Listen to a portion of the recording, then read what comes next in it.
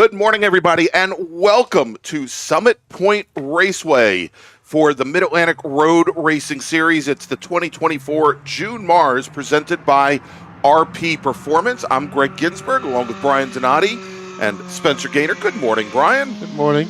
Good morning. All right, we've got our very first race of the day heading out on track right now. This is the Sprint Bracket Road Racing Series. It is their second race of the weekend. We're going to see them one more time this afternoon as we've got our pace lap underway for a 10-lap race. And Brian, before we start to run things down for them, let me make a first call to the grid for our next group. Attention in the paddock, attention in the paddock. First call to the grid for Spec Racer Ford and Spec Racer Ford Gen 3. Race group number 1, please head to the grid. Spec Racer Ford and Spec Racer Ford Gen 3, please head to the grid. This is your first call.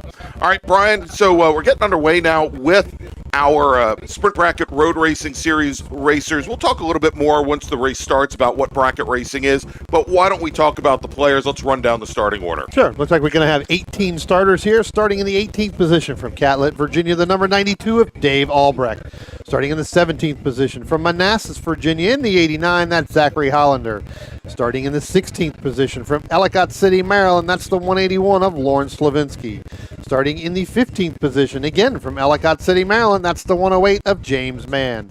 Starting in the 14th position from Hampstead, Maryland, the 42 of Robert Garrett.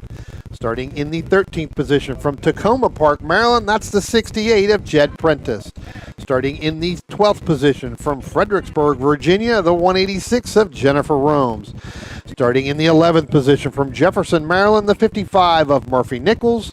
Starting in the 10th position from Thurmont, Maryland, the 127 of Jeff Liller. Starting in the 9th position from Dickerson, Maryland, the 152 of Michael Palazinski.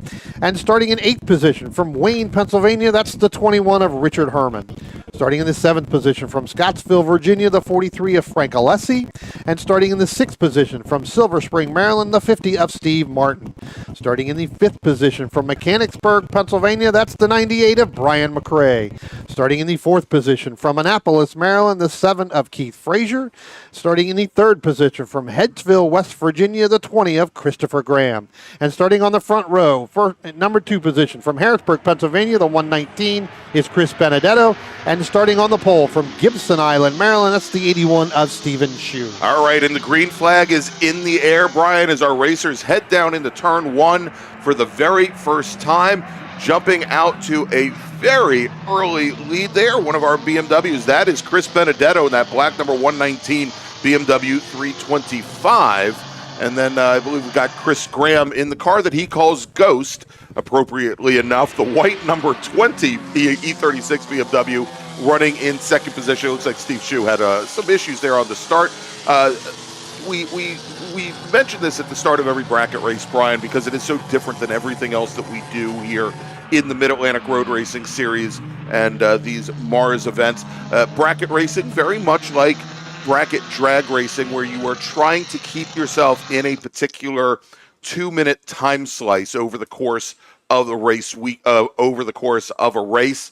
And we're going to have to look at that camera over at turn 6, it looks like.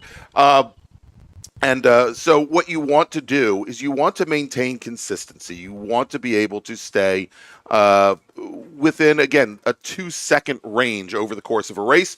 And you are going to be racing with the folks that are in that exact same time slice, that same time period with you.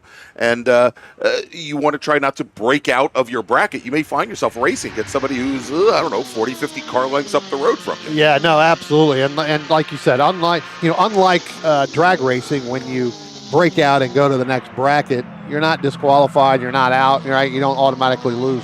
You just go up to the next bracket, which is a faster bracket, which ends up having, as you said, you may be chasing somebody that's further ahead of you. So now you got to race that competitor a while. So it's kind of a dual situation here. You're obviously racing against the clock, right? Because you want to be as consistent as possible, but you are racing the other competitors out on the racetrack. All right, and it looks like we've got to work on some of our cameras. Having some issues here today with some of our bandwidth. We'll see if we can get that worked out over the course of the day. We apologize for that. But Brian, what about that pace car cam? It was nigh perfect. It was great. It got the starting part of the field as they came down, getting ready to take this green flag. One of the things I'm going to really be watching here, especially in this first 10 laps, is, we saw yesterday Chris Benedetto in that 119 in that BMW 335i had some issues later on in the race yesterday. As we went 15 laps, we're going to go 2 10-lap sprint races here today. So we're going to have to see whether or not that car can, consistently stay for those 10 laps on each of those. So as the race got on yesterday, after lap 10 is when he started to have some problems. It looked like it may have been some brake issues. We'll have to see if anybody knows down there what the problem was. We'll definitely be glad to talk about that. But right now, under a lot of pressure here from Christopher Graham in that other BMW, in that 328i. Yeah, indeed. And good to see Chris bring that machine out. And, Brian, I was talking to Chris about this last night. He's got a very interesting day job. He lists himself as being a machine learning engineer, but there's a lot more to that. He works on machine learning and AI for jet airplanes and autonomous flight of jet airplanes, so that they don't need somebody at the stick and at the controls, that they can actually learn and fly routes by themselves, which I think is just really pretty freaking amazing. He's come to us after a pretty decent length career. He's been racing for about 8 years. I believe this is his first year doing sprint racing. He's been racing in like Champ Car and Lemons for about 8 years now. Right. I had to laugh. I'm sitting here looking at our live timing and scoring, not only on the bracket side, which you did put a link out if you wanted to follow on this bracket. But Brian McRae, not only in the race monitor, but in our bracket, it has Brian McCash, and it has a dollar sign in there. So I wonder who he paid to have that put in there. Well, obviously he had to pay very well to get his name changed like that. That is, that's interesting. Brian McRae, he just ended up getting his road racing license at the Washington, D.C. Region Competition Licensing School this spring. He has been doing time trials and hill climbs for a number of years. I believe that he is a member of, if I remember correctly, a member of the Susquehanna region.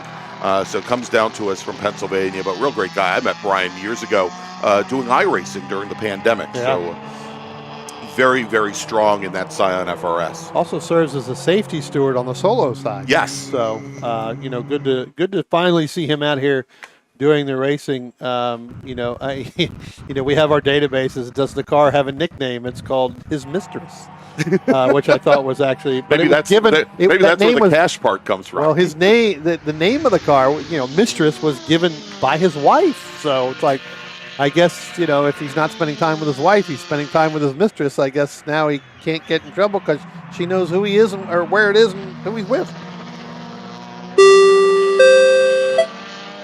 Attention in the paddock. Attention the paddock.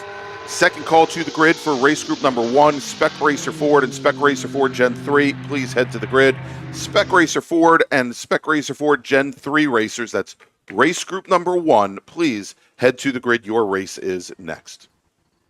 All right, so let's take a look at some of these brackets here, Brian. The A4 bracket, that is our fastest group right now. This is for drivers that are running anywhere from a minute 21 to a minute 23. It's Benedetto and Graham right at the front of the field, and then Stephen Shu. And Stephen Shu now, again, didn't have a great start, but he's right in that battle now with the top three, with the 2 BMWs. And he's got a little bit of time to give. Right now, his fastest lap time is a 122.1. And even the 2 BMWs are in the very high 21, so they've got a couple tenths of a second to give there without breaking out to the A3 bracket, as they're just now completing what is their 5th lap, starting their 6th lap. In bracket A5, that's for drivers a minute 23 to a minute 25. Keith Frazier in a Spec Racer Ford, he leads Mr. McCash Mr. McRae, here on track, and there's about 8 seconds separating those two cars. McRae took the win in his bracket yesterday. Looks like may not happen again here today.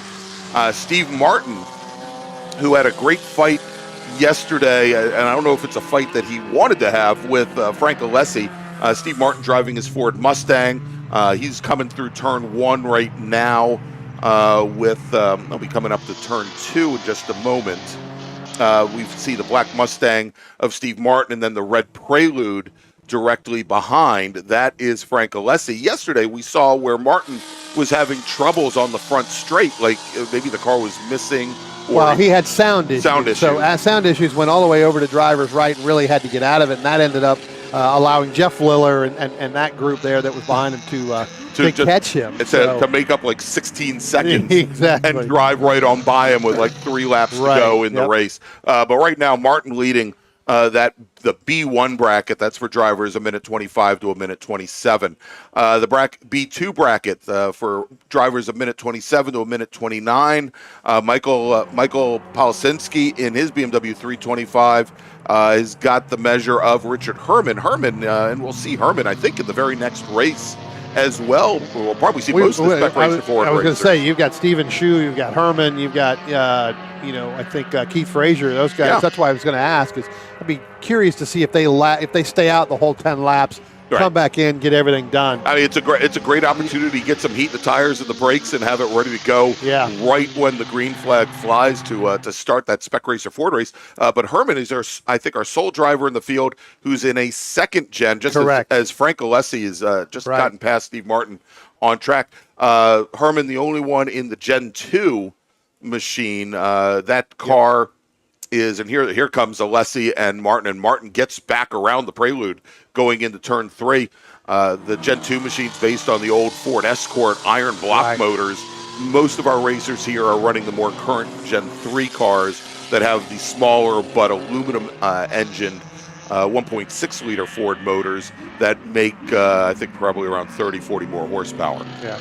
I talked about, Chris Benedetto yesterday having some issues. It obviously wasn't a brake issue. Thank you for Kayla Alessi letting us know in the chat. It was due to high oil temps yesterday. So evidently, it looks like those may have been fixed. Looks like he's definitely he's running strong today. Definitely on it right now. I think he's down in turn 1 now, getting ready to come through.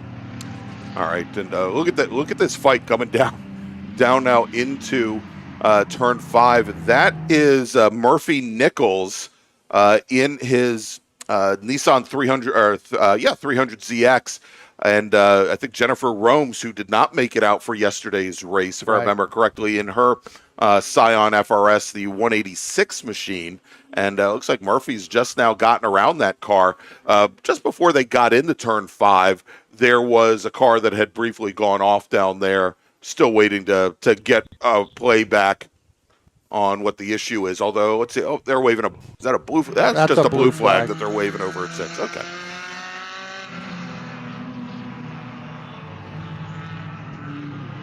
Looks like we've got quite a bit of calls coming in. Not able to hear control though. They're not able.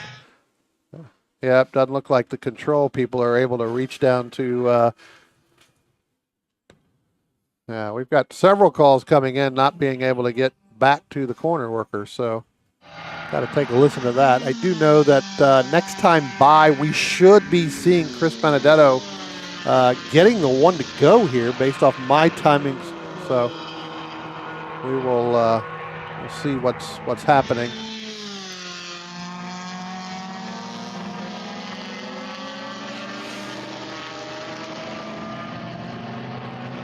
All right, we've got 2 laps remaining, Brian, here in this bracket race. Again, we'll have our bracket racers back out on track here in a little bit.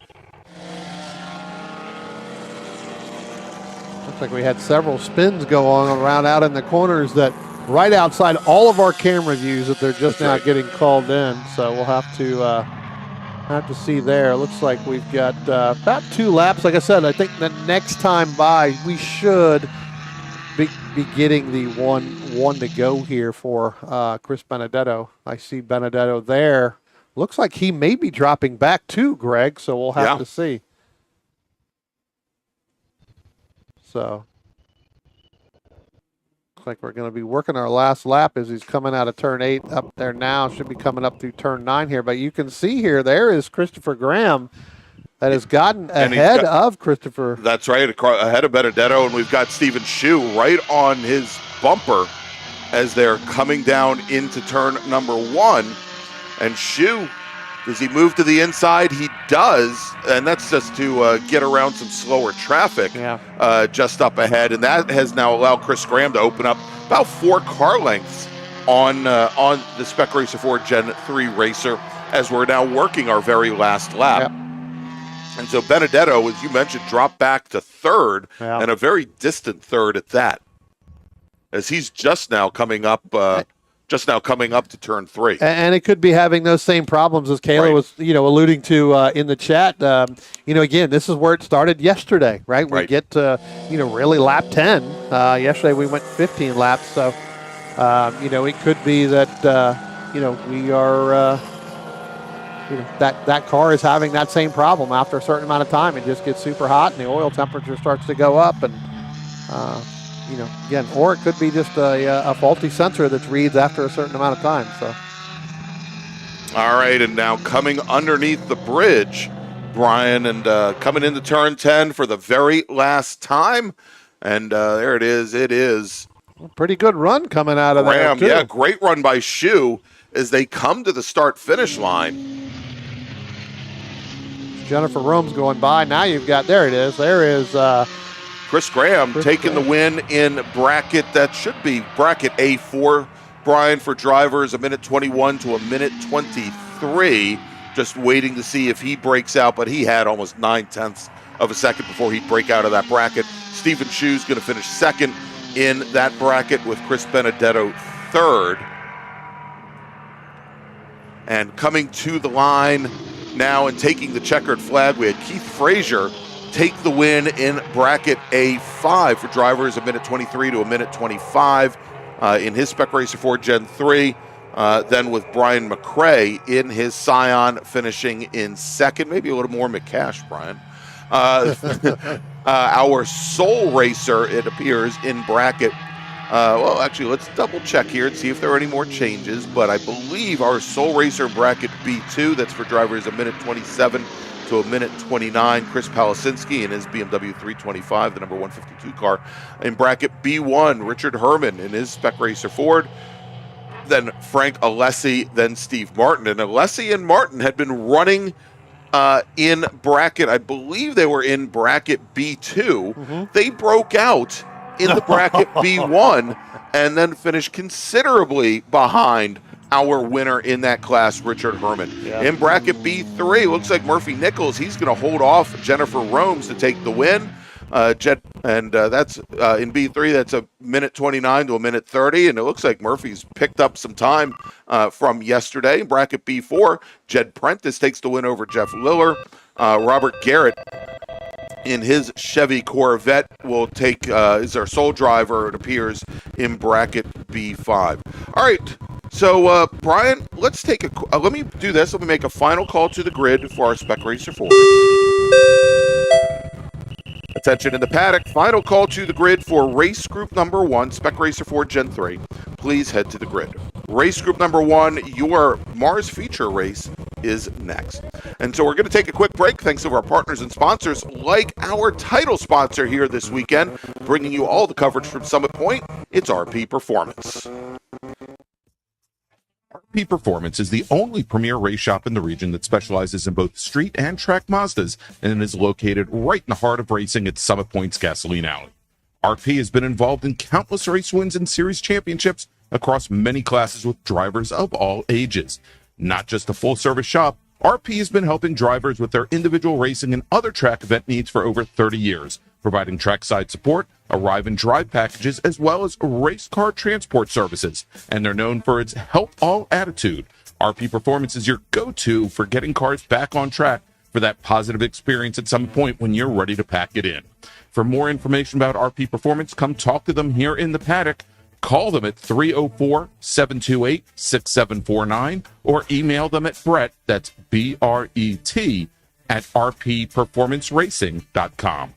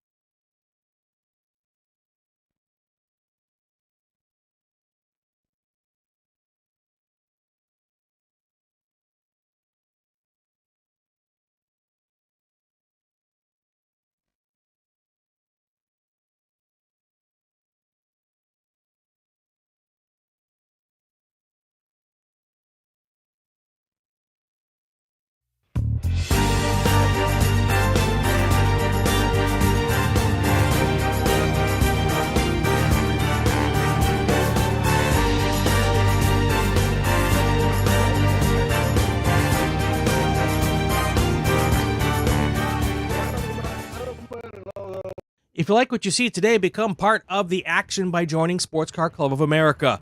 Whether you want to drive, flag, or just have fun with cars, SCCA membership opens the door to all kinds of motorsports to feed your obsession, along with 65,000 like-minded members ready to be friends. Ask someone trackside how to get involved or visit SCCA.com for more information.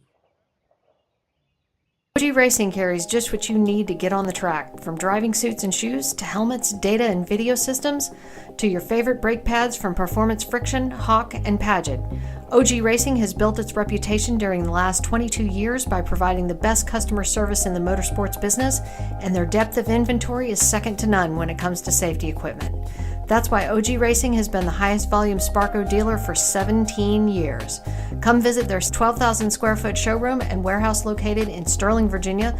Call them at 1-800-934-9112 or order online at ogracing.com.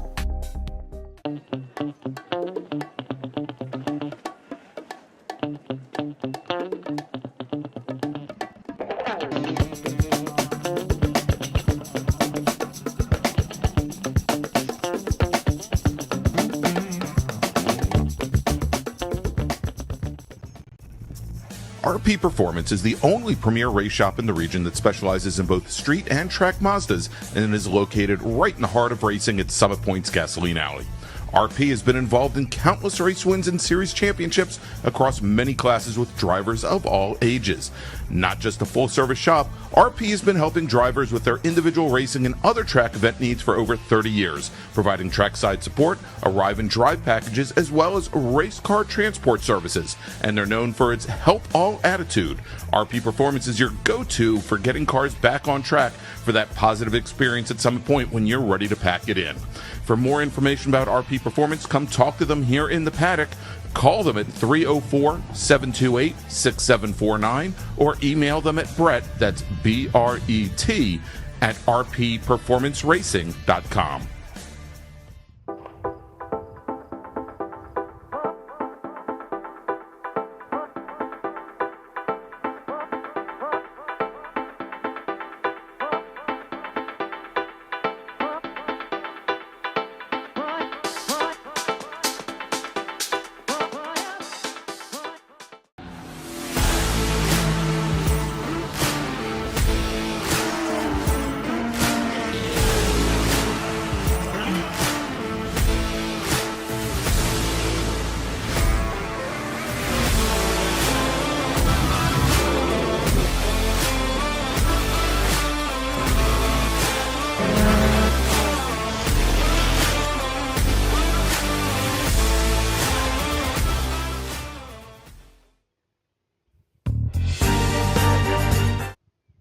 And welcome back to Summit Point Raceway, everybody, and the 2024 June MARRS presented by RP Performance. I'm Greg Ginsburg, along with Brian Donati. We've got Spencer Gaynor pushing all our buttons here this weekend for us as well, dealing with all of our camera issues.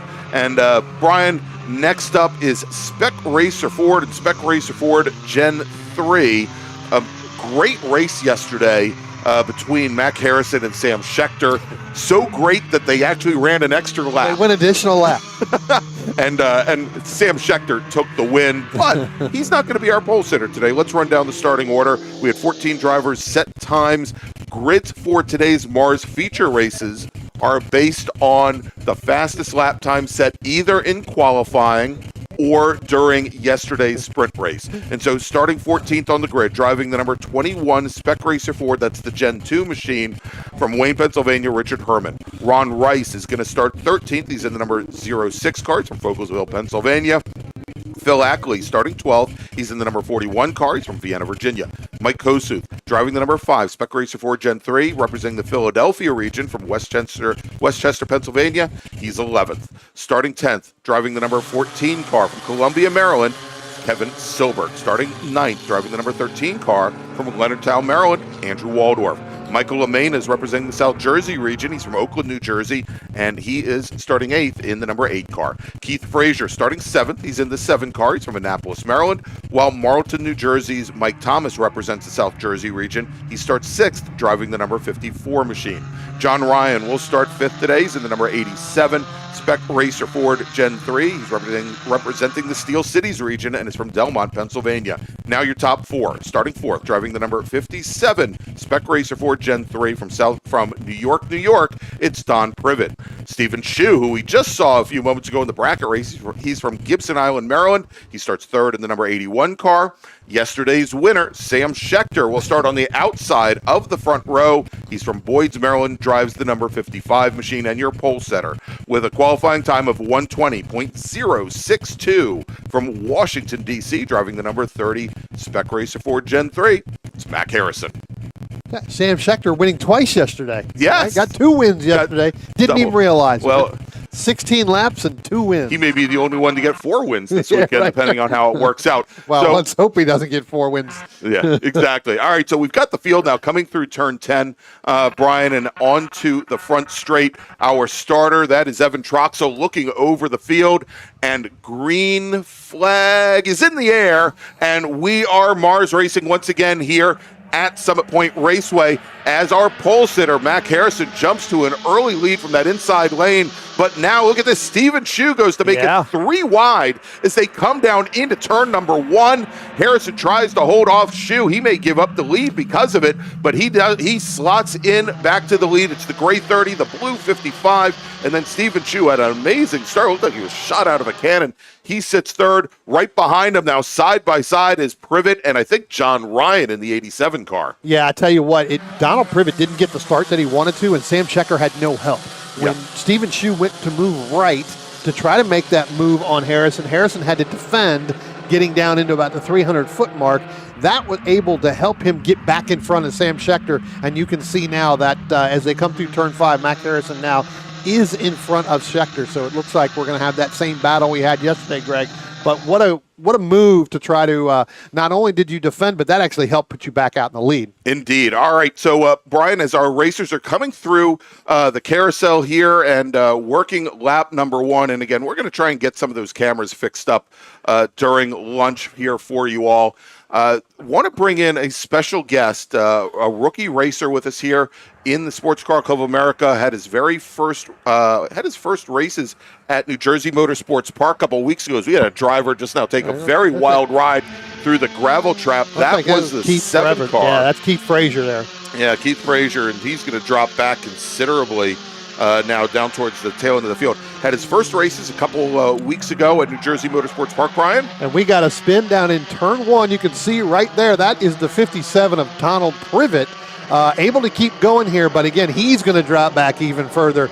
So again, some of our front runners going to spinning, but yeah, that is the 57 of Donald Privet. We'll see how far he's going to drop back till he gets his bearings back straight. All right, well, assuming our Spec Racer 4 Gen 3 drivers can stop going off course, I'm going to bring in, and forget the preamble now because I'm not going to repeat it a third time. I want to bring in Brandon Cronin, driver of I believe it's the number 8 Formula V.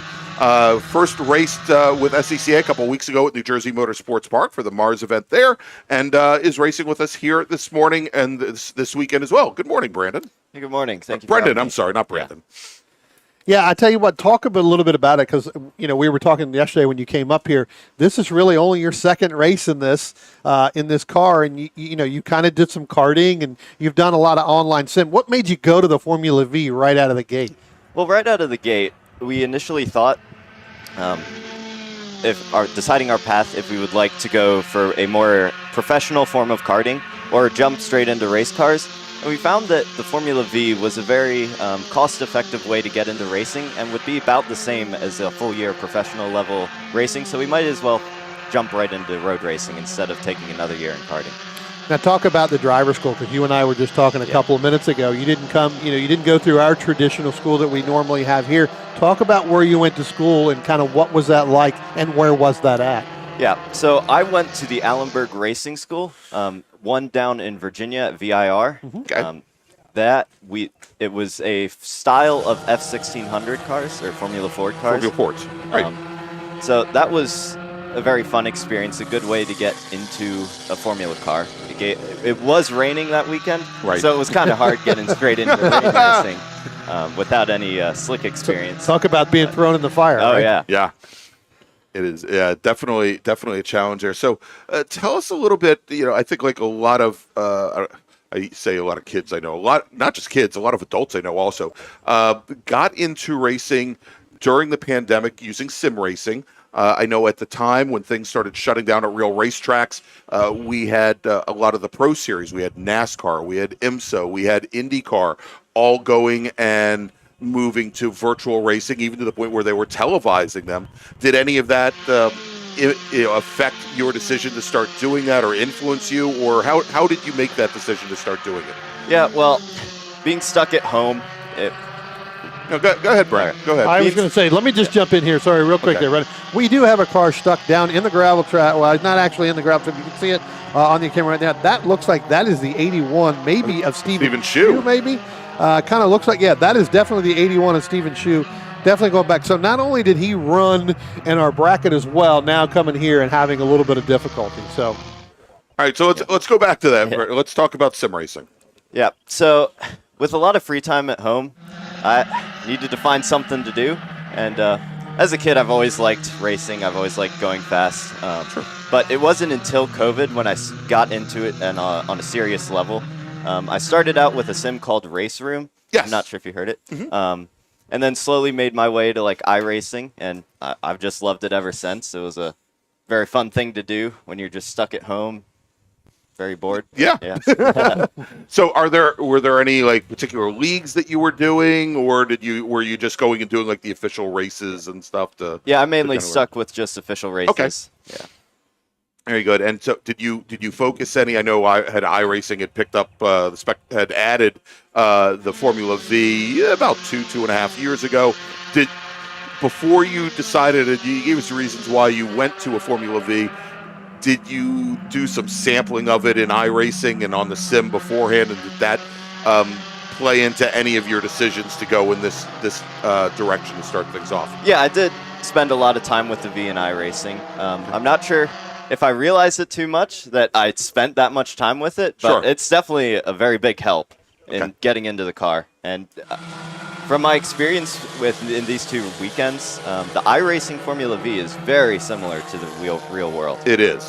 Yeah, very, very much. I think that from a tire modeling standpoint, I think they use the wider tires than what we see here used in the United States and in Sports Car Club of America racing. But otherwise, yeah, it's actually modeled pretty darn closely, and I think a lot of folks that jump into them for the very first time don't realize how strong the draft is with them. There is a reason why those cars do nothing but leapfrog one another for an entire race. Brian, we have something happen? Well, we've got a couple things going on down there. I think we had a couple passes down there, but tell you what, let's go back down here and look at turn 1 right now, because I think we're going to have a battle for the lead right here between Mac Harrison and Sam Schechter, and it looks like Mac Harrison's going to get back around Sam Schechter,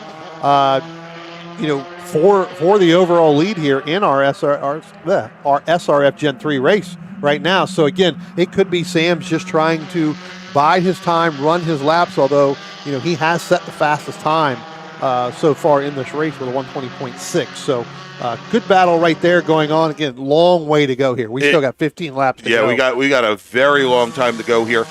Great battle going on right now for the last step on the podium too, Brian, right now with John Ryan and Mike Thomas, as they were separated only by a couple of car lengths as well the last time they crossed the line. So that may come up to a steward's decision at the end. It looks like we potentially may have had a pass. Not sure. That was the call I heard on the radio. Pass under yellow, you mean? Pass under yellow down in turn 1. We'll see whether or not that happened between both of those drivers. We'll see how that works out at the end. I'm not going to speculate too much, but I did hear the call that they did have a potential issue or challenge. I'm not going to say issue. I hate using the word issues. Potential challenge. So we'll see whether or not that gets sorted out here towards the end. So. Turning into an incredibly exciting race for the second day in a row.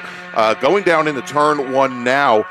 We just saw coming out of turn 10, Sam Schechter make a pass on Mac Harrison. Was actually able to get past Harrison before they got to the start-finish line, and they are now side by side as they come out of turn 2, head down into turn 3. There they go, and there it is the gray number 30 of Harrison getting back around Schechter as they head out of turn 3 and start to head down to the bottom half of the course, Brian. Yeah, I tell you what, you're going to pick up, if you stay right here, Spencer, you're going to see where that John Ryan and the Mike Thomas, as they come out of 2 and head up into turn 3, you're going to see them. There they go right there. They were actually side by side coming out of turn 2 with Mike Thomas getting around John Ryan. So pretty good battles there between first and second, and then third and fourth. Yeah, and we're actually seeing LaMena and Frazier starting to close up on them just a little bit as well. So Brendan, tell us a little bit about what your plans are for this season, and maybe what you're looking to do with this new foray into road racing. Yeah, so this season, our main goal is to try and get comfortable with the V, try and transition my skills that I was able to acquire in sim racing into real world. But our big hope is just to get my name out in the real world of racing, and hopefully try and pick up sponsors or anybody that would be interested in help funding my career. Well, I'll tell you what, since I've got my finger, if not on the pulse of America or the road racers, but I definitely have it on the DC region YouTube chat right here. Is there a way online that folks can find you and find out and maybe help you with your road racing program? We do not have anything official set up yet. Okay. But we are looking into that, hopefully before the end of the season. Okay. Is there like an Instagram or something that they can go and see you at, or or I don't have anything not yet. Set up. Okay. Not yet, but all right. Understood. So definitely want to look out for Brendan Cronin, and he's going to be up with us. Brian, yeah. Well, I was going to say one more question here. Not only does he race during the summertime, you're also a hockey player. Yes. That you play, and in your message to us, you're the fastest skater on your team. I have to ask, is that true, or are everybody else just slow? So a couple years ago, we did a skills competition night, and I was able to beat everybody on my hockey team. Excellent. In terms of speed. And I was selected. We went up to a hockey tournament in Lake Placid, and they had a skills thing there, and I was selected to be one of the speed skaters for the skills competition. Oh, wow. There. Very, very cool. Of course, yeah, he automatically got on my good side, Brian, because he came in with a Washington Capitals. Well, I was gonna ask. I mean, how long have you been playing there, real quick? And is that another potential where, hey, maybe you could do both? We've got former NFL players that race with us now that are now racing in Trans Ams. So, at this point, who knows? Maybe we could see him on the ice, and you and I could be going down to Capital One Arena. That's right. A couple years. So, real quick, any ambitions to go do that as well, or?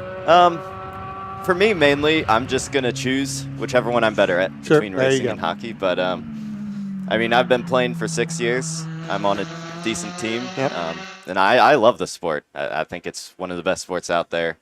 Now, does the high school? I know you're going to Aberdeen. Yeah. Do they have a team as well? They do not have. They do not. Team. Yeah, I mean, we've seen here much closer to the Washington D.C. area. A lot of the high schools.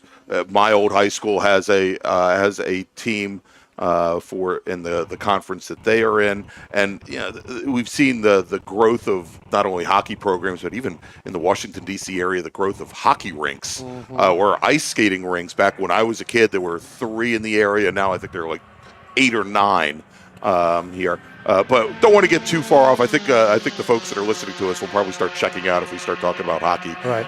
The whole thing here. But when you're watching these Spec Racer Ford racers as our leaders now once again going down into turn 1, and it is Harrison leading Schechter out of 1 going into turn 2 here. Do you see any parallels between what they do and how they race compared to what you do in the Formula Vs?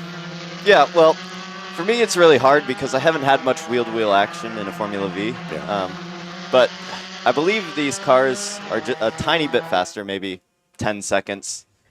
And so, but the way that they race and the way that they drive seems fairly similar to Formula V. Not a lot of downforce. Right. Yep. And dealing with a rear engine, so you have to deal with the kind of handling there with the rear ends, wanting to walk around. So some challenges. So Brian, we're watching here now as they're going to be coming down into turn number 5. Such a great fight going on here, and that is the battle, I think, for that's actually fourth. the battle for 5th place between Michael LeMain in the 8, Keith Frazier in the 7, and Donald Privet in the 57. After Donald Spin worked his way back up to continue that battle with Mike in the 8, Keith in the 7. And then They ran, both- then ran and- wide through the gravel Well, trap I at was 3. Yeah, I was going to say both. It looks like Donald Privet followed Keith Frazier in the old Tristan Herbert line, and it didn't work out too well, where both of them went driver's right, 4 wheels off in the gravel coming up over 3. We'll see how quickly they're able to get back on it and catch Mike LaMena, but that's going to actually help him get away a little bit because that was a pretty good intense battle, really, for the last couple turns. Tension in the paddock. First call to the grid for race group number 2. That is our big bore group: American Sedan, GT1, 2, and 3, GTA and GTX, ITE and ITR, Spec Corvette, SMX, SPO, STU, T1, T2, T3. See, there's a rhythm to this. Race group number 2, big bore racers, please start coming to the grid. Your race is next. Yeah, let's quickly go through a quick recap, because we've seen it kind of, while we were talking to Brendan. So you still got Mac Harrison leading, Right. But a pretty good battle with Sam Schechter, right? They are within nose to tail, within a car length of each other. It's been that way. They've swapped the race lead back and forth pretty much over the last 5 or 6 laps. Mike Thomas sitting in 3rd right now, John Ryan 4th, Michael LaMena 5th. Now throw Donald Privet 6th, Keith Frazier 7th. But again, both of those drivers had gone off as we're looking down in turn 1 again. So that battle for the overall lead continues to rage on here, coming out of turn 2 and headed up into turn 3. They're going to be coming up on the Richard Herman, which is our lone SRF Gen 2 car in this class today, Greg. But I tell you what, this battle, they've got 9 laps left to go. And I throw my finger, I think, that battle's going to rage on until the very end. The very end, and so we have now, we've got 11 laps in the books, 9 laps remaining here in Spec Race 4 Gen 3. We look a little bit further back at a nice battle unwinding here. Stephen Chu, who had that off a little earlier down at turn 1 and fell all the way back to 8th place. He's been hounded by Kevin Silbert in the number 14 machine last couple of laps. And right behind him, we've got Kosuth and Waldorf as well. And that has been a very, very tough fight, tough battle, Brian. Donald Privet having really, really a lot of challenges, not issues, challenges going through turn 3 again for the 2nd lap in a row. Back through drivers, 4 wheels off in the gravel. So out of 3. given that he's been going 4 wheels off through that gravel, does it look like he's just turning in early over there? Well, I'm going to watch the next. Yeah, I'm going to watch the next time by. Again, he was battling again with Michael LaMena and Keith Frazier. Was able to get back in front of Michael LaMena in that 8 machine, which put him back to 6th. We'll see whether or not what his line is like going through. And we've got Brendan up here. You may want to give an analyzation here too. Watch him. Maybe he's doing it wrong when he comes through here. We'll, all right. Well, Don Privet, he's going down into turn 1 now, leading Michael LaMena, and the car directly behind that is Keith Frazier in the number 7 machine. So let's take a look here, Brendan, at the lead of these 3 cars as they go into turn number 3, and let's see if he's a little more successful this time around.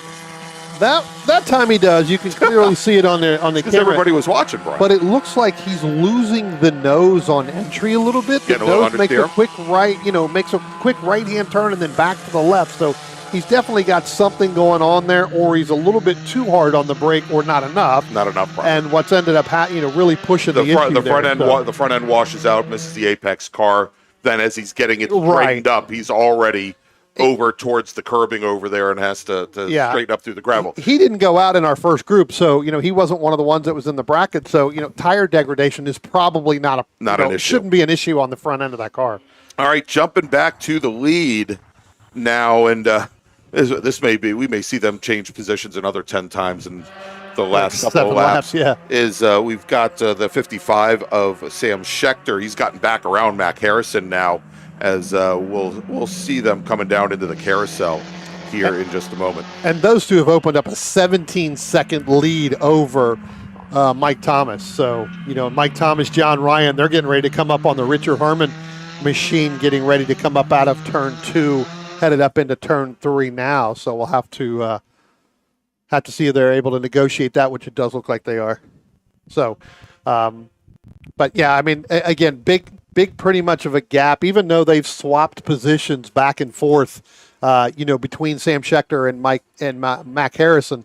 That still continues to open up that gap.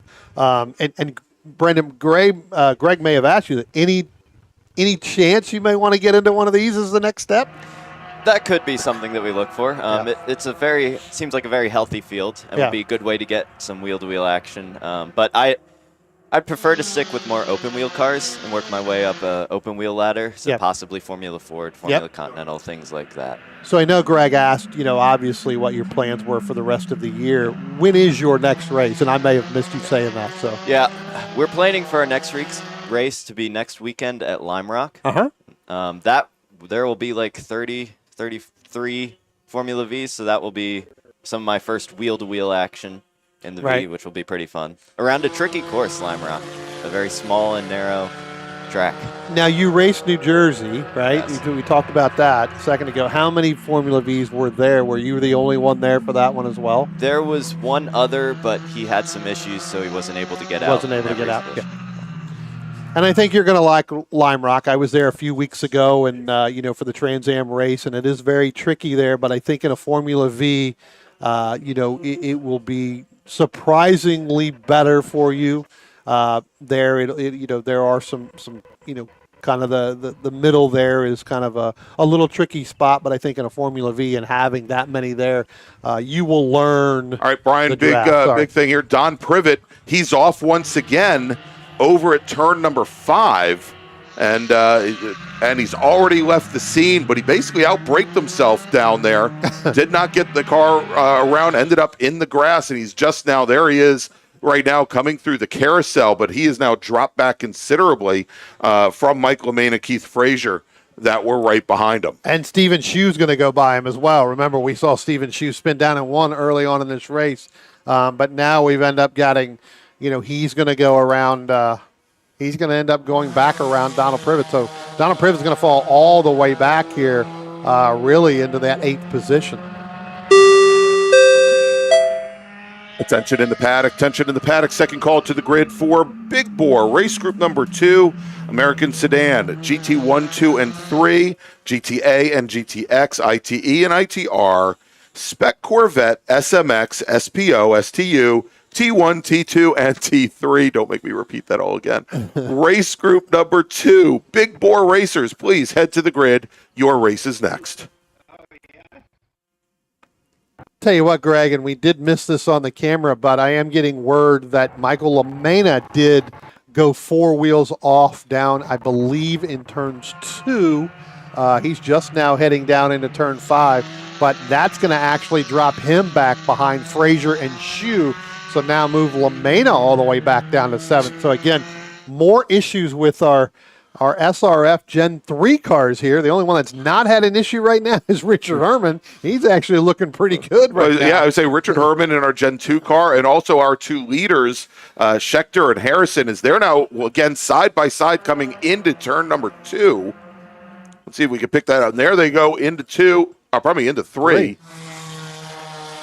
And I'm trying to determine, is that gravel? We just saw like a little cloud of dust and dirt, I think it was, behind the 55, or probably between the 30 machine of Harrison. I don't think he's smoking. I think that's just debris and gravel on the track surface. Yeah, as many times as the individuals in this race have gone off through there, they have kicked that stuff off. It seems like, we had the 57 there. Donald Privet went through it 3 times in a row, and so it looks like everybody's starting to kick some off. So, again, a lot of challenges. Again, Frazier getting his right rear in the gravel there, coming off there. Donald Privet again going to go up through turn 3 that time. So, good battles all the way around, and then just some mistakes being made.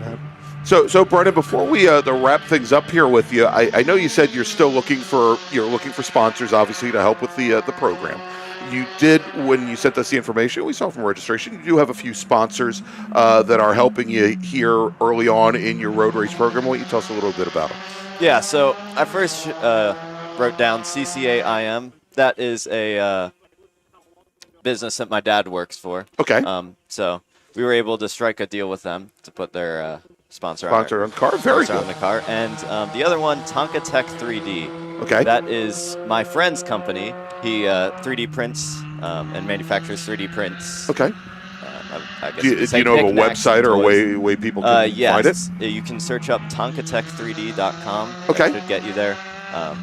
He was actually the one that was in your chat in the race yesterday. Okay, that makes sense. Yes. And that's Tonka, Tanka. Yes. Not like those of you that are old like me that remember Tonka trucks, Tonka. Yeah. So Tonka Tech, Tanka Tech. Yes. Very, very cool. Excellent. All right, well, Brenna, we're getting ready to wrap things up here. We've only got a couple laps remaining. Obviously, please stay with us. And if you see something here that you think is interesting, obviously bring it up. But we've got now coming on to the front straight, again, side by side. This has been a great race here as Sam Schechter gets pinched a little bit on the front straight by Mac Harrison.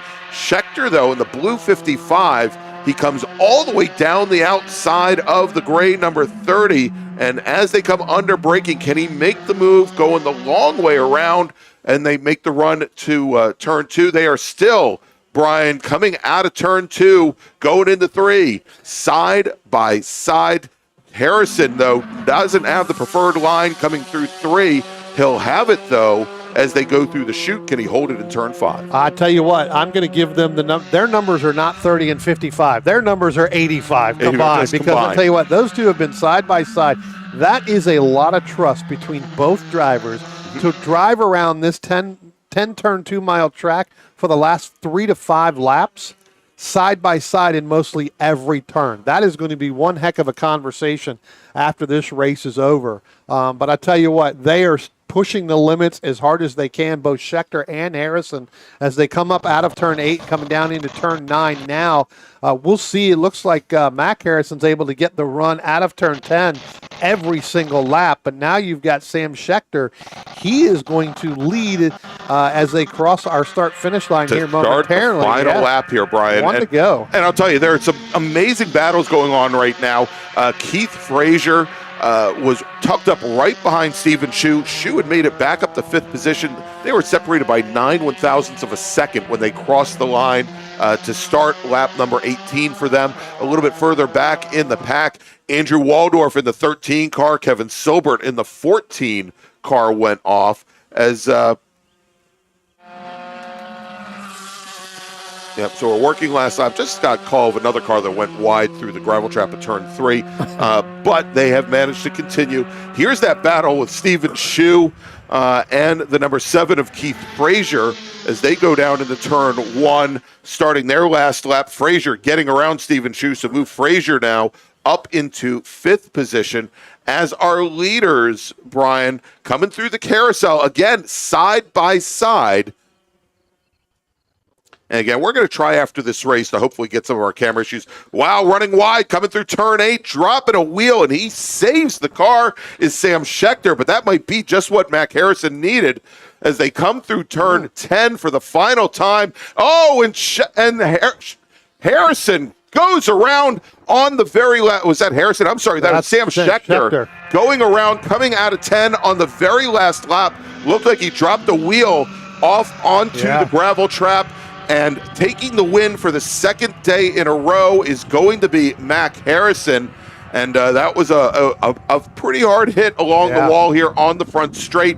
Coming out of turn 10 now, that should move the 54 machine of Mike Thomas into 2nd position. Actually, it looks like John Ryan's going to make that pass over Thomas. Here they come now. So it looks like he's going to make it before they even got to that point. So actually, there's John Ryan. Actually, I don't even. Ryan finished 3rd. We had Ryan is going to take the last step on the podium. He will finish 3rd. Keith Frazier 4th. Stephen Shu 5th. Mike LeMana 6th. Don Privet will finish in 7th position. And we're waiting on, I believe we've got Andrew Waldorf coming down in the 13 machine. Waldorf will finish in 8th position, finishing directly behind him. Mike Kosuth in that yellow number 5. He'll finish 9th. And Kevin Silbert, who's coming out of turn 10 right now, he should come home in 10th position. All right, so let's do this as we've got some of our emergency services teams. They're going to be attending to the 55 machine. Let's wrap things up, Brennan. Want to thank you for joining us here today. Your race is going to be a little bit later today. Of course, you're in our open wheel group, so we will see you probably, looks like just before lunch today. So in about an hour or so. So again, want to thank you for coming up, and good luck this weekend, and good luck with your racing career. Yeah, thank you guys for having me on. All right, there you go. So what we're going to do, that is Brennan Cronin, driver of Formula V number 8. That is the Tonka Tech 3D and CCA machine. We're going to take a quick little break. Thanks some of our partners and sponsors. But before we do, let me make a final call to the grid for our next group. Attention in the paddock. Final call to the grid for race group 2. That's Big Bore. Please head to the grid now. Big Bore racers, please head to the grid. All right, going to take a quick break. We'll be back here in just a few minutes with more road racing action from Summit Point Raceway and the Mid-Atlantic Road Racing Series. Since 1976, Radial Tire Company has been providing the Washington, D.C. area with quality tires and the finest service. They have earned a reputation as a premier specialist in hard-to-find performance tire and wheel applications. They stock tires from all of the top manufacturers for whatever you drive, from small economy cars to SUVs to trucks. Their mission is to assist you in getting the most out of your tires and car. For more information or to schedule online, browse radialtirecompany.com or call them in Silver Spring at area code 301-585-2740. That's 301-585-2740.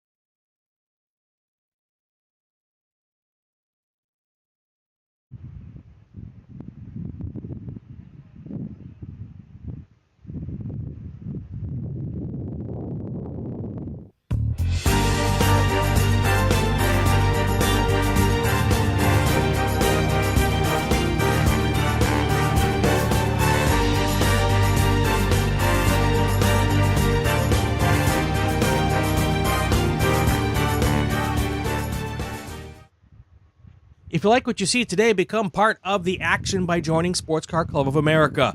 Whether you want to drive, flag, or just have fun with cars, SCCA membership opens the door to all kinds of motorsports to feed your obsession, along with 65,000 like-minded members ready to be friends. Ask someone trackside how to get involved or visit SCCA.com for more information.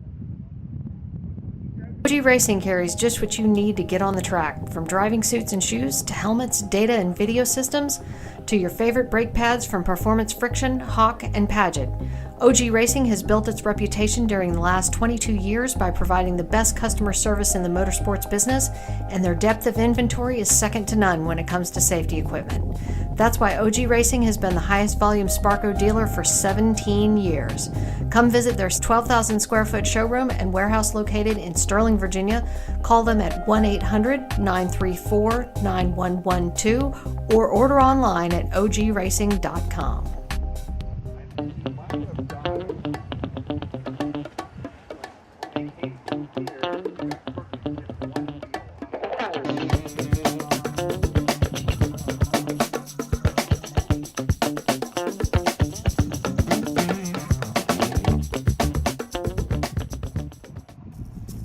RP Performance is the only premier race shop in the region that specializes in both street and track Mazdas and is located right in the heart of racing at Summit Point's Gasoline Alley.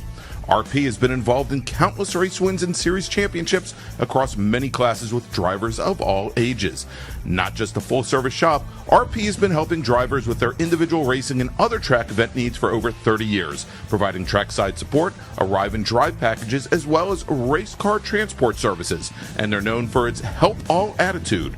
RP Performance is your go-to for getting cars back on track for that positive experience at Summit Point when you're ready to pack it in. For more information about RP Performance, come talk to them here in the paddock. Call them at 304-728-6749 or email them at Brett, that's B-R-E-T, at rpperformanceracing.com.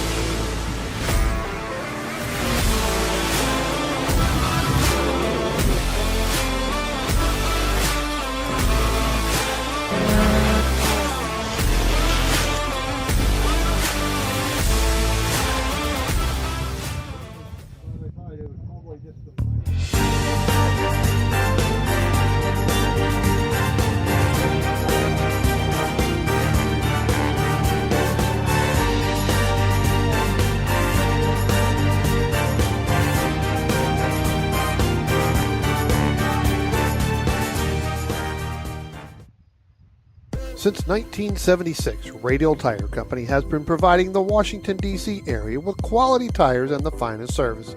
They have earned a reputation as a premier specialist in hard-to-find performance tire and wheel applications.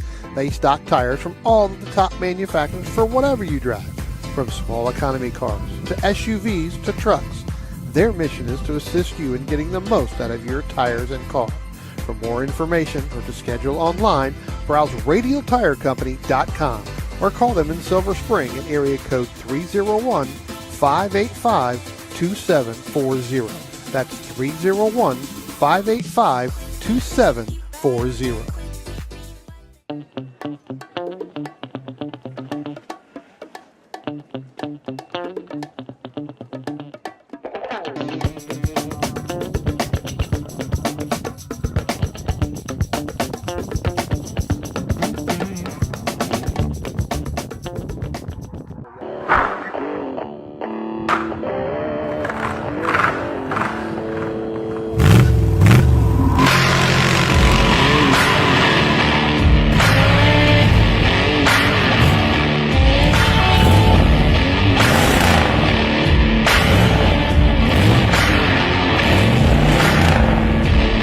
Hey dog, Belmont Classic Cars, where we take you back to simpler times.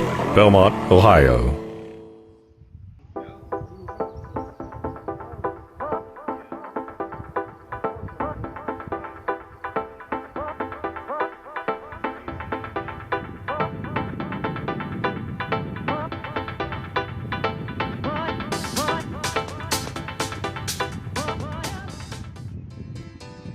The DC region would like to welcome the Autoverse to the MARRS family.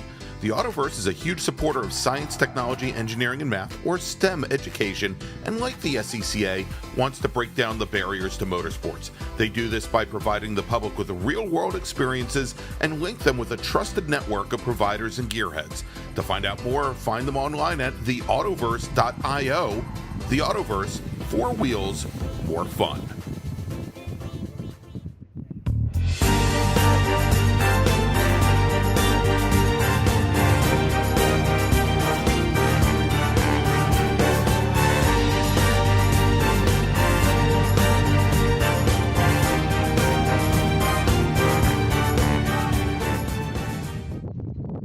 If you like what you see today, become part of the action by joining Sports Car Club of America.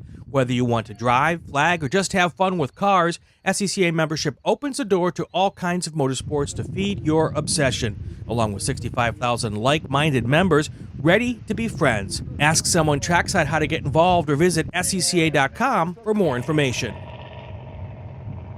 OG Racing carries just what you need to get on the track, from driving suits and shoes to helmets, data and video systems, to your favorite brake pads from Performance, Friction, Hawk, and Paget. OG Racing has built its reputation during the last 22 years by providing the best customer service in the motorsports business, and their depth of inventory is second to none when it comes to safety equipment. That's why OG Racing has been the highest volume Sparco dealer for 17 years. Come visit their 12,000 square foot showroom and warehouse located in Sterling, Virginia.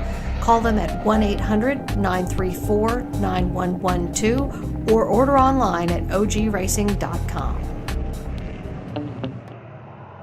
And welcome back to Summit Point Raceway, everybody, and the 2024 June MARRS presented by our great friends at RP Performance. I'm Greg Ginsberg, along with Brian Donati and Spencer Gaynor. I want to thank our guest in our last race, also Brendan Cronin, our young Formula V driver. I want to thank him for coming on up to the booth.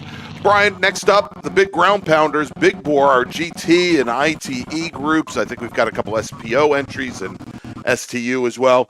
Let's start running down the starting order. All right, looks like we're scheduled to have 11 starters here. Starting in 11th position from Mount Holly Springs, Pennsylvania, that's the 07 of Alan Lesher. Starting in the 10th position from Hackettstown, New Jersey, that's the 50 of Joseph Folia.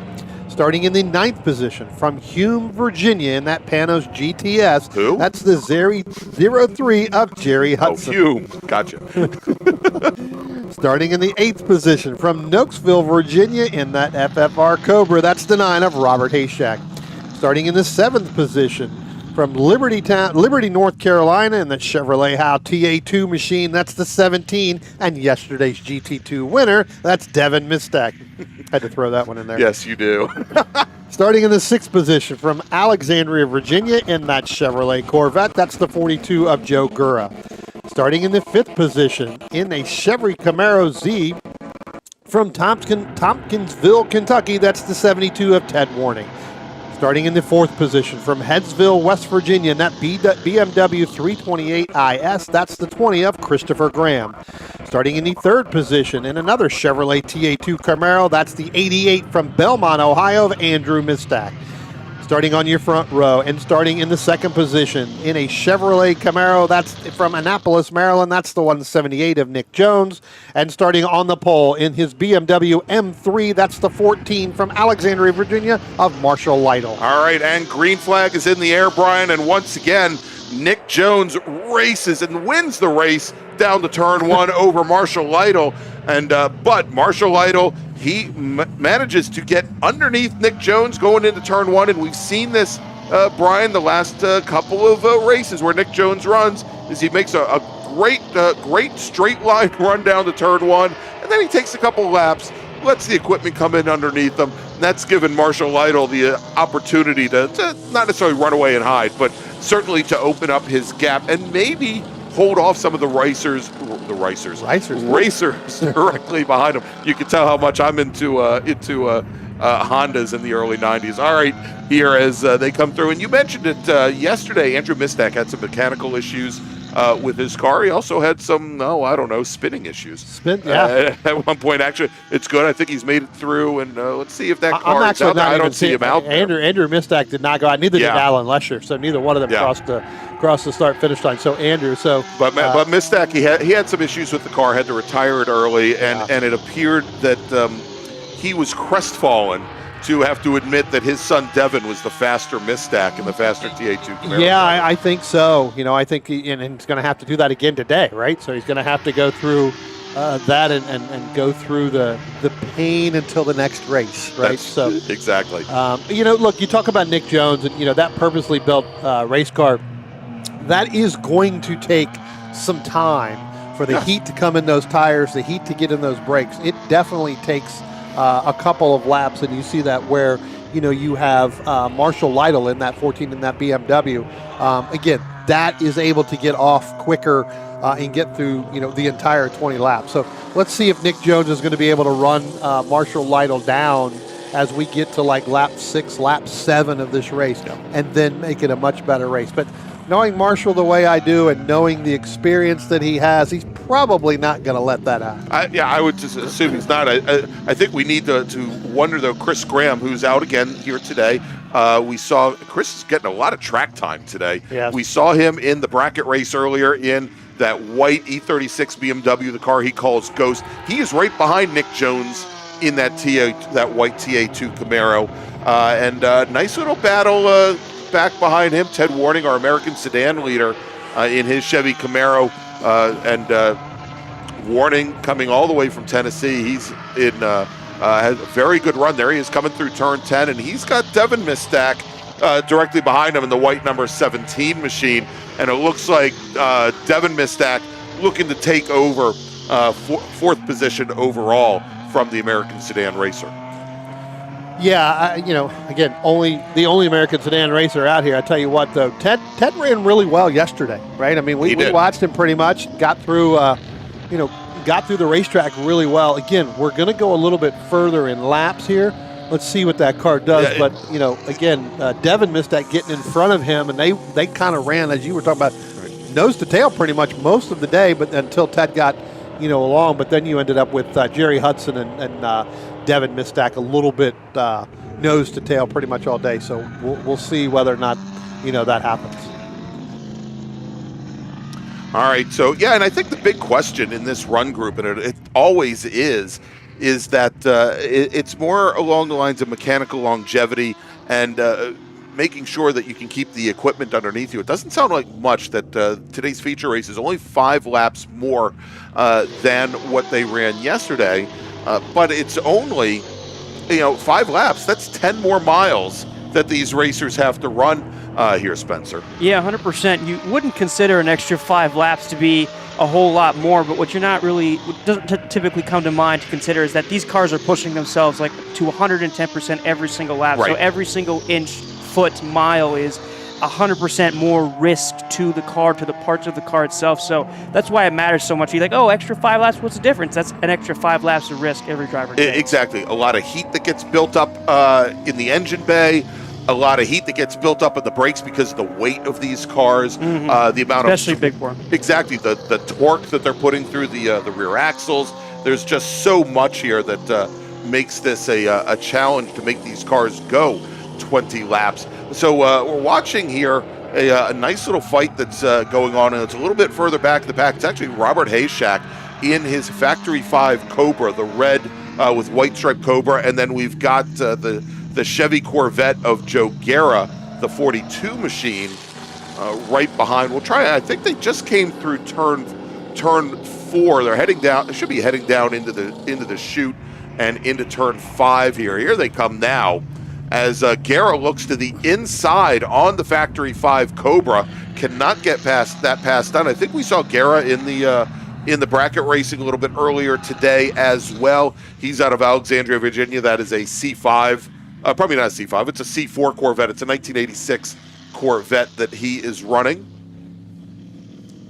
And getting word here, Brian, that the 17 car, that's Devin Mistak. He's going to bring his car down the pit lane. We'll see if he can go and if he can manage to rejoin the action. We'll see. We've got him on our camera now coming down through the pit lane. So looks like whatever bug it looks like may have bit the other one yesterday. Remember, I talked about this earlier on. Sometimes you start using the same parts over and over and over again between the two cars because they're both the same type of car built by Andrew. By his dad. Again, sometimes those things they rear their ugly heads in team cars. So, all right, looks like Joe Guerra has gotten around Robert Hayshak's Factory 5 Racing Cobra. So move Garrett now up into 5th position overall.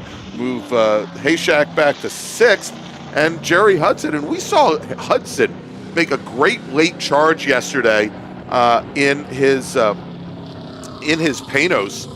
And he's starting to do it again as Hudson just ran his fastest lap of the race, and he was about 0.4 of a second faster than Hayshak. Yeah.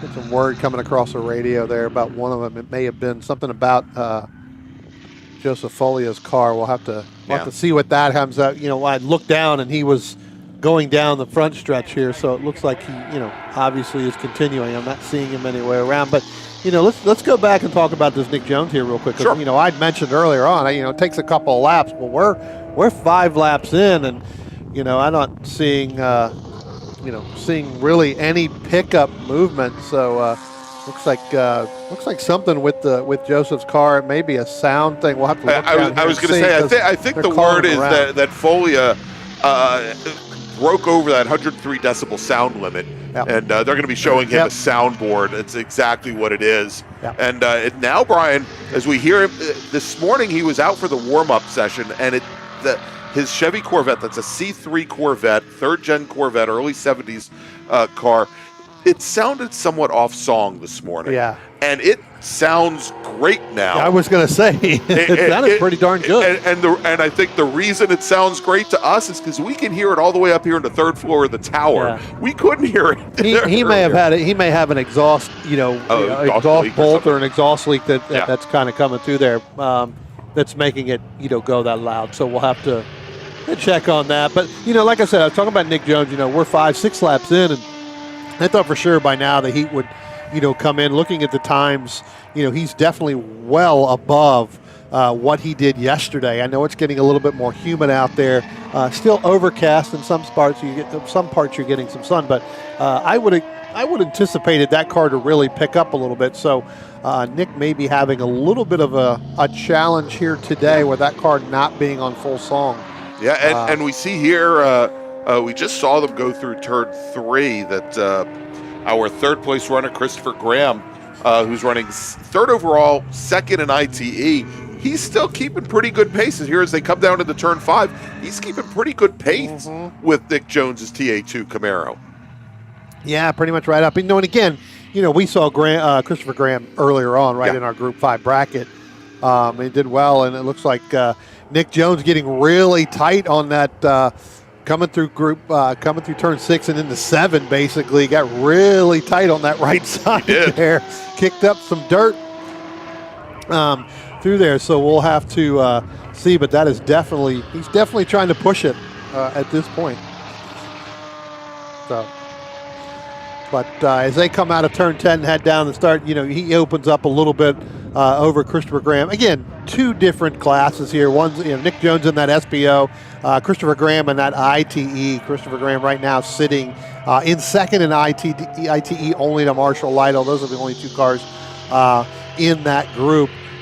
Looks like we may end up having Jerry Hudson if he continues to keep moving, Greg. He's going to win GT2.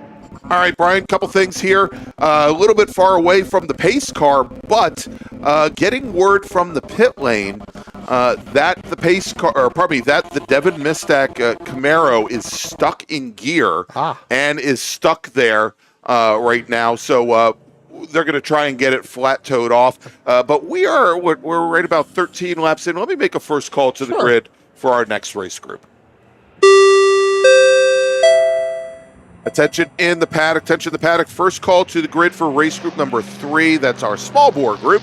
E production, F production, H production, GT Light, GT Pinto, Legends Car, SPU, Spec RX-7, STL, and Touring 4. Black Cherry. Race group number 3. Please start heading to the grid. Your race is next. Black Cherry, that car is called, I believe. We'll see if it makes it out today. I saw Connor pushing it. It looked like he was trying to push it into the trailer last night. Well, it looks like he may have left it out. I did talk to him. It looks like yesterday, because I did ask him. I said, "Do you need me to put a map on your dash to show you that when you come down the chute out of 4, there is a left-hand turn the there. track turns. You can't just go straight. Stop trying to cheat."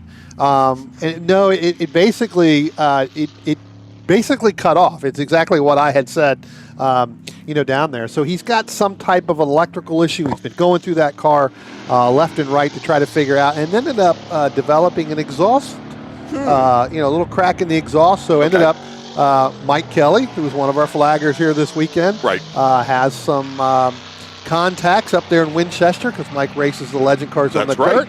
Was able to get a hold of that group up there, and he went up and picked up an exhaust for the car, for the legend car. Excellent. So on a 1250, again, Bob's not running the Z09s, so running the old 1250s. So was able to get those picked up and put that back together. So that again, that electrical gremlin that happens from time to time on those, but he definitely needs to make sure he makes the left.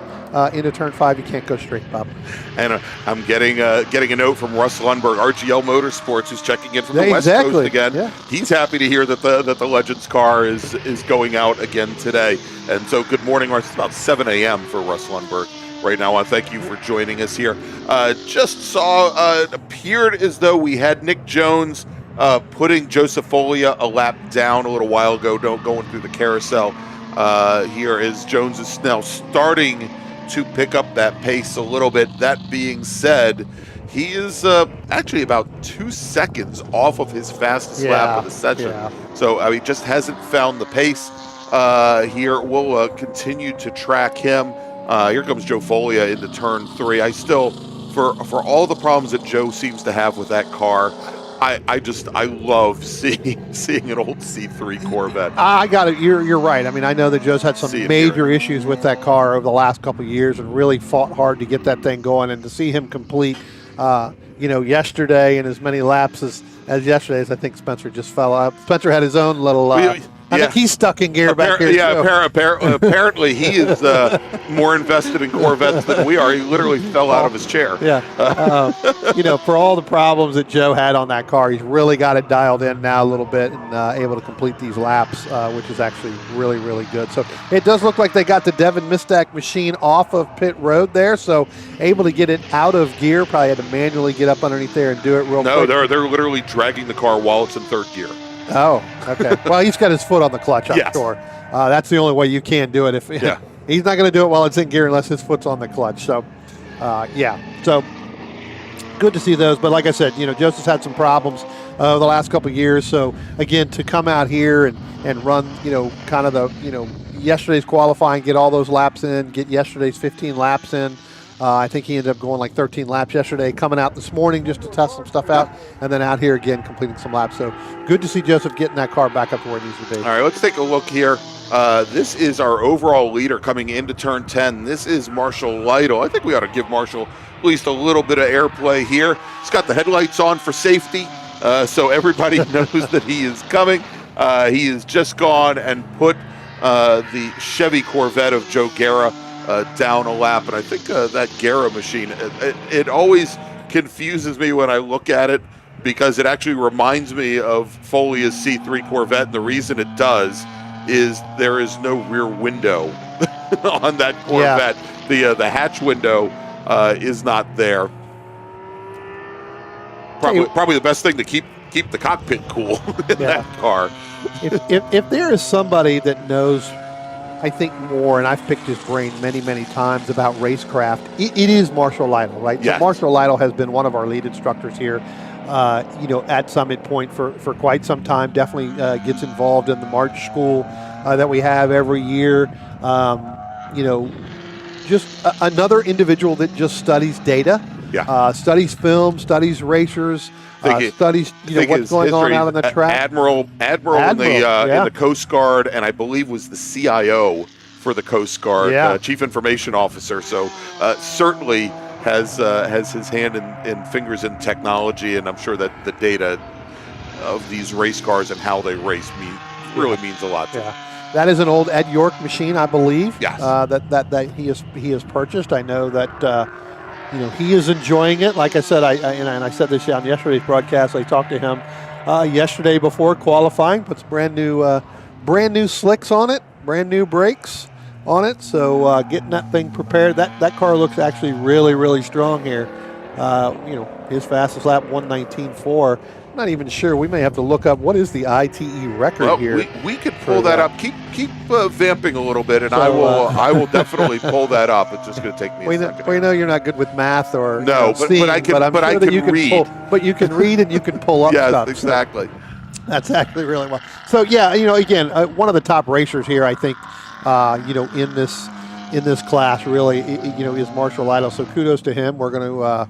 When we get to our next group, we're also going to see another driver that is one of the instructors out here as well, that comes, at least once a year, kind of comes and does some races with us. Yeah. So track record in ITE was actually set back in 2009 by Tony Stefanin in what I think was essentially a GT1 car. Yeah, okay.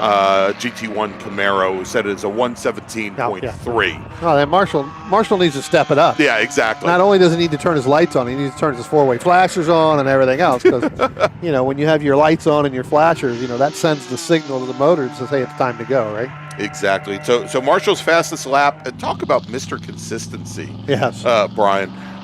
Marshall's best lap time here in this race, a 1:19.494. Yesterday, during our big bore race, a 1:19.477 was his fastest lap time. So he's lapping 200ths off of what he was doing yesterday. Yeah. Pretty amazing here. As we now watch coming down the front straight, we see the Factory 5 machine of Hayshak. Then we've got Nick Jones and Jerry Hudson, the third car in that line. Hudson starting to fall a little bit off the back of Hayshak. That the last time by was about 3 seconds off the pace of the Factory 5 machine. I'll tell you what, Jerry Hudson, now that he's completed those 12 laps, look, he will be your GT2 winner. That is the case. Got to go halfway. He's definitely done that. So, it's unfortunate for the Mystax as a whole, right, to not have both of those cars out here. Again, sounds like Devin, had a problem with the transmission. So does Devin? Third. I mean, technically, Devin, he turned a couple laps. So I mean, he made. He essentially as far as the family's concerned, he got another win today, right? Well, he got a win for the family. Yeah, yes. He's going to finish second. But yeah, definitely. Andrew's going to have to resend his email to us. That's right. That's going to be a heck of a conversation. Eating a lot of crow. Yeah, correct. Yeah, and should have been Andrew is owner of our sponsor, Belmont Classic Correct. Cars, absolutely. And our next Mid-Atlantic Road Racing Series event here at Summit Point Raceway in July will be sponsored by Belmont Classic Cars. So we joke a lot. We certainly thank the Mystax for all they do for the Washington, D.C. region of the SCCA and the Mid-Atlantic Road Racing Series. And we thank them for, giving us plenty of fodder to talk about. Here is, we just had a driver run a little bit wide coming through turn 9 or turn 8 and heading up the hill. Big amount of dust through the air over there. We'll try and pick up who that racer is in just a moment. It certainly wasn't Marshall Lytle. It was the next driver I saw coming out of turn 10. Yeah. But, look at this. If we could go to the shot coming down into the chute, Spencer, behind the Ghost, I was just talking about the Panos of Hudson and how it had fallen back from Robert Hayshak. There they are, locked nose to tail once again. Now, this is not a battle in class. Hayshak is currently running second in SPO. Jerry Hudson now, for the second day in a row, is your leader in GT2. So he just needs to keep keep that car circulating, and he'll take the win 2 days in a row in GT2 with the Mistack retirement. But he has started to pick up some pace once again. Yeah, getting right back in. Now, as a matter of fact, coming out of turn 10, he's going to go past Robert Hayshak there. So got that Panos running pretty darn well here today. And we saw this yesterday, that about mid-race things started to pick up for Hudson, and he then had some challenges. It looked like he started pushing, and I think we saw this with a lot of the drivers in this group yesterday. So they started pushing the pace towards the end, maybe started going and exceeding their performance envelopes and started to fall off. All right, real quick, let me make another call to the grid for our next group, as we've got 5 laps remaining.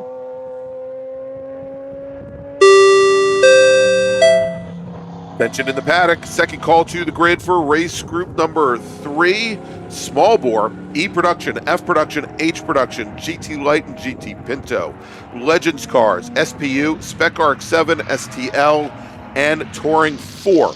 Race group number 3, please start heading to the grid. Your race is next.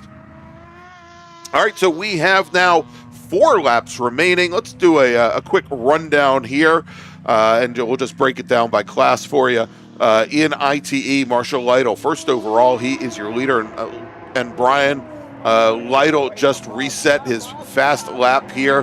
He was called a Mr. Consistency for running within a couple hundredths of what he did yesterday.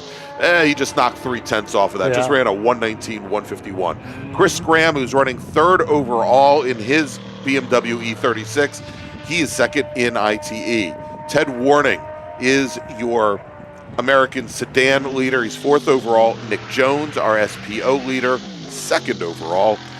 Joe Guerra is running 5th, 2nd in ITE. Jerry Hudson, currently running 6th overall. He's your leader in GT2. Robert Hayshak, 7th overall, 2nd in SPO. Joe Folia, your sole racer in GT1. And, of course, having retired early, Devin Mistack, his car now back in the paddock, only completed 3 laps. Yeah, I tell you what, you talk about Christopher Graham there. At some point, he's only gone 10. We'll see whether or not he comes back out after lunch 2 for the Group 5 bracket. But, pretty much a race group in between, in order to come back out. He's going to go 30 laps here right out of the bat, so we'll see whether or not he gets to the 40. So, that car's got to be getting to a point where it's starting to fall off a little bit as well, looking at times. He's just trying to nurse that thing back home. All right, now. Just saw coming out of turn 10 and getting around the Guerra Corvette is Nick Jones in that TA2 Camaro. And I'll tell you, that Guerra Corvette, it carries a pretty big head of steam out of turn 10, Brian. Nick Jones wasn't able to just easily dispatch that car as they went down the front straight. He had about, 2-3 car lengths as they came into the braking zone at 1, and now, as they actually have to turn the cars left and right, this is where he starts to open up a bit of a gap. Yeah, we talked about Joseph Folia there. I'm wondering if something happened, Greg, that we're not able to get on the radio here because, because you have he was running in the 130s and now he's back up to 140. So that's a 10-second difference. There's so many things with these cars, especially some of these older machines. And Joe also runs this car in vintage events as well. It's not solely in SCCA. I'm wondering if there may be some heat soak issues that are causing some issues. Obviously that car is a carbureted car. The humidity is starting to pick up here today, which probably isn't helping all that much. The temperatures are starting to rise. Temperatures have gone up about 6 degrees since the time this race started. Now up around 75 degrees. So, a lot of things that could be at play. I'm comfortable. Yeah, I'm very comfortable.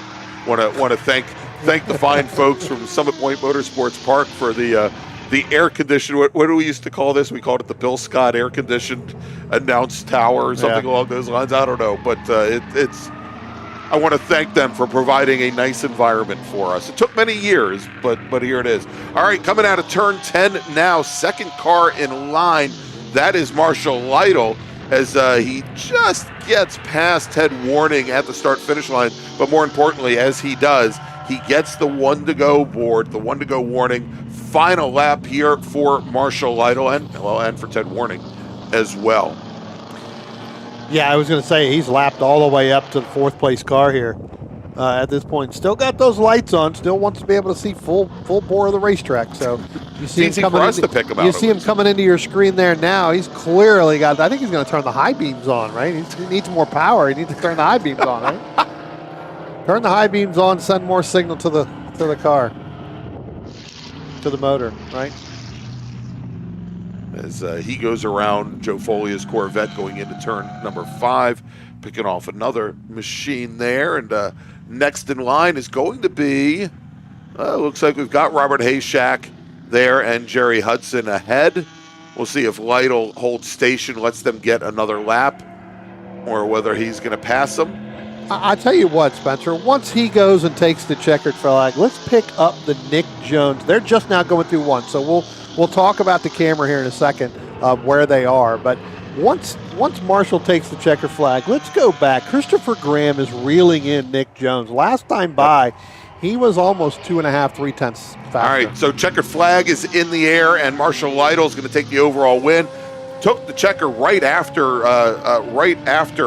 the Panos of Hudson. So Hudson's got another lap. Let's jump over to the two white cars, and look at that coming down under braking in the 5. You called it, wow. Brian. I'm telling you, I've been watching this the last couple of laps. I think Nick Jones is just trying to nurse this car home to finish these laps, these 20 laps. But Christopher Graham went down into turn 5, basically got on the brakes, made the left-hand turn, and has basically now started to pull away. You can see here in your camera in turn 8 coming up. He is, 10 car lengths ahead already within that. So interesting to see. And so Chris had some issues with the car yesterday, did not have it out for yesterday's big bore race. But as they come to the line, Nick Jones, he makes a last-second stab. Doesn't quite get there. Yeah, doesn't quite get there. Needed a bigger stab on that right pedal.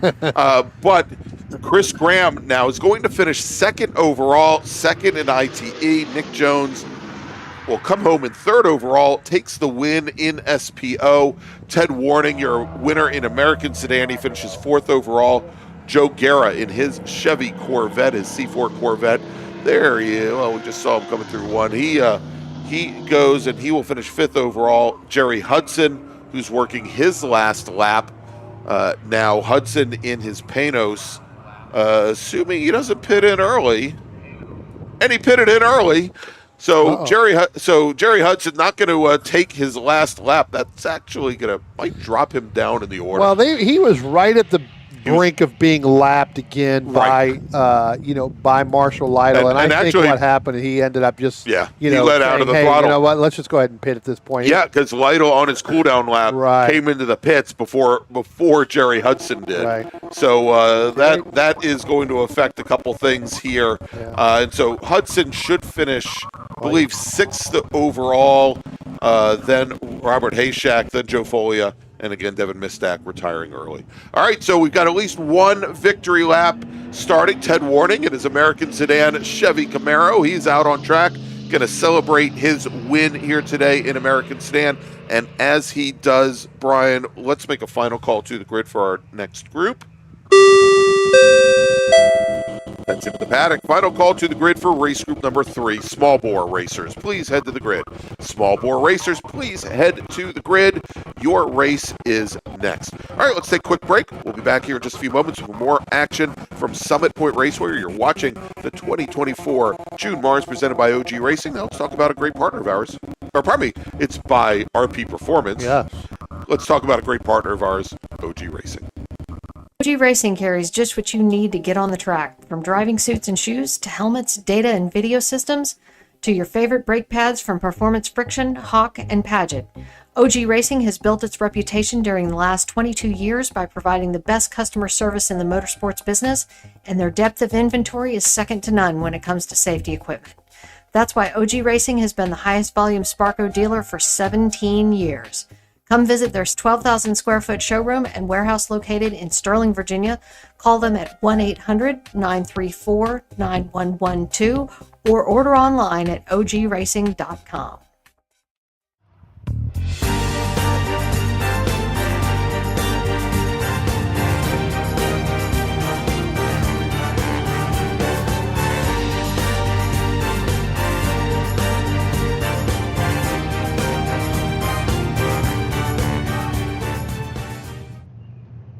If you like what you see today, become part of the action by joining Sports Car Club of America. Whether you want to drive, flag, or just have fun with cars, SCCA membership opens the door to all kinds of motorsports to feed your obsession, along with 65,000 like-minded members ready to be friends. Ask someone trackside how to get involved or visit SCCA.com for more information.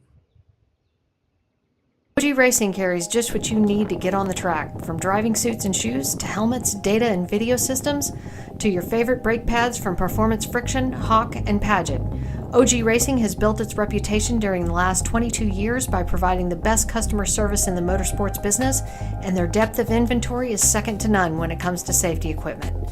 That's why OG Racing has been the highest volume Sparco dealer for 17 years. Come visit their 12,000 square foot showroom and warehouse located in Sterling, Virginia. Call them at 1-800-934-9112 or order online at ogracing.com.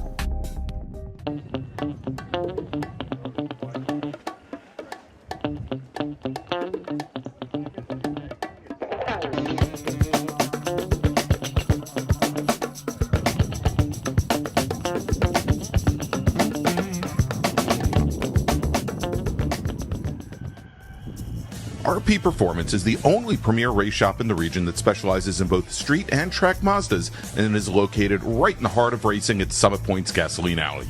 RP has been involved in countless race wins and series championships across many classes with drivers of all ages. Not just a full-service shop, RP has been helping drivers with their individual racing and other track event needs for over 30 years, providing trackside support, arrive and drive packages, as well as race car transport services. And they're known for its help all attitude. RP Performance is your go-to for getting cars back on track for that positive experience at Summit Point when you're ready to pack it in. For more information about RP Performance, come talk to them here in the paddock. Call them at 304-728-6749 or email them at Brett, that's B-R-E-T, at rpperformanceracing.com.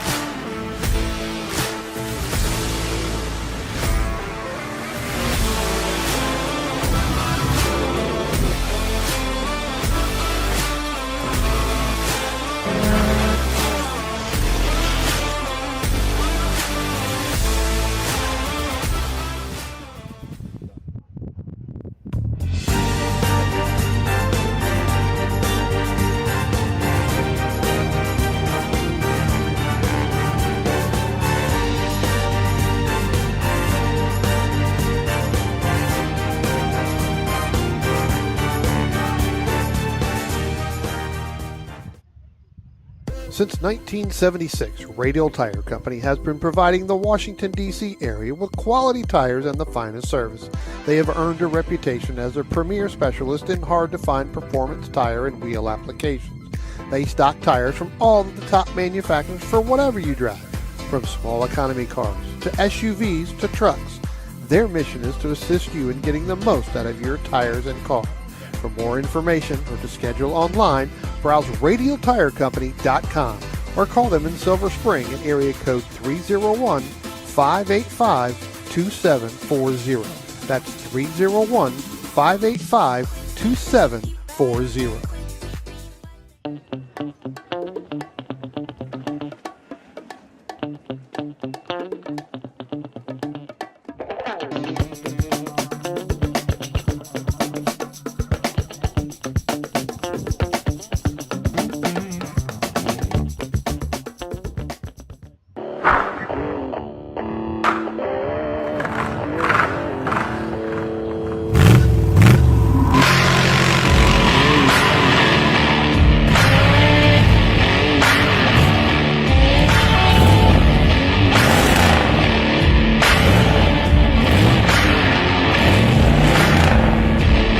Hey dog, Belmont Classic Cars, where we take you back to simpler times.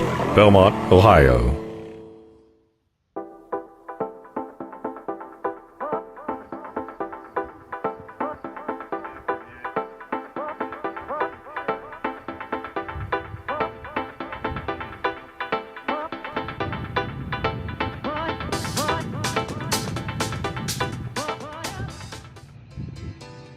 The DC region would like to welcome the Autoverse to the MARRS family.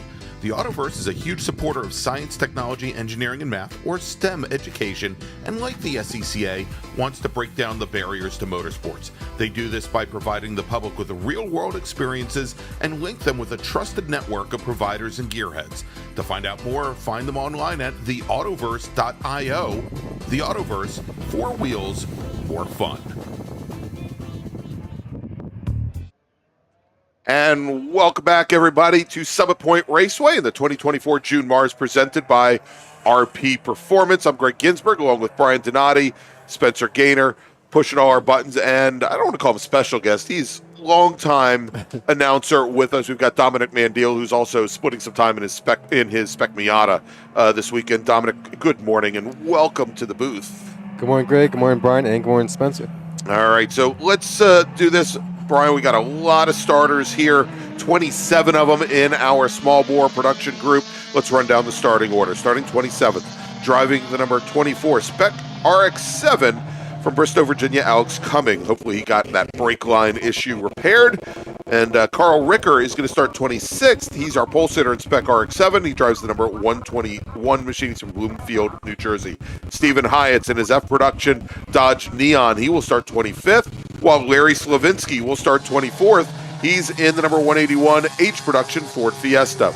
Troy McBain looking to get his rookie stripes off here today. He's in the number 7 H production Honda Fit. He starts 23rd. Jennifer Romes, she is in the number 186 Touring Force Scion. She starts 22nd. George Ortiz is in his F production Mazda Miata. The Woodbridge, Virginia driver starts 21st. Starting 20th, driving the number 59 STL Mazda Miata from Elmira, New York, Mark Anthony. Michael McQueen will start 19th today. He's in the number 27 H production MG Midget, while Drew Erie is scheduled to start 18th. He's in the number 16 GT Pinto. Caleb Crandall starting 17th. He's in the number 29 STL Mazda Miata. And your H production pole sitter starts 16th today. That's Chuck Allard in his Porsche 924. Kevin Conlon starting 15th. He's in the number 14 Mazda Miata, with Kurt Laumeister starting 14th, the number 111 STL Mazda. Bruce Shelton, our pole sitter in GT Pinto, starting 13th today in the number 11 car, assuming he got that repaired from yesterday's incident. John Jenkins starting 12th. He's in the number 195 STL Mazda. Robert Gahal in the number 178 STL Mazda Miata starts 11th, with Robert Connor in that Legends car, the 1934 Ford, starting in 10th. Then we've got Jeremy Butt starting 9th. He's in the number 69 Touring 4 Mazda Miata. Mark Liller driving the number 127 Touring 4 Mazda MX-5 starts 8th. Michael Unger will start 7th. He's in the number 83 Honda S2000. That's an E-production machine. Deacon Greenfield starting 6th. He's in the number 32 STL Honda CRX. Jimmy Bentonato, Jimmy P, starting 5th. He's in the number 98 SPU BMW, with Ryan Harrison starting 4th. Ryan's in the number 47 STL Mazda MX-5. And then we've got the STL Honda Civic of Thomas Beverly starting in 3rd. Ted Cahall starting on the outside of the front row in his STL Mazda Miata. And our pole sitter today from Highland, Maryland, in his Acura Integra. That's the E-production number 48 of Paul Marcones. I'll tell you what, Greg, not a good start for Jimmy P there, James Pinato. Big, huge gap. Ted Cahall didn't go again. Looks like Mike Collins, you were right. I think maybe he did fall asleep again at the wheel there, but now he's starting to reel it in. But Paul Marcones and Thomas Beverly starting to pull away. Again, Paul in that E-production Acura and Thomas Beverly in that Honda Civic, that STL machine, getting an early lead over Ted Cahall. Hey, Brian, just a quick note. We did have the 14 car. That's going to be Kevin Conlon in STL. He pulled off on the Axtro just past Station 2, so he'll be retiring from this race early. Scheduled to race in Spec Miata, so hopefully they can resolve that before he gets out there this plenty afternoon. of time to get there, right? Yeah. Hey, one addition I want to make to the starting lineup, Greg, and it wasn't on our sheets here, but the 90 of Carolyn Bayer Brewing is out running. Yes. Was not able to get out yesterday. had some things based on Attending the a funeral, schedule. I believe. Yeah, had a funeral, and the schedule just didn't play in their hands, so they went back and did that yesterday in Annapolis. So back out here running today. And want to thank her for bringing down my my jug of Baldock Farms syrup that we got at Watkins Glen International during the Super Tour. She was my courier, and want to thank her for bringing that down. Now I can have pancakes and waffles for breakfast tomorrow morning. All right, leaders coming out of 2, heading into turn number 3 now. And it is, for the second day in a row, Paul Marcones in the number 48 Acura. He's your overall leader. Tom Beverly in that bright green Honda Civic hatchback running in second. He's your STL leader. Then we've got running in third is that, I think that is K Hall, and then Harrison. If I could get a call over the radio here real quick. Looks like Caleb Crandall went 4 off down in turn 1. Was able to continue, but he is definitely going to lose a lot of positions there. So that 29 Miata ended up going 4 off in between turns 1 and 2. Kept going. You can see the dust cloud down there. It was actually a pretty big dust cloud. Got my attention pretty quickly. All right, as our leaders now coming out of turn 10 for the very first time to complete, or actually I guess the second time to complete lap number 1. I've lost track of time already, and it is going to be Marcones. Beverly, though, with a great run out of 10. He doesn't do anything about it. He stays right behind him, but now side by side, it's Ted Cahall and Ryan Harrison. Cahall in the blue Mazda MX-5, Harrison in the white number 47 MX-5. Harrison just resets the fast lap. Was almost 4/10 faster than Cahall ahead. I tell you what, all 4 of those cars seem to be evenly matched right now. You know, you talked about it going down in there into turn 1 with Harrison side by side with Ted Cahall. He actually tried to get Ryan to move over driver's right. Ryan wanted no part of that, was going to go ahead and take that in there, and he was able to seal the deal and get that pass done. And we notice that here as Marcones protects the inside going into turn 5. More of a traditional line for front-wheel drive cars going into turn 5 anyhow, where they would normally use the curbing to try and rotate there. So both the Integra and the Civic coming down the inside. But we saw a great pass yesterday that Thomas Beverly had made actually on Ted Cahall going into turn 5. We'll see how things play out here. Greg, let me just touch base. We know we talked about Bob Connor and that black Cherry. Yes. Bob did not make a lap. Oh. So either that or he's not being picked up on scoring, but I was just looking there. I do not see him out on the racetrack. No. So he is pulled off somewhere as well. So I think those electrical issues, those gremlins have, came back up again this morning. But he did not complete a lap all the way back down in 26th place. As Dominic mentioned, Kevin Conlon didn't even get there, pulled off, came in the back way. So he didn't go out. And the 27 of Michael McQueen didn't even go out yesterday, or going out this morning too. So those are the 3 cars that have yet to complete a lap, but I think the 9 is off somewhere.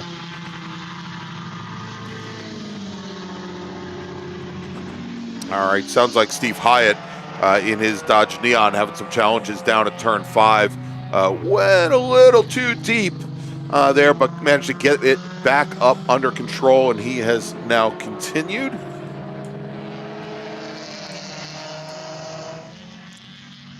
And so, Brian, taking a look at the results of yesterday's race here as we watch our top 4 here coming through. It was Marcones who took the overall win. Beverly took the win in STL. Ted Cahall finished second in STL, but there were some questions because Cahall's call had broken the sound barrier.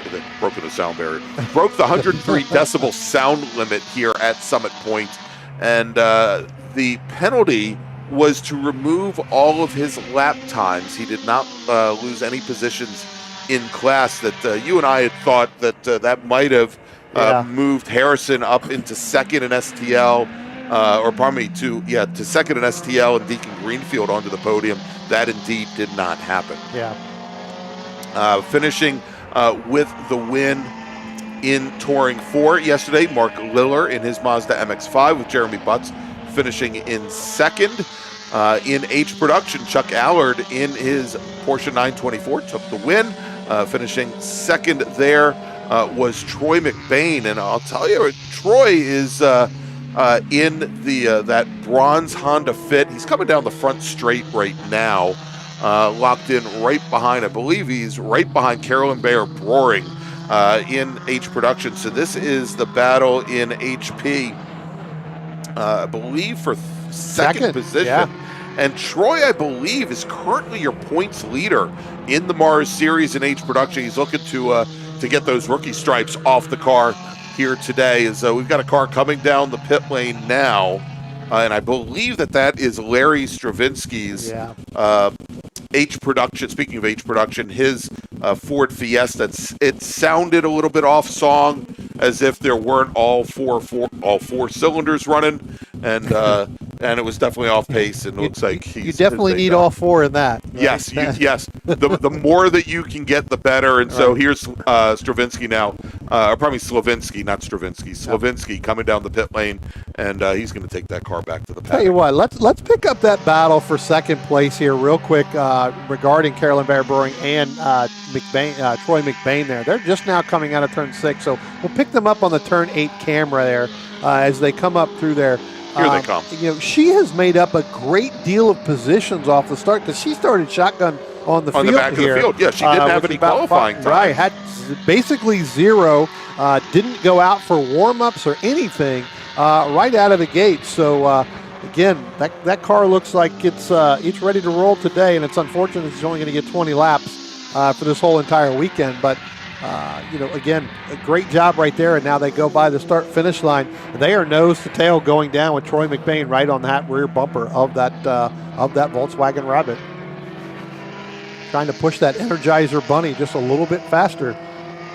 Trying to get by that Energizer Bunny.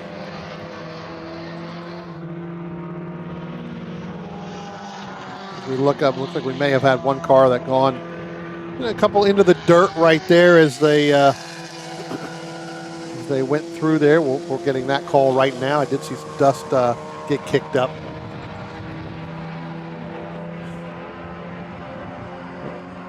Looks like Caleb Crandall again having a few other additional challenges there. Went through the gravel.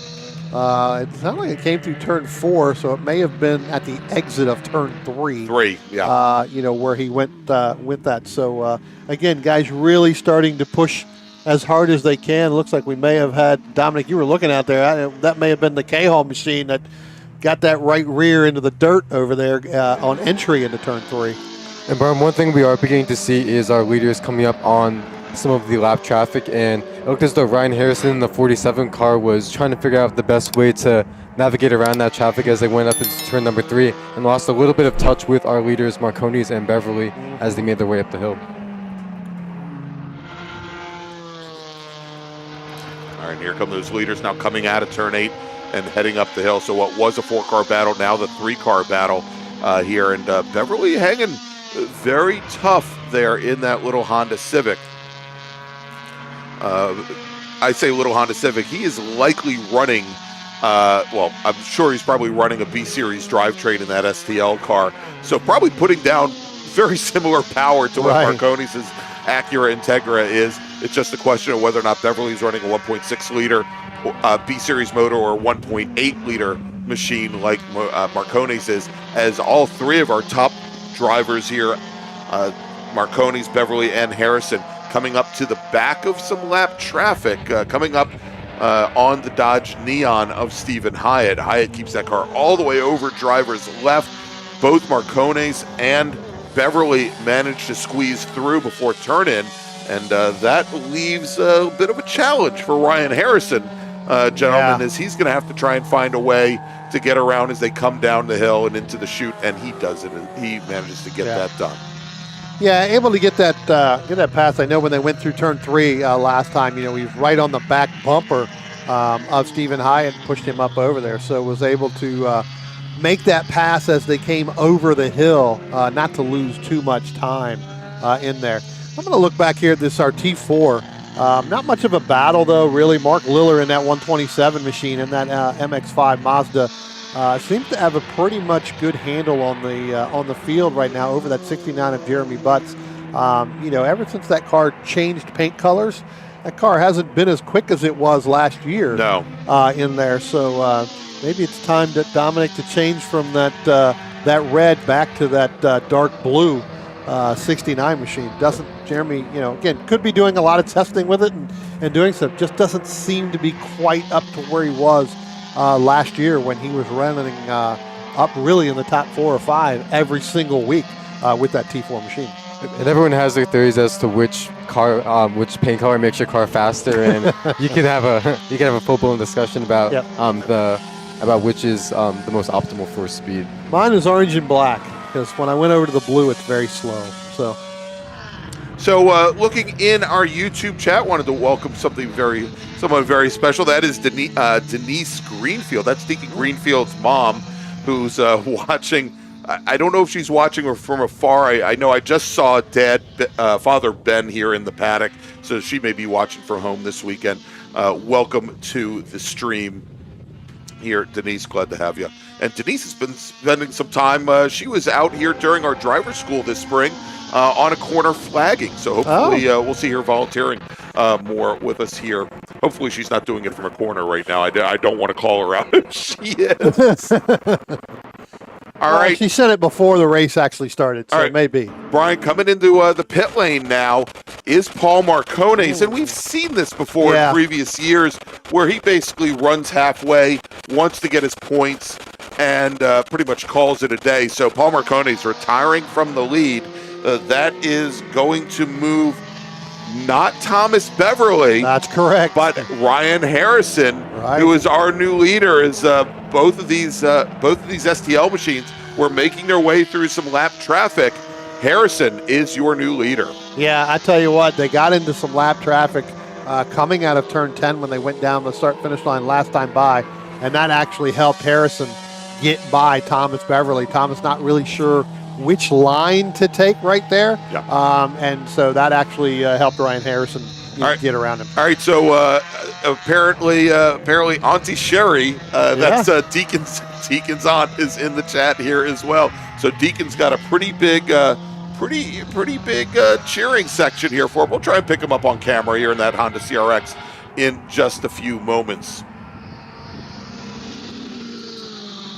Deacon's got all the family watching on there, so like we may have one car that hit some of the dirt there out of our turn 8. You could just see the clearing of it. We'll see if we get a call on that. I'm not sure where that car went. It looks like that may have been the Ted Cahall machine that kicked up some of the dirt coming through there, but it was on both sides of the racetrack, so kind of odd to see there. All right, let's look at this battle coming down into turn 1 now, where Beverly has been just hounding the MX-5 of Ryan Harrison, and had to let off the back just a little bit going into 1, but it was very, very close there. As we are now about halfway through this race, Brian, let me make a first call to the grid for our next group. Attention in the paddock, tension in the paddock. First call to the grid for race group number 4.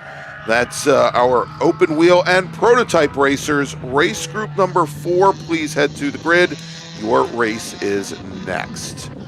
All right, so Brian and Dom, I've been watching. I keep going back to the front of the field, but I think it makes sense for us to return to this battle in H production between Carolyn Bayer-Broering and Troy McBain, as they were to lock nose to tail.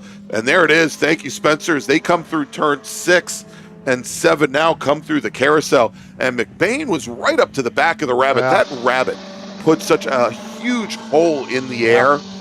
It is just very easy to draft off of it. Well, a Honda Fit does as well. It's a little more narrow.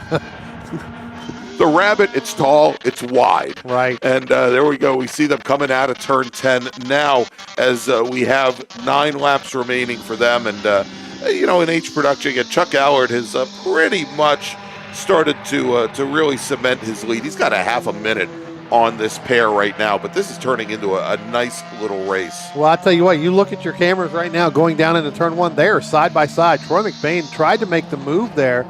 Carolyn going to shut the door on him, basically, kind of moved over just a little bit, held that line in the center of the racetrack. He had to get out of it going in because if he would have taken that line, he would have lost twice as much ground, ground than he did. But he's back down to about 3 car lengths there, and the only reason I say it's 3, I'll say 3 VW lengths there. But yeah, most definitely, great defending there going down into turn 1. And we see McBain makes up a ton of time coming out of turn 3. Is a much better line on exit. Looked like Carolyn Bear Boring turned in a little late and kind of straightened out the exit, but McBain just carries all the speed through the curbing there and is able to make it up.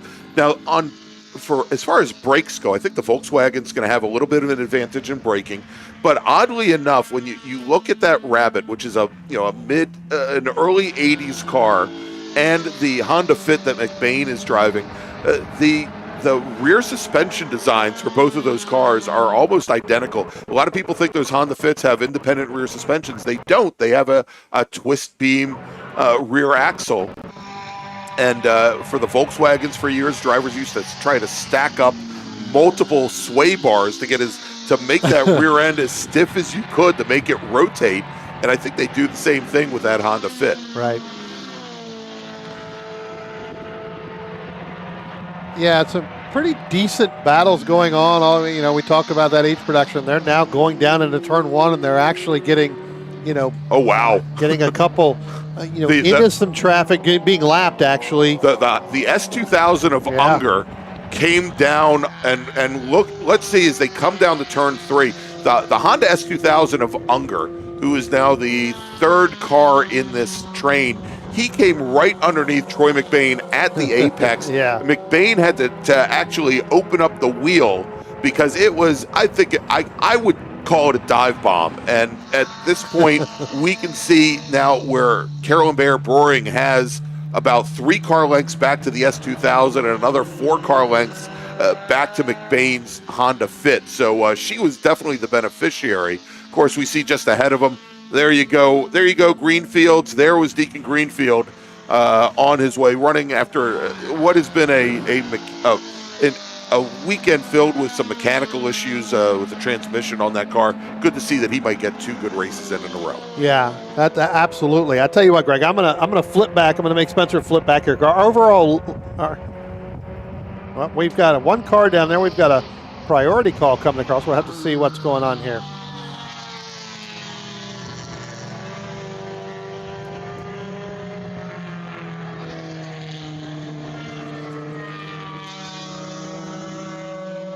All right, sounds like the 24 machine. That is Alex Cumming has gone around. He had issues yesterday with a brake line that exploded on him. He's driver's right, but apparently point and counter race. The corner worker, unfortunately, just out of our view there. Right. We can see if we take a look at the turn 1 camera. Spencer, we've got the flagger there waving that yellow flag pretty vigorously. Cumming is just off to our left. The corner workers have asked to have that car moved immediately, so we'll see.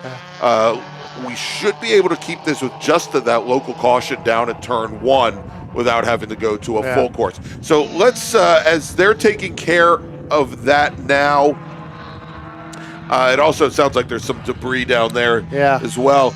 Let's take a look as that emergency services vehicle is now responding. We're just now watching coming across the line just ahead of all those vehicles. Jimmy Pettinato, and I think we also had Bruce Shelton in his GT Pinto, Jennifer Romes as well. Yeah, we've got to figure out what's going on down there. We've got the truck going. So they're going to go down through driver's right, stay tucked in as tight as possible. We do have a big, huge piece of debris that's being reported out on the racetrack right in the middle. So now it looks like that we have been given a thumbs up from Alex Cumming. But you can see here in our camera, Spencer, let's switch over to camera 3 here real quick. you see a big, huge piece of material. Next camera, Spencer. Let's go turn 3 here. You can see it up in the right-hand corner there. That's a pretty big piece of debris there. And last time by, there were several cars that had to basically split it. You can see all the drivers trying to figure out, we're going to get a few of them, and then there we go. Now we hit it. Now we're dead in the middle.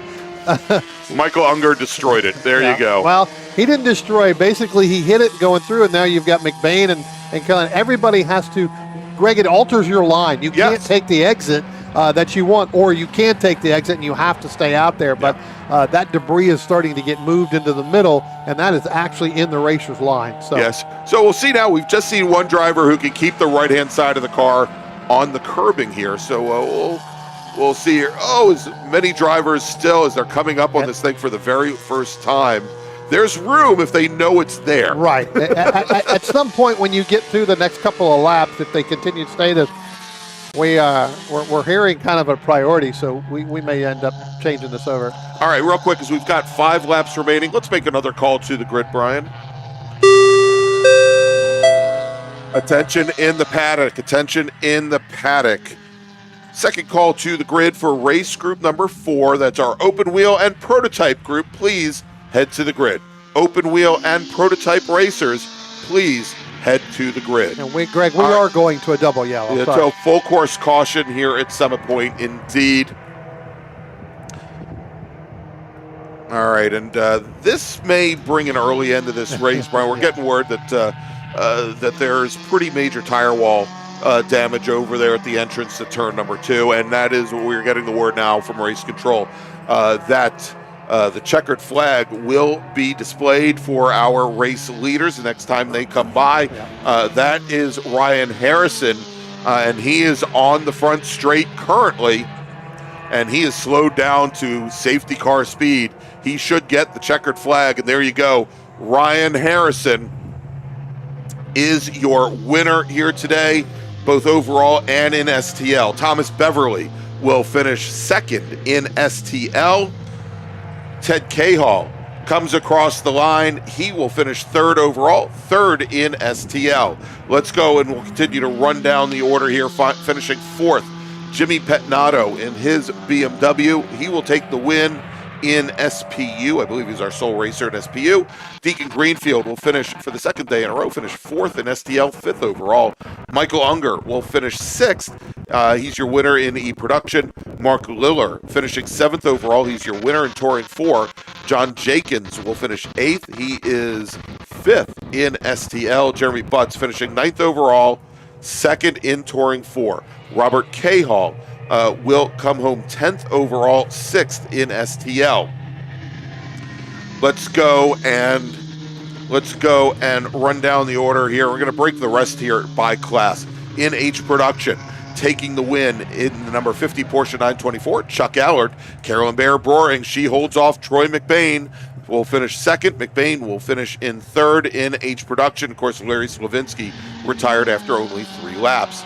In F Production, George Ortiz and his Mazda Miata will take the win over Stephen Hyatt. In Spec RX-7, Carl Ricker takes the win. Of course, Alex Cumming is our driver that is who had experienced that issue over at Turn 2, and he will come in second in class. Robert Connor does not complete a lap in Legends cars. In E Production, Michael Unger in that Honda S2000. He did take the win in class as Paul Marcones, who was at the time our leader, retired after lap 8. Bruce Shelton takes the win in GT Pinto over Drew Erie. And I believe that will wrap things up for this group. Let me make a final call to the grid for our open wheel racers, Brian, and then we'll take a little break.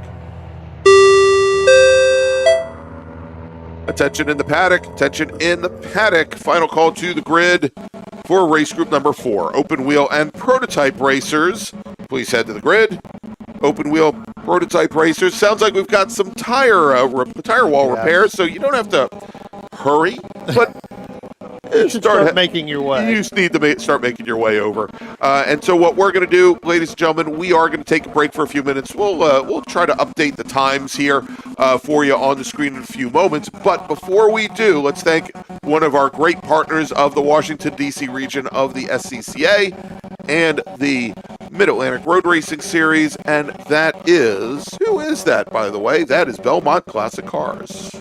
Belmont Classic Cars is a family-owned classic and collector car dealership located in eastern Ohio, specializing in 1960s and 70s American muscle cars and other unique automobiles. Belmont takes pride in taking you back to a simpler time with iconic classic rides and never selling anything that they wouldn't want in their own collection. To see Belmont's extensive inventory of classic cars, visit their website at belmontclassiccars.com or find them on Facebook and Instagram at Belmont Classic. You can take the regional flagging exam online. But here's the problem. The problem is turn one. Yes. Did you hear the calls coming in? They had no idea what to do. Right. That's what I'm saying. Oh, They were asking. They've got a lot of rookies. They've got a lot, like you said. And the point is that, as usual, drivers were over driving yellow flag conditions, which didn't help. But Troy.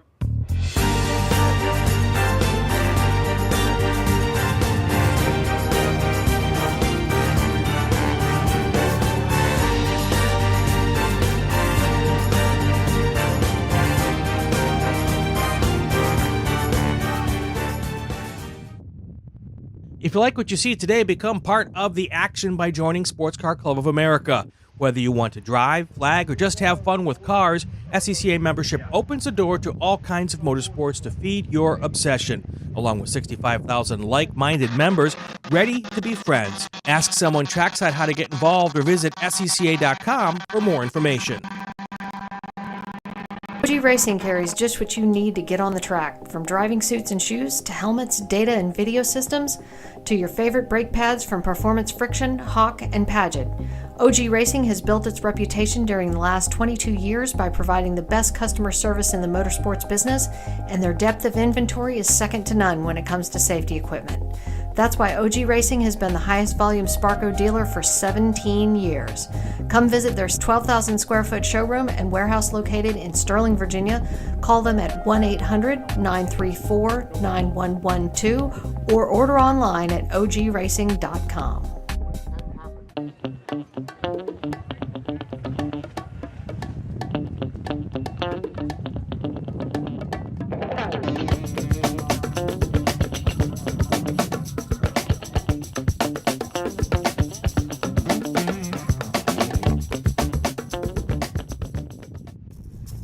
RP Performance is the only premier race shop in the region that specializes in both street and track Mazdas and is located right in the heart of racing at Summit Point's Gasoline Alley.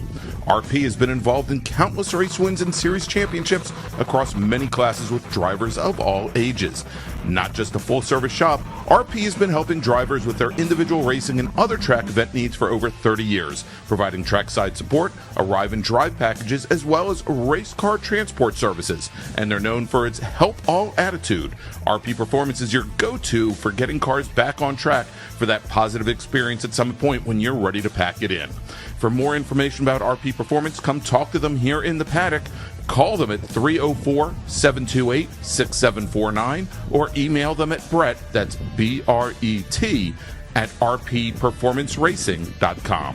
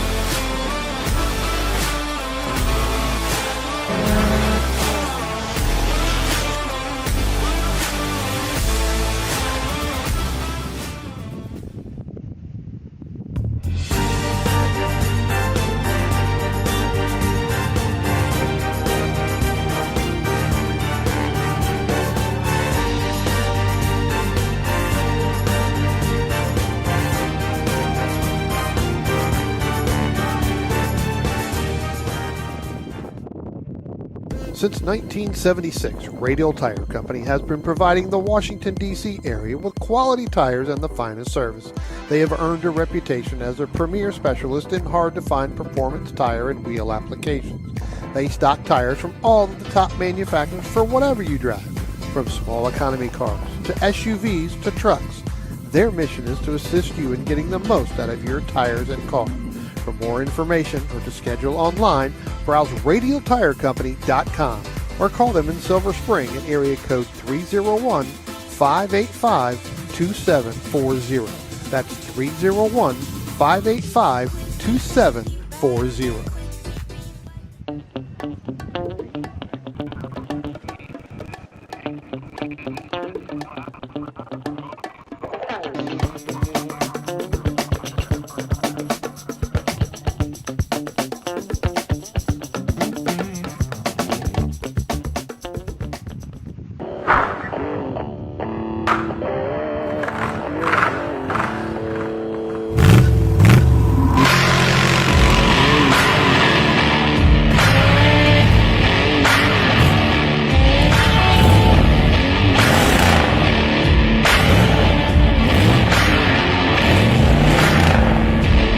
Hey dog. Belmont Classic Cars, where we take you back to simpler times. Belmont, Ohio.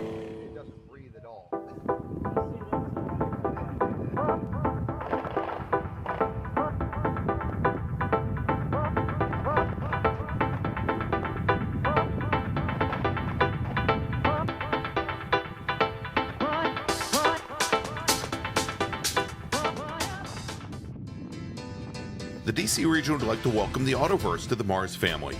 The Autoverse is a huge supporter of science, technology, engineering, and math, or STEM education, and like the SCCA, wants to break down the barriers to motorsports. They do this by providing the public with real-world experiences and link them with a trusted network of providers and gearheads. To find out more, find them online at theautoverse.io. The Autoverse, 4 wheels, more fun.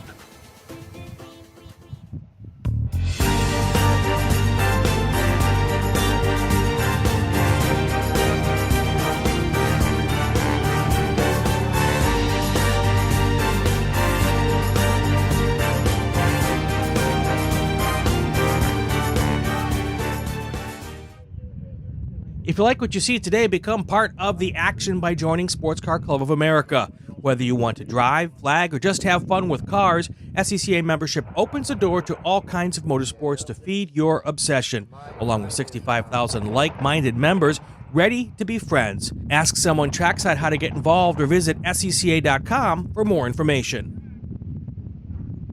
OG Racing carries just what you need to get on the track, from driving suits and shoes to helmets, data and video systems, to your favorite brake pads from Performance, Friction, Hawk, and Paget. OG Racing has built its reputation during the last 22 years by providing the best customer service in the motorsports business, and their depth of inventory is second to none when it comes to safety equipment. That's why OG Racing has been the highest volume Sparco dealer for 17 years. Come visit their 12,000 square foot showroom and warehouse located in Sterling, Virginia. Call them at 1-800-934-9112 or order online at ogracing.com.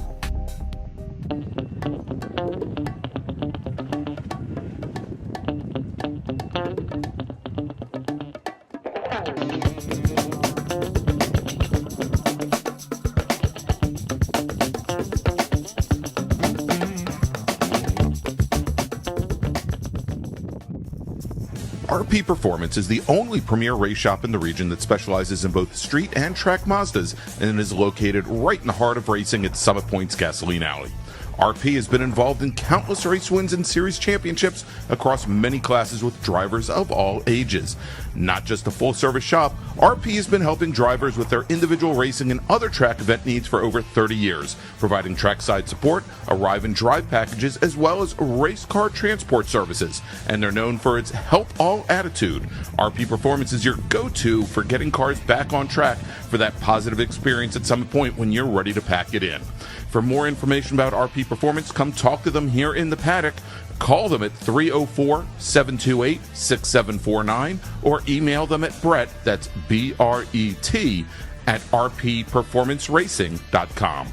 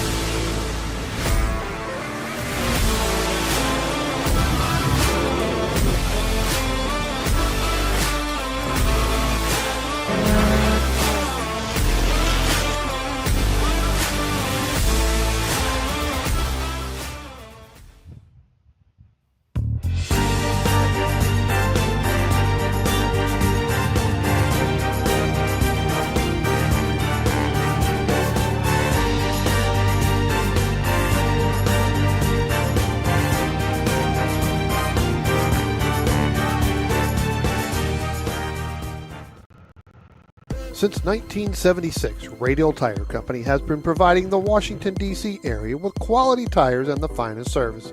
They have earned a reputation as a premier specialist in hard-to-find performance tire and wheel applications.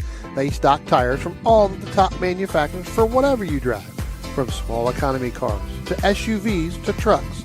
Their mission is to assist you in getting the most out of your tires and car. For more information or to schedule online, browse radialtirecompany.com or call them in Silver Spring at area code 301-585-2740. That's 301-585-2740.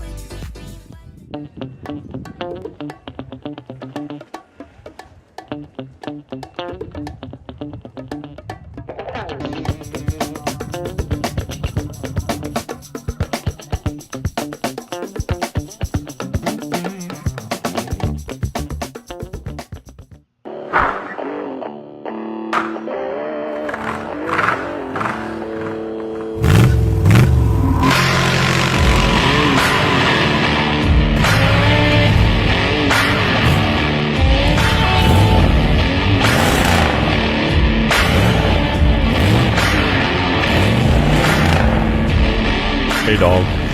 Belmont Classic Cars, where we take you back to simpler times. Belmont, Ohio.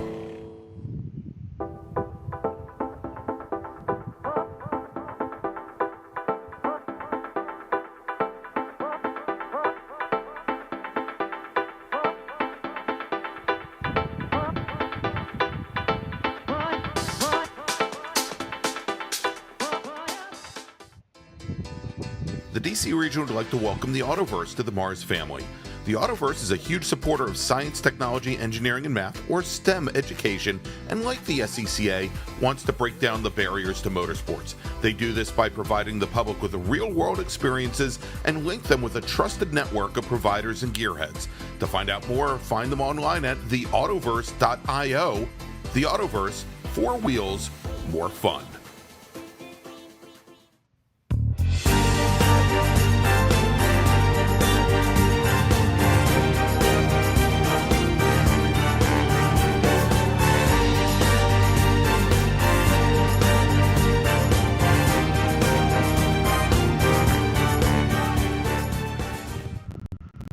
If you like what you see today, become part of the action by joining Sports Car Club of America.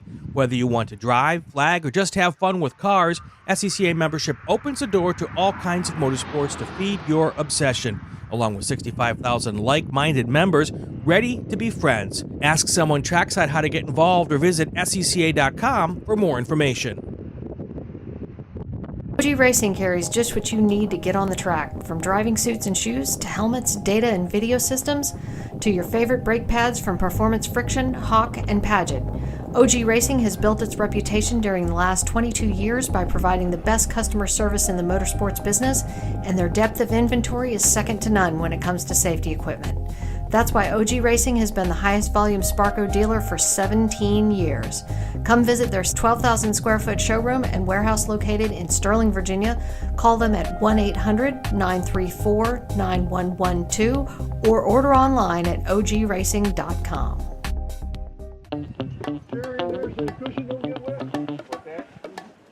Yeah, but I'll leave it until, well, it's 8 hours.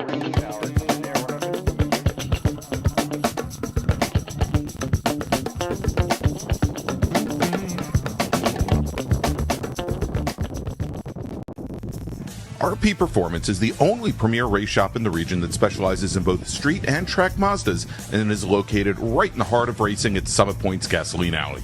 RP has been involved in countless race wins and series championships across many classes with drivers of all ages. Not just a full-service shop, RP has been helping drivers with their individual racing and other track event needs for over 30 years, providing trackside support, arrive and drive packages, as well as race car transport services. And they're known for its help all attitude. RP Performance is your go-to for getting cars back on track for that positive experience at Summit Point when you're ready to pack it in. For more information about RP Performance, come talk to them here in the paddock. Call them at 304-728-6749 or email them at Brett, that's B-R-E-T, at rpperformanceracing.com.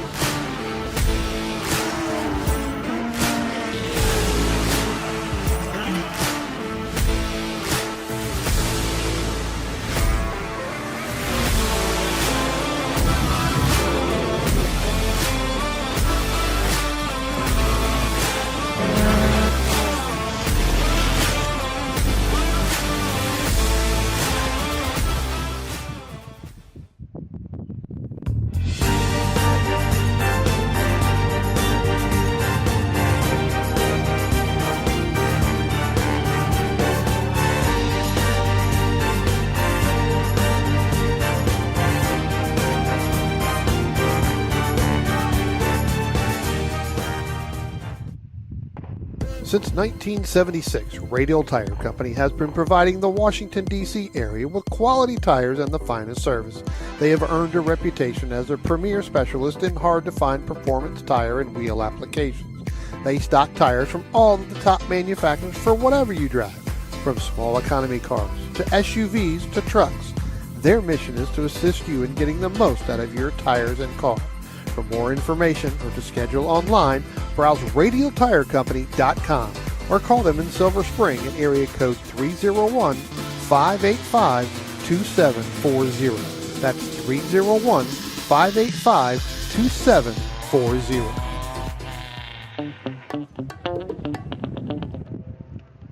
And welcome back to a slightly more dark and dreary Summit Point, Brian. We had a lot of cloud cover this morning, and look at this shot. Looking from turn 1, going back towards turn 10. It looks awfully nice over, well, about a quarter of a mile past turn 10. But right over top of us right now, lots of clouds. We didn't expect any precipitation here today, Brian, but it is definitely coming down around the course. You can see our pace car cam. You can see the water starting to come down, and I'll bet you that as the rain is now starting to pick up, I'll bet you that has given pause to our 3, or at least 2 of our 3 Formula Car drivers out for this race, Brian. We'll run down the starting order. Starting third, driving the number 8 Formula V Citation. We had him up at the booth earlier. Wanted to thank him again for joining us and talking with us this morning. We learned he went to driver's school in the damp and the wet at VIR. So, he may be the only one who might sort of him, right? Yeah, exactly. That's Brendan Cronin. Starting second, Leslie Walker in the number 43 Van Diemen. That's a Formula Continental machine. And then Chuck Moran's our pole sitter. He's in a Crossley 71 Formula Continental. Moran out of the Old Dominion region, lives in Oakton, Virginia. So we're right outside the Washington, D.C. area. Leslie Walker out of Laurel, Maryland. Both he and Brendan are Washington, D.C. region members. Yeah, I mean, coming from, again, this definitely does change your mindset when you're out there, especially in an open wheel car. You go out, it's not raining, all of a sudden you get to a certain point and it starts raining. You can really see from this shot back, and if you've got anything to do with weather, you can see it is raining back there. Well, we know that it's going to be heavy. I am a big weather person. Yeah. You can look back through that shot through turn 8, and it is going to rain. As we look at our pace car cam here, you can see it not really raining too much or too heavy in 9 and 10, but I have a feeling that it is coming, and definitely the front side of this race track is going to get predominantly wet here in a minute. All right, there you go. Well, the pace car is on the pit lane. Graham Taylor didn't spin out the Pontiac, which is good to see, good to know. As our field, it is getting so dark here, Brian, but green flag is now in the air as our racers come over the crest of the hill. Chuck Moran jumping out to an early lead. And yesterday at the start of this race, Brian, we saw where Leslie Walker, he stayed very, very close to Chuck Moran and then started to fall back. And, we'll see how things play out here. From the looks of it, I think all of these drivers did go out on dry weather tires. Oh, yeah. So we'll see how long it's going to be before they decide to just come down the pit lane. As I'm looking at the pit lane now, and hey, let's throw up that pit lane camera if we can there for a second. Well, there are all the crews with the wet weather tires for our racers. Now, I think that if they want wet weather tires, they're going to have to go all the way in the back of the paddock. And I watched them come through turns 1 and 2, this last time, and it very, very tiptoe. Yeah, you can see it right here. Chuck Moran under braking going into turn 5. That nose gets a little loose, but. Look, we talked about, with Brendan earlier this morning, he's got some experience in the rain in this Formula V. So, hey, that could be an advantage for him. And normally, Brian, I would start to call out drivers that took that line into turn 5, like Brendan just did. But that is actually the rain line in turn 5, coming down and making the run all the way around the outside of the corner here as Chuck Moran all by himself heading up the hill. He's going to come under the bridge. Let's see. And he's going to do at least another lap. And, at this point, it is just kind of spitting out. It's not like a hard rain. Right. It would, I think, probably be at least a couple of laps before it really starts to become an issue for drivers that are on the dry weather tires. Yeah, this is kind of that, again, I've been in races where you've had to make this call, right? What do you do right now, right? I mean, it's not like you have your crews, as we saw from the pit lane. You can't have them just come in and put on, this is an Indy car, right? You can't just come down and put four wets on and send them right back out. It's going to take some time to do that. So, yeah, look, the time's very, very, how do I say it, non-existent right now. But, again, watching these guys go through this, there goes Chuck Moran up out of turn 3. What I'd like to do, and I mean, Spencer, if we can, I'd like to actually follow the Formula V of a Cronin as we can, because I'm starting to see some very good things from him. And again, he's only now been racing. This is his second event ever. And I'm already starting to see where I think someone might have talked to him about what wet lines around this track are. Yeah. We saw him go into turn 1 about a full car width off the left-hand side of the pavement, where there is more grip than where drivers normally come down, as they're all the way down on the left-hand side. And here, as we mentioned, he's staying in where there's actually the most grip coming down into turn 5 here. Dominic, you've had some experience racing in the rain here at some point, haven't you? Oh, hold on. Let me unmute you. There we go. I don't want to make that mistake twice. I have, and the biggest thing, and this is reciprocated across any track you go to, is make sure, especially in these cars, make sure that you try to avoid the curves as much as you can, because anytime where you're going over a change in surface, and especially with the curves being painted, unlike the asphalt, which is paved, you're definitely going to have a grip difference there. Brian, earlier you talked about IndyCar yesterday. Not going to provide any spoilers for what happened, but they did have some pretty good heavy rain that they went through too. They had a pretty similar situation yesterday, trying to figure out the best time to go out based on when the rain was falling, because then the rain would stop, it dried up, and then it would start again, and that gave the drivers and crews a big task to figure out what the best optimum window for them to put their lap times down. Well, Greg, like we were just talking about, right? I mean, the rain is going to come down. It's going to depend on how hard it comes down now. Remember, this is a 20-lap race, and at a minute and 30 to a minute and 50 some seconds that these drivers are having to go through, at what point does one of those drivers say, hey, enough's enough, right? I got to get to halfway, basically. That's kind of the goal you want to try to get to, especially on their, these cars easily can lose the front end or the back end. As it starts to maybe puddle up. I mean, obviously the track right now has changed colors from what it was. It's gotten to the darker side of it, which means it's getting to the wet. I don't think they would be able to go out and run on wets right now and get anything. I don't think it's wet enough. But if it continues like it is, and you can see in our turn 5 shot there, that's kind of moving, kind of to the, I guess, southwest of or southeast of us, right? Kind of coming through. So I don't think this is going to be a long rain, but it's definitely going to be a rain that, our next group, when they come out. Our next group is going to come out in about an hour. Yeah. So whether or not it dries up a little bit, it could be a potential challenge there to determine. Yeah. So I mean, one of the advantages that some of these Formula Car racers, that the two Continental racers that Moran and Walker have, is that they do have some aerodynamic assistance. They do have the wings here, assuming they can carry enough speed for them to make a difference. I mean, that's not something that the Formula V has here, where he's got nothing but mechanical grip. And by the way, we've got we saw this in one of our previous events, Brian. I think our cameraman at turn 1 is about ready to walk off the job. I just saw the camera move now the wind's picking up, and he doesn't like the wind. So he's going for cover. The other thing is, too, we don't actually have our rain, on the cameras. We don't have our rain covers on the camera, right? Wasn't anticipating this rain at all. So that's something that we have to look into potentially at lunch, trying to figure out how do we do that and put them on there.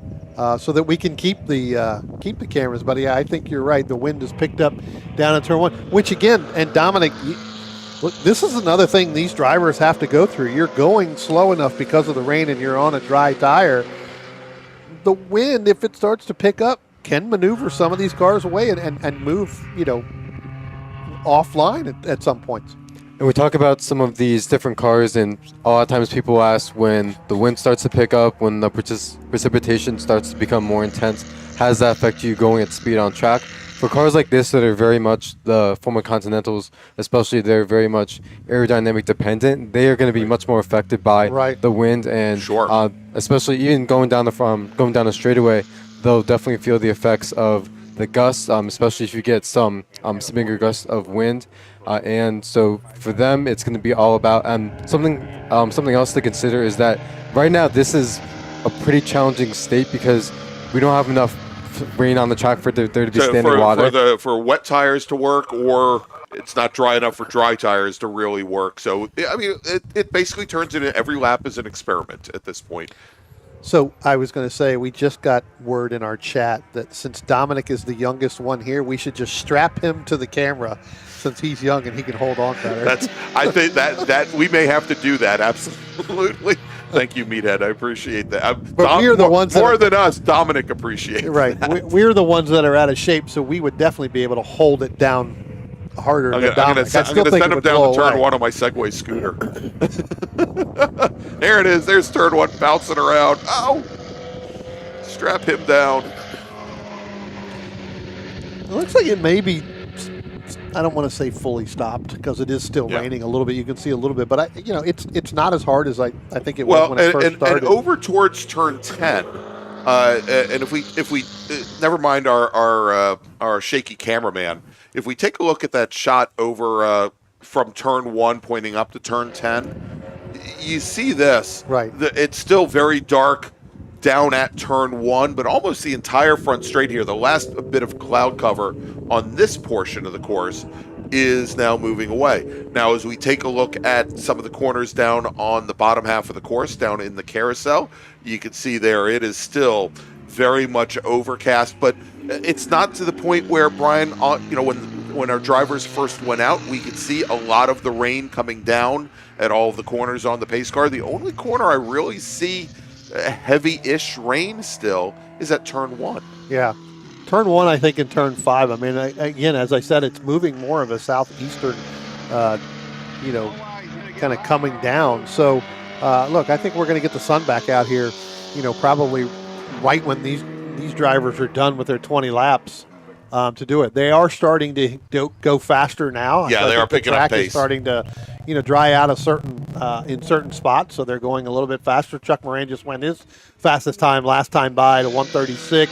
Now you've got Leslie Walker went a little bit faster on lap 5 there as well. Brendan went his fastest lap. So they're starting to come down. They're obviously not where they want to be, just because the track is still slick in certain spots. But as we've got Chuck Moran getting ready to put a lap on Brendan Cronin right now, coming out of turn 2, which he is able to make that pass and go by. Hey Greg, when we were down at VIR for the Sark MARRS Challenge, we also had a number of races. Most of Saturday was rain affected, and so I'm still trying to dry out the camera equipment. And so what we talked about a lot there was the fact that sometimes, because you look at the weather, you look at the radar, see what might be coming up, but a lot of times your best friend when it comes to telling what's coming up can just be looking at the sky, looking at what things are doing. And so especially since we're going to be taking our lunch break after this for our bracket races, and then for Group 6, it's all going to vary, and you're going to have to pay really close attention to what's going on. And one of the things with club racing is a lot of the folks here that are racing, they are their own crew. They don't have 15 people in a big giant compound setup. Well, some of the Spec Miata racers maybe, but that was meant to be a joke. But most of these racers, they have to do whatever they can to set themselves up for success, and a lot of that means not having to overwork yourself right before you need to get into the race car and go. And so you'll find what a lot of the racers will do is they will put dry weather tires on the left-hand side of the car. They'll have the wet weather tires on the right-hand side of the car. The car will be up on the jack stands. And 10 minutes before they are due to head to the grid, they're going to make that decision which tires come off the car. And that way you're only changing 2 tires. You're not changing 4 tires in your race suit, and getting all hot and sweaty and getting all tired and bothered. Well, it might bother you, before you take that car to the grid. Little things like that can help. And I had a race years ago at Virginia International Raceway, what was known as Goblins Go. Was our start-finish camera had some issues. I think on one day I did the tire swap like 4 or 5 times because it would rain, then it would dry out. It would rain, it would dry out, it would rain, it would dry out. And I did it so many times at that point the paddock was a sand. It wasn't all paved in the North Paddock at VIR. And I'd actually gotten some sand into one of the lug nuts, and I snapped off one of the wheel studs. And so now with like a half hour before I'm supposed to be on track, I now am pulling an entire hub assembly off the back of my car and having to get another wheel stud knocked in. Whereas if I had just done that, one side dry, one side wet side, I probably would have been okay. That's what I like about karting when you run into this type of situation, because I've run into it 3 times already this year. And I know you sit there, you just made your look. The wheels are like a pound and a half. But we take the wheels and we swap them, and the reason we swap them is because now they're on. So if you've got a condition that's semi-wet and that's semi-dry, you can take those and put the treads and swap the tires, so it becomes like an intermediate tire and not a full wet tire. Okay. I just gave away my secret. Yeah. Anybody that's listening from the karting world is going, okay, because I've seen individuals where they do it and they burn their tires up really quickly. And I'm able to at least get to their back bumper. Still can't pass them, but I can get to their back bumper. And here's the best comment of all, and I have a similar story. I just responded back to it. Yeah, as Meathead puts in the chat, it says, or you can have Nick Bruni, who is 1.5 times national champion in Spec Miata, actually 2 times one of co-champion. Have Nick Bruni put your directional race tires on backwards. In a dash to swap tires, and it's funny because I remember years ago Tom Martin, who took the ITB championship here one year, won the American Road Race of Champions. The rain was starting to come down, and he's asked me, Greg, should I go to wets or should I go back to the dries? Is it going to be dry or should I keep the wets on the car? As he had his Hoosier wets on the car. And they were the tread patterns were backwards. They're unidirectional tires, and he had them on the wrong way. And a good friend of mine was going to be racing against an ITB, and I felt very conflicted as to whether or not I should help him or not. In the end, I did, and I think he won. Anyway. Well, you know what? Look, I'm looking at the racetrack here as you were just talking about that. And with the humidity that we have out there, it is completely just changed over already. Times are getting coming down, which we knew that they would. Again, still not where these drivers want it to be. Moran is now faster, in the high 24s. He started off in the 38s and 39s. Yep. So, I mean, he's knocked now 15 seconds off of his lap times from the start of the race. And just went even faster there. So each lap's getting faster. Yeah, exactly. And if we look at Leslie Walker, who's running second overall, he started in the 49s. Yeah. And actually his very first, at a 49, and he is now down in the 41, probably in the 25s. Also, he's lapping almost as fast as Moran is now. And Brennan Cronin started off in the 57s, 59s. His last lap by, he was lapping in the 41, so knocked almost 20 seconds off his laps. Yeah, and you can see here, you've got, there's Leslie Walker there coming up on the Brennan Cronin, and then you've got Chuck Moran now. He is now in turn 5 coming down the hill. So, that extra time there is going to help. You may even see Chuck Moran lap Leslie Walker. And that would be unfortunate because, we talked about both of them yesterday, and pretty much, in that sprint race of that 15 laps, it was a pretty good battle for at least up to the halfway until Chuck was able to start to pull away. But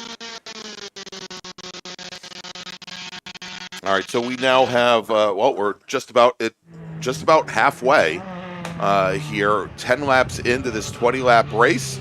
And it is Chuck Moran, your leader, as he crosses the line and knocks another couple seconds off. Yeah. Now he's now down into the 21s. It's definitely getting drier on the race line. You And we can see that. over Yeah. at turn 10. Look, here comes our Blue flyover. Sky. Wow. Oh, look at this. What is this? Is this a C-130 that's coming? It's and he's got his wheels down, so that's Oh, kind of odd. And he's well, lower than normal. I Hopefully it know doesn't that. land on the front straight. Let's, Yeah, well. let's see. There you go, Brian. We got him on the camera. Yep. Right there is all we need to do now, Spencer, is we need to put a camera in that thing. I'll tell you what. Maybe he's listening to the broadcast. Forget drones. Yeah.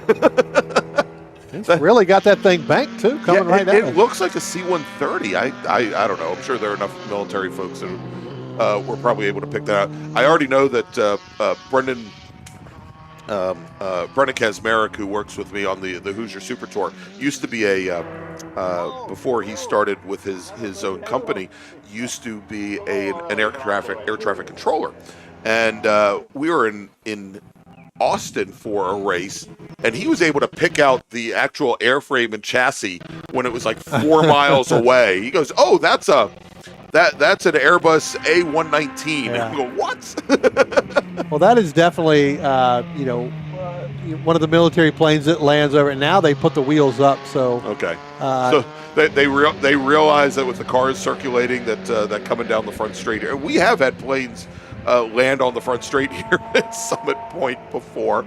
That C-130, something tells me if it went down there, it wouldn't get back off. It wouldn't get back out of here. Although it might initiate the need for a new repave of the front straight. one of our people, and it looks like a C-17 Globemaster. So there is a military Thank you, Russ. kind of landing place over here Yes. that they land right on the other side of Winchester that kind of goes through. So I'll tell you what, our turn 6 camera there, that is a great photo of how dark it is. Yeah. Over in the one section that's blowing around. So it could have been that they were just taking off and went around the storm. Yeah. Right? So probably see it in some of the other cameras here in a moment too, going around, because it looked like it was circling around the racetrack. But you can see the sun starting to come out. It's definitely dry in turn 10 now. The sun is peeking out. So these drivers, Chuck Moran now down in the 120. So we're getting close to where he was earlier. He's still about 5 seconds off, but he is starting to pick up the pace a little bit. And I think if I look down at turn 1, I know that Leslie Walker. Leslie Frazier used to be a football player, Yes. and a coach. He is just now coming out of turn 2, headed up into turn 3, and then here comes Chuck Moran out of 2, heading up into turn 3. So it looks like Moran, again, 3.5 seconds faster at this point, could potentially, with 7 laps to go, put a lap on his competitor in that Formula Continental. So.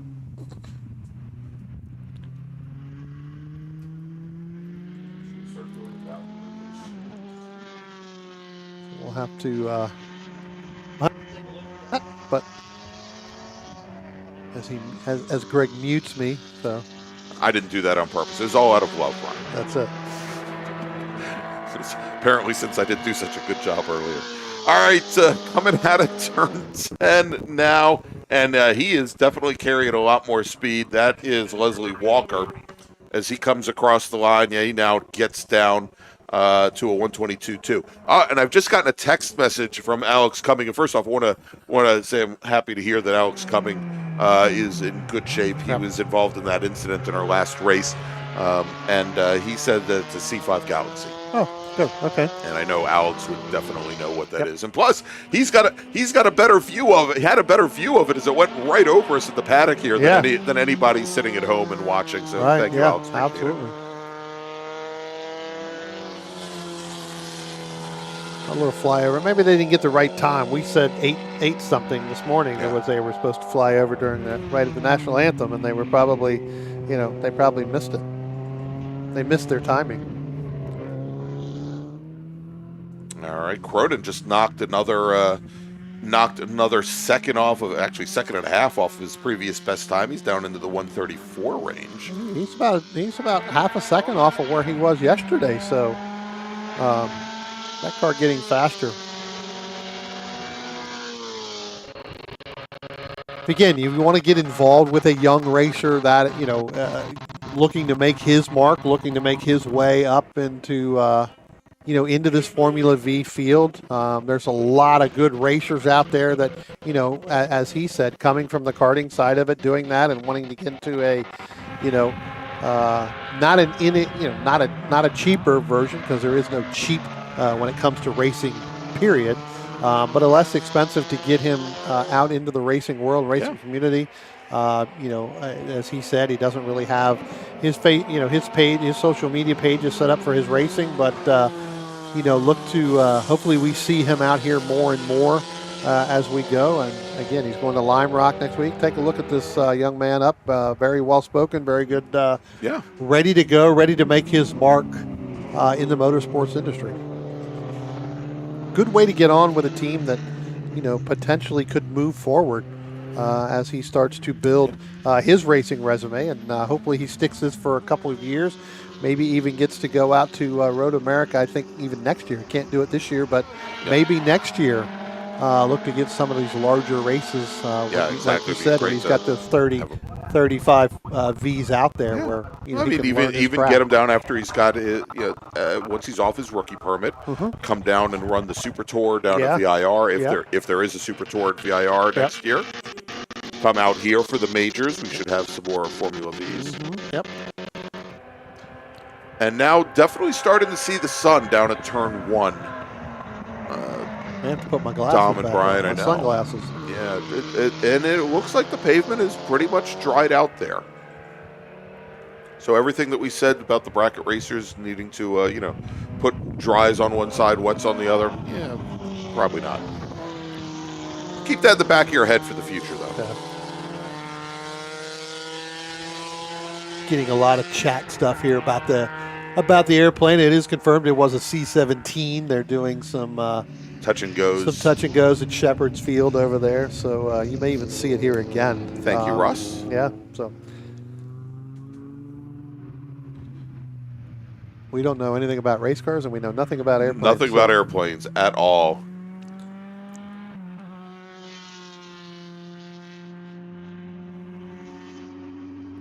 And it looks like Chuck Moran may be a little bit off the pace, Brian. He just came through turn 6, so he's going to be coming into our view now. Yeah, really. He definitely appears off the pace. And in our turn 7, they're covering him with a white flag for a slow-moving vehicle. We can see him coming up driver's right, and so we will likely see Moran pit in with he's on pit road right now. Yeah, just short of 3 laps to go, or a little bit more than 3 laps to go. Yeah, and there you go. Chuck Moran retires on the end of lap number 16. And Brian, well, and Dom, then there were 2. They put a protector on the camera, so it looks like our Graham put a little protector from the rain when it came on over that camera. So that's good. So we'll. I mean, granted, his pace car might rust away, but my camera will be okay in the wet. Well, we'll get him to remove that. Yeah, could be a little drop there as well. Yeah. Right? So I prefer to blame it on Graham, though. Well, knowing that Chuck Moran had lapped Leslie Walker, right? I mean, maybe Chuck didn't realize how many laps were left. I would think that he did, knowing that he had a lap to play with. But again, and I chuckle when I say this, is that it actually had a Trans Am win a couple weeks ago as a spotter. That's right. Basically, with the leading car ended up blowing a motor with 2 laps left to go. And 3 laps left to go. My driver was a lap down, and so basically had to finish those last couple of laps. So again, that's actually going to put Leslie Walker. Again, right now, even if that driver was to pull off, would put them ahead of Chuck Moran. So that would be the Formula Continental win there. Yeah, I mean, I've never had something like this happen to me. I think the closest to it, Brian, was we're starting to get the phone calls from the grid. That the closest thing I ever had happen to this, Brian, was I was in a race here at Summit Point, lost the upper radiator hose on my car, and I go, oh, no problem. I'll be okay. Temperatures are going up a little bit. I've only got 2 laps to go. I'll be fine. Turns out I had 11 laps to go. Right. Yeah. and the aluminum block, and more importantly the aluminum head on my Honda, turned into molten lava by the time I pulled in, because the car could only manage about 30 miles an hour at full throttle. Well, I just see Chuck's down there. He got out of the car. He's standing there in the paddock in the car. They're kind of looking at it. So I'm not sure if something really happened to it, or did he just pull it off? All right, well, next time Leslie Walker comes by, and he's coming out of turn 10 now, he will have 2 laps remaining, so 4 miles here for him. Let's check in. Where is young Mr. Cronin? He's right there, coming out of turn 10 right now. So all righty. Let's check his time. He seemed to be getting out of turn 10 pretty good right there. Interesting to see. 134.2. I believe that is his fastest time. He just knocked 1.1 seconds off of his previous lap. Well, his fastest time of the weekend, which happened yesterday during the heat race, was 133.8. So he's a half second from it now. Yeah. And he had been down into the 34s a couple laps ago, but what we're talking like 134.7. So he's knocked 5/10 off, and even though the track is drying out, it's going to be a little bit more green. I don't think you're going to have the grip here, and he's been pushing the car now for 18, 19 laps. Like to see him get his fastest lap of the weekend within the last 2 laps. I'd really like to see him for that. I know he's working super hard. And our leader, Leslie Walker, now coming out of turn 10. Looks like he's going to get 1 to go here. Yeah, he should get the 1 to go. I started that flashback to yesterday morning's first race. 1 to go, I think. I think we got it all in there now. Brendan coming up out of turn 8, up underneath the bridge. He's going to get the 1 to go board the next time by. Let's take a look at his time here, because it's 134.2, and it looks like this is a much better lap. Watching him around, I watched him in all the cameras. Looks like he hit all of his, his entry and his exit point there pretty good.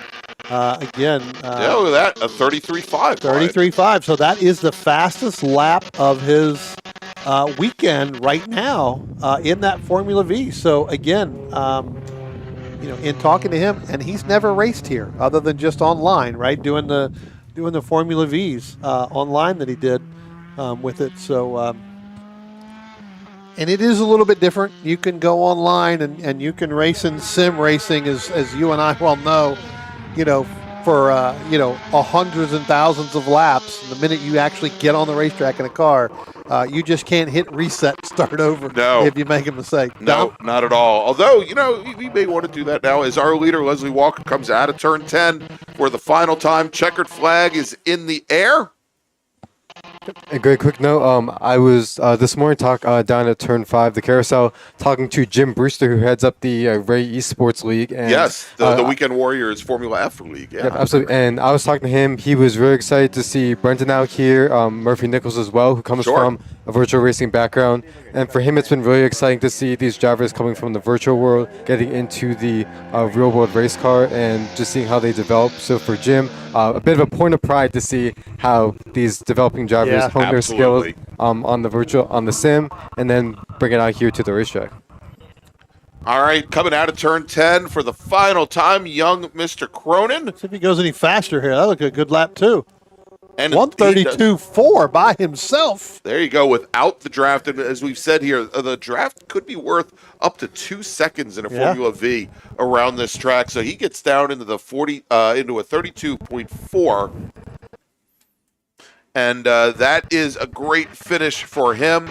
And so what we're going to do, we're going to take a quick break. Yes, we do have a car on course. That is what's known as a hardship car, getting ready to make sure that... That's actually the Kayla Crocker, the one that from yesterday we saw in that SSM when we had Nathan Lucas go off. He actually, the rear hub exploded going into turn 10, and it blew out the entire back window of the car. So he has a new roof on there. So he's going to get that checked out real quick and see if that thing's going to work. But yeah, new roof on there with a new window. All right, Spencer, why don't we bring up today's schedule real quick? First time we've had it up today. And so what we're going to be doing, we're going to be taking a break for lunch in just a few moments. We'll be back, and we'll put it up on the screen, but we'll probably be back right around 1 p.m. For our final bracket race of the weekend. And then we will have 3 final MARRS races, Spec Miata, improved touring, and then we'll wrap things up with SSM, so more Miata racing this afternoon. So I want to thank you all for joining us here this morning. We'll be back in just about an hour for more action here from Summit Point Raceway and the June MARRS presented by RP Performance. RP Performance is the only premier race shop in the region that specializes in both street and track Mazdas and is located right in the heart of racing at Summit Point's Gasoline Alley. RP has been involved in countless race wins and series championships across many classes with drivers of all ages. Not just a full-service shop, RP has been helping drivers with their individual racing and other track event needs for over 30 years, providing trackside support, arrive and drive packages, as well as race car transport services. And they're known for its help all attitude. RP Performance is your go-to for getting cars back on track for that positive experience at some point when you're ready to pack it in. For more information about RP Performance, come talk to them here in the paddock. Call them at 304-728-6749 or email them at Brett, that's B-R-E-T, at rpperformanceracing.com. OG Racing carries just what you need to get on the track, from driving suits and shoes to helmets, data and video systems, to your favorite brake pads from Performance Friction, Hawk, and Paget. OG Racing has built its reputation during the last 22 years by providing the best customer service in the motorsports business, and their depth of inventory is second to none when it comes to safety equipment. That's why OG Racing has been the highest volume Sparco dealer for 17 years. Come visit their 12,000 square foot showroom and warehouse located in Sterling, Virginia. Call them at 1-800-934-9112 or order online at ogracing.com. Since 1976, Radial Tire Company has been providing the Washington, D.C. area with quality tires and the finest service. They have earned a reputation as a premier specialist in hard-to-find performance tire and wheel applications. They stock tires from all of the top manufacturers for whatever you drive, from small economy cars to SUVs to trucks. Their mission is to assist you in getting the most out of your tires and cars. For more information or to schedule online, browse radialtirecompany.com or call them in Silver Spring at area code 301-585-2740. That's 301-585-2740. Belmont Classic Cars is a family-owned classic and collector car dealership located in Eastern Ohio, specializing in 1960s and 70s American muscle cars and other unique automobiles. Belmont takes pride in taking you back to a simpler time with iconic classic rides and never selling anything that they wouldn't want in their own collection. To see Belmont's extensive inventory of classic cars, visit their website at belmontclassiccars.com or find them on Facebook and Instagram at Belmont Classic.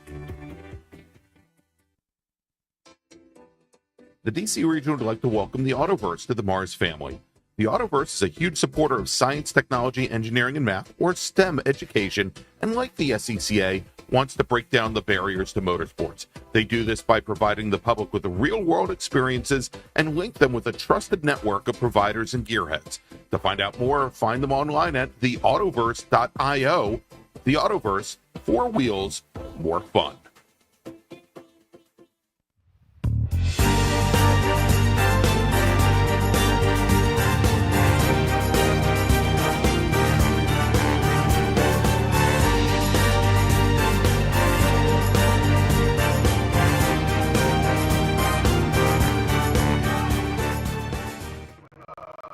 If you like what you see today, become part of the action by joining Sports Car Club of America. Whether you want to drive, flag, or just have fun with cars, SCCA membership opens the door to all kinds of motorsports to feed your obsession, along with 65,000 like-minded members ready to be friends. Ask someone trackside how to get involved or visit SCCA.com for more information.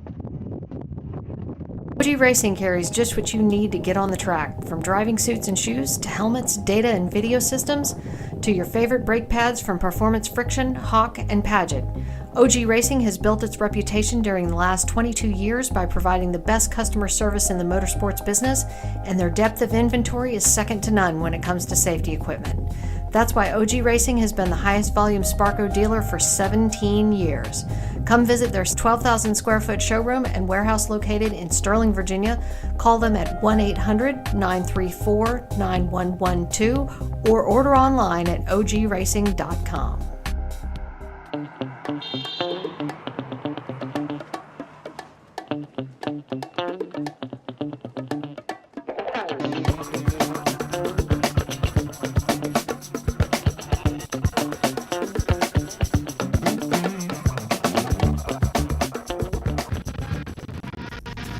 RP Performance is the only premier race shop in the region that specializes in both street and track Mazdas and is located right in the heart of racing at Summit Point's Gasoline Alley. RP has been involved in countless race wins and series championships across many classes with drivers of all ages. Not just a full-service shop, RP has been helping drivers with their individual racing and other track event needs for over 30 years, providing trackside support, arrive and drive packages, as well as race car transport services. And they're known for its help all attitude.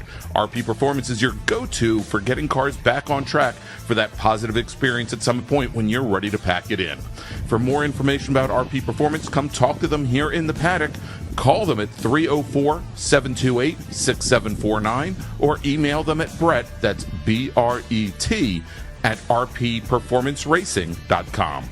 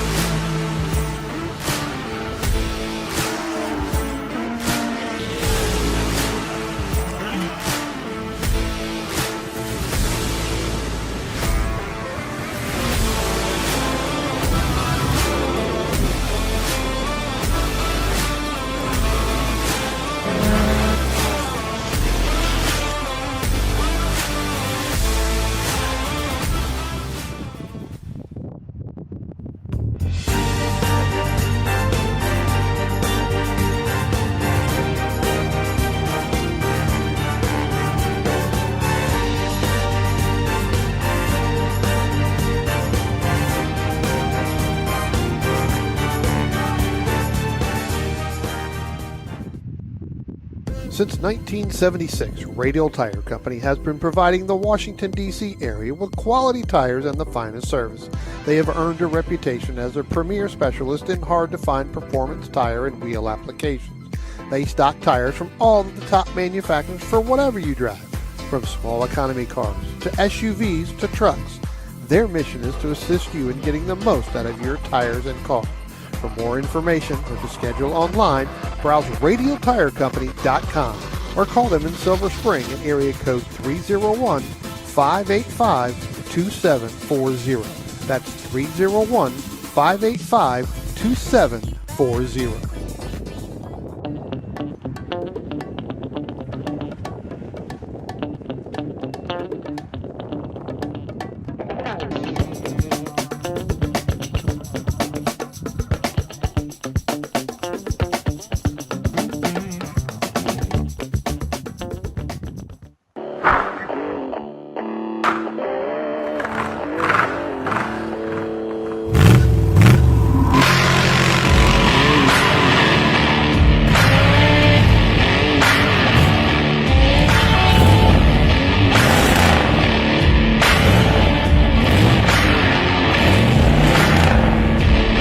Hey dog.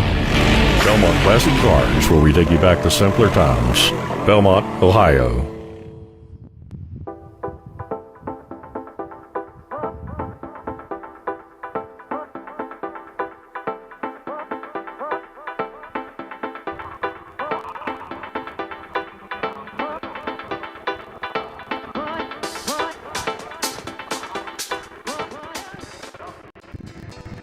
The DC region would like to welcome the Autoverse to the MARRS family.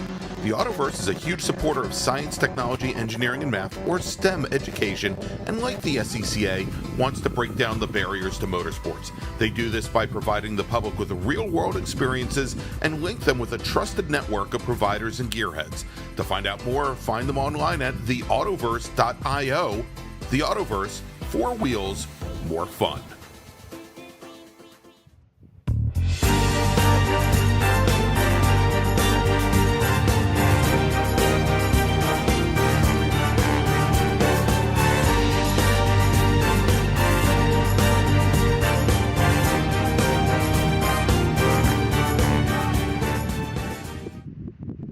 If you like what you see today, become part of the action by joining Sports Car Club of America. Whether you want to drive, flag, or just have fun with cars, SCCA membership opens the door to all kinds of motorsports to feed your obsession, along with 65,000 like-minded members ready to be friends. Ask someone trackside how to get involved or visit SCCA.com for more information. OG Racing carries just what you need to get on the track, from driving suits and shoes to helmets, data and video systems, to your favorite brake pads from Performance, Friction, Hawk, and Paget. OG Racing has built its reputation during the last 22 years by providing the best customer service in the motorsports business, and their depth of inventory is second to none when it comes to safety equipment. That's why OG Racing has been the highest volume Sparco dealer for 17 years. Come visit their 12,000 square foot showroom and warehouse located in Sterling, Virginia. Call them at 1-800-934-9112 or order online at ogracing.com.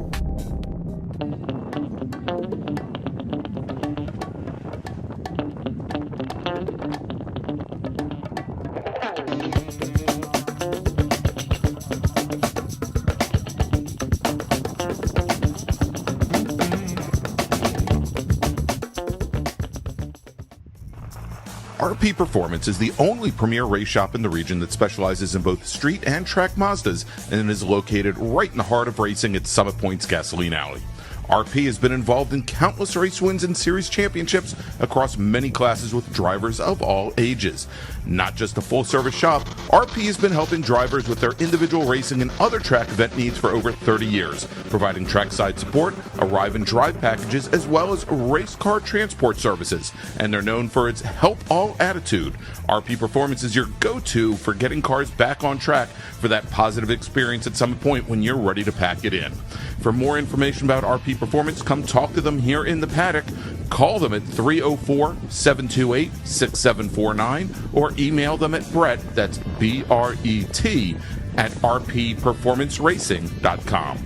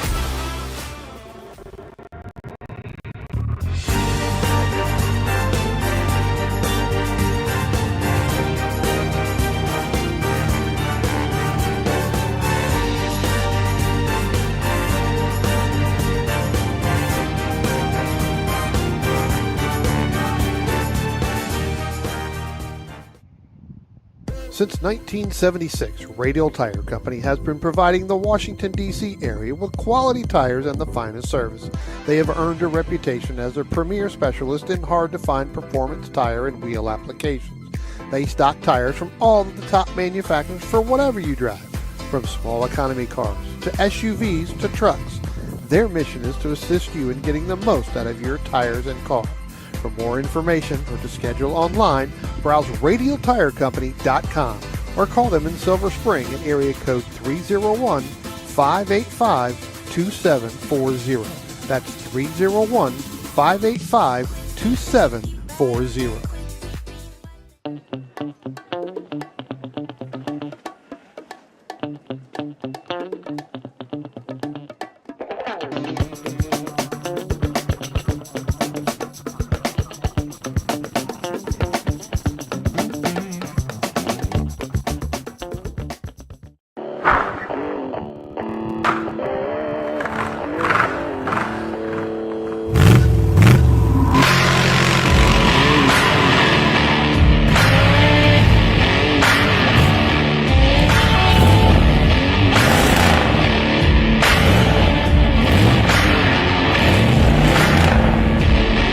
Hey, dog.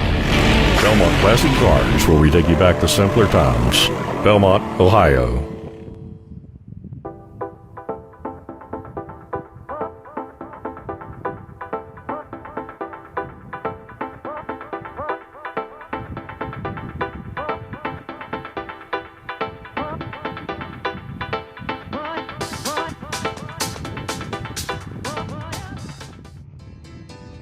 The DC region would like to welcome the Autoverse to the MARRS family.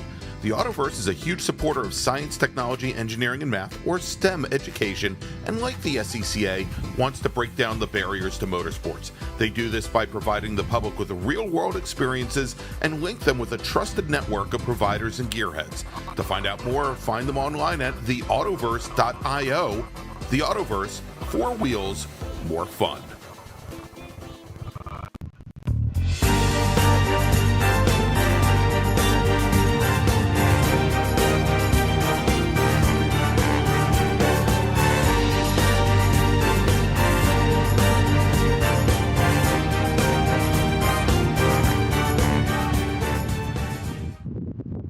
If you like what you see today, become part of the action by joining Sports Car Club of America. Whether you want to drive, flag, or just have fun with cars, SCCA membership opens the door to all kinds of motorsports to feed your obsession, along with 65,000 like-minded members ready to be friends. Ask someone trackside how to get involved or visit SCCA.com for more information. OG Racing carries just what you need to get on the track, from driving suits and shoes to helmets, data and video systems, to your favorite brake pads from Performance, Friction, Hawk, and Paget. OG Racing has built its reputation during the last 22 years by providing the best customer service in the motorsports business, and their depth of inventory is second to none when it comes to safety equipment. That's why OG Racing has been the highest volume Sparco dealer for 17 years. Come visit their 12,000 square foot showroom and warehouse located in Sterling, Virginia. Call them at 1-800-934-9112 or order online at ogracing.com.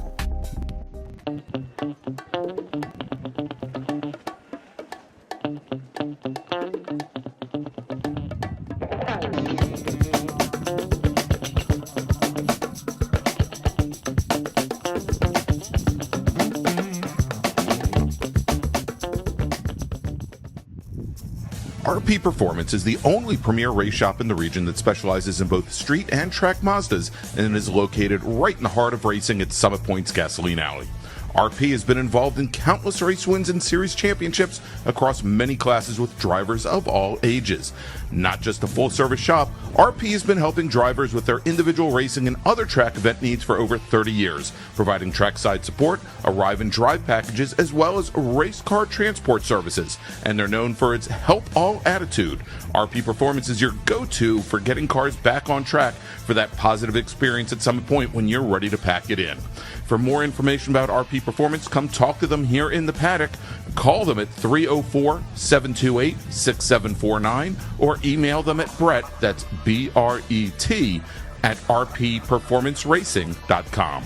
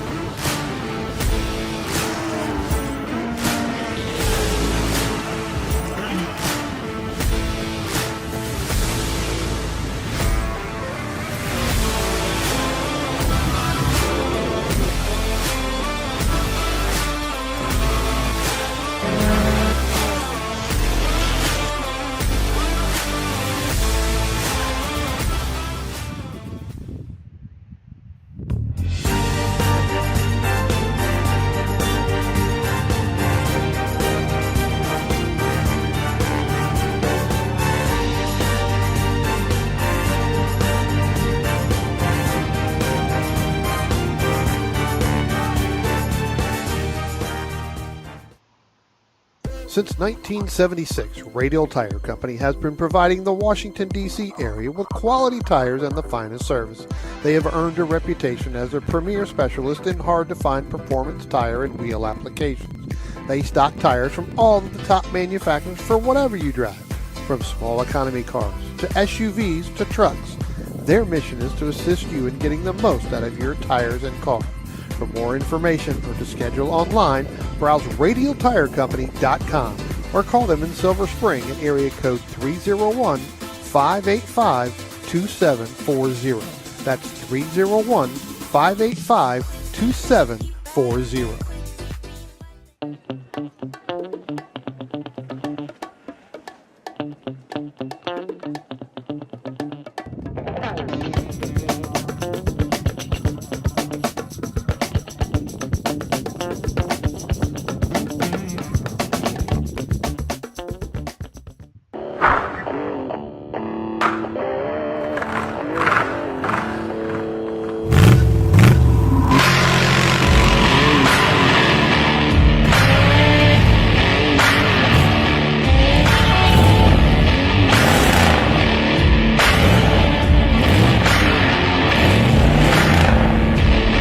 Hey dog. Belmont Classic Cars, where we take you back to simpler times. Belmont, Ohio.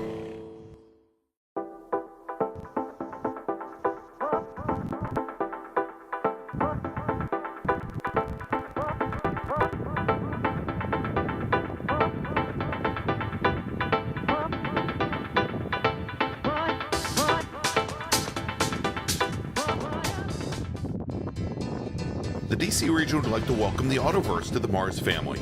The Autoverse is a huge supporter of science, technology, engineering, and math, or STEM education, and like the SCCA, wants to break down the barriers to motorsports. They do this by providing the public with real-world experiences and link them with a trusted network of providers and gearheads.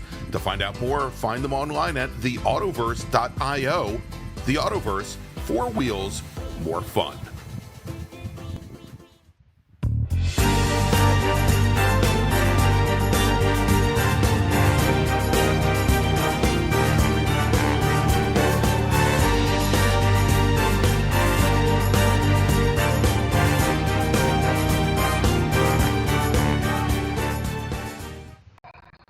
If you like what you see today, become part of the action by joining Sports Car Club of America. Whether you want to drive, flag, or just have fun with cars, SCCA membership opens the door to all kinds of motorsports to feed your obsession. Along with 65,000 like-minded members ready to be friends. Ask someone trackside how to get involved or visit SCCA.com for more information. OG Racing carries just what you need to get on the track, from driving suits and shoes to helmets, data and video systems, to your favorite brake pads from Performance, Friction, Hawk, and Paget. OG Racing has built its reputation during the last 22 years by providing the best customer service in the motorsports business, and their depth of inventory is second to none when it comes to safety equipment. That's why OG Racing has been the highest volume Sparco dealer for 17 years. Come visit their 12,000 square foot showroom and warehouse located in Sterling, Virginia. Call them at 1-800-934-9112 or order online at ogracing.com.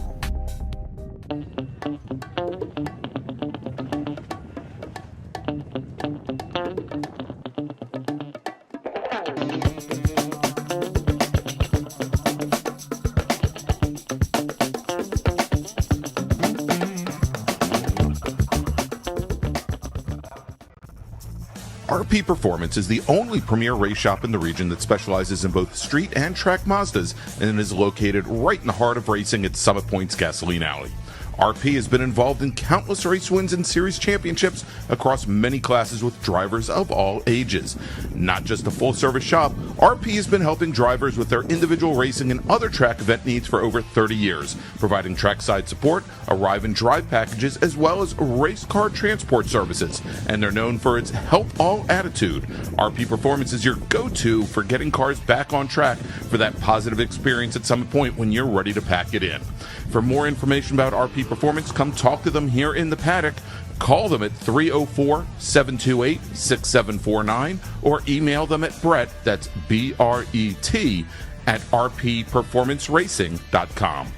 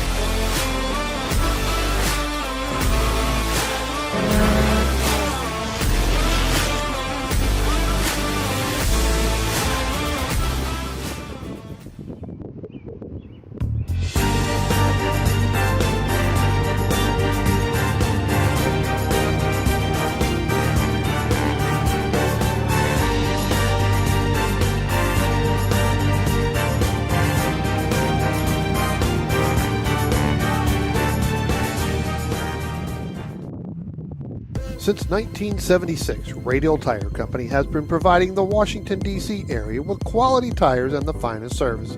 They have earned a reputation as a premier specialist in hard-to-find performance tire and wheel applications.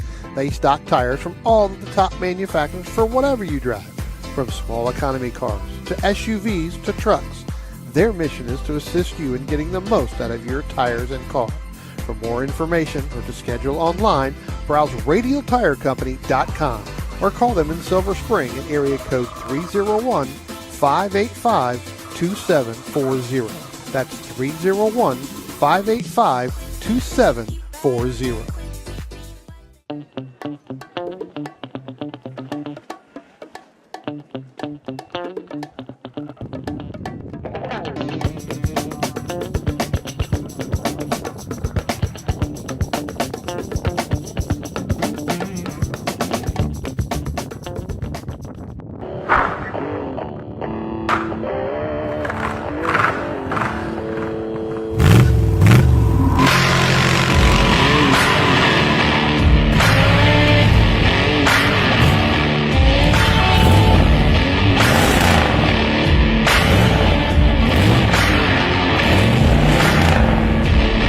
Hey dog.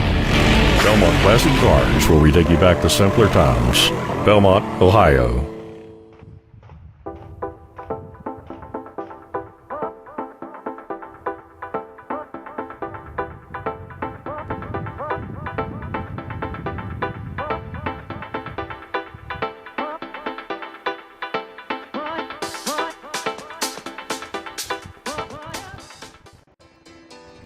The DC region would like to welcome the Autoverse to the MARRS family.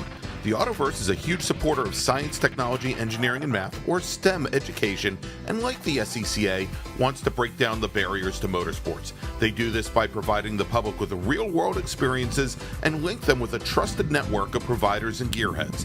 To find out more, find them online at theautoverse.io. The Autoverse, 4 wheels, more fun.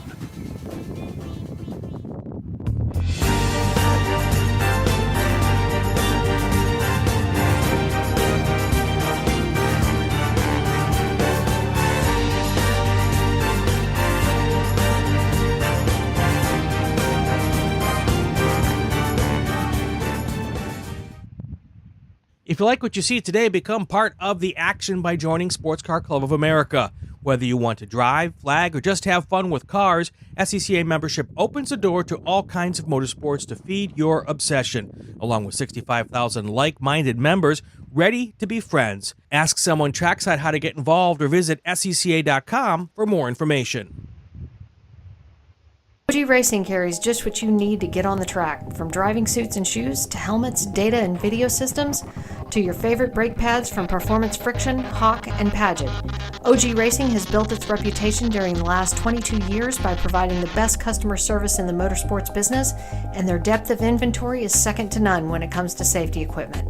That's why OG Racing has been the highest volume Sparco dealer for 17 years. Come visit their 12,000 square foot showroom and warehouse located in Sterling, Virginia.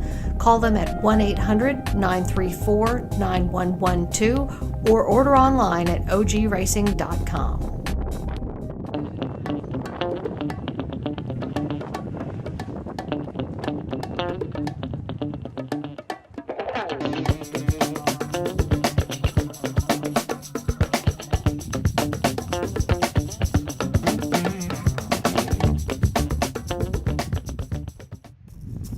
RP Performance is the only premier race shop in the region that specializes in both street and track Mazdas and is located right in the heart of racing at Summit Point's Gasoline Alley.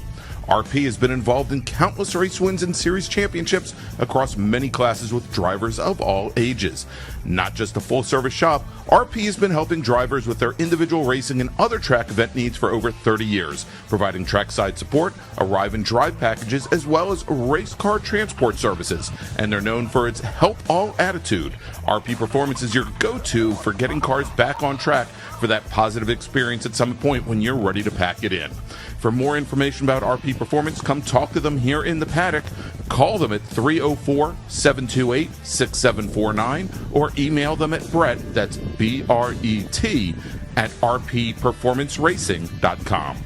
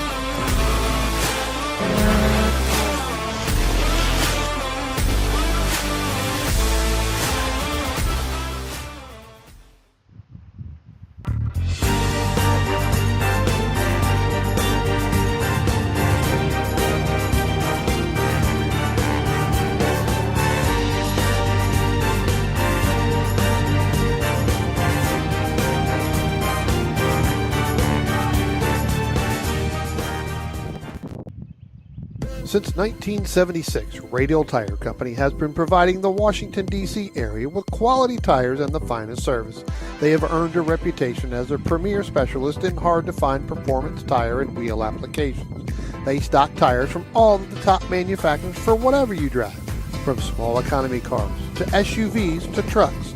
Their mission is to assist you in getting the most out of your tires and car. For more information or to schedule online, browse radialtirecompany.com or call them in Silver Spring at area code 301-585-2740. That's 301-585-2740.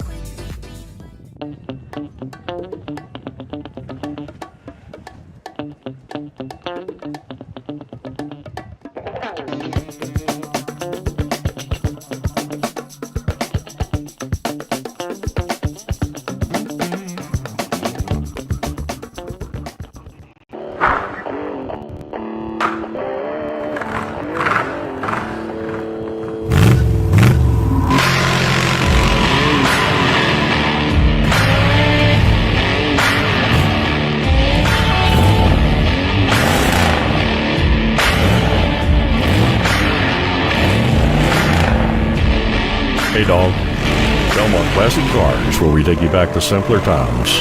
Belmont, Ohio.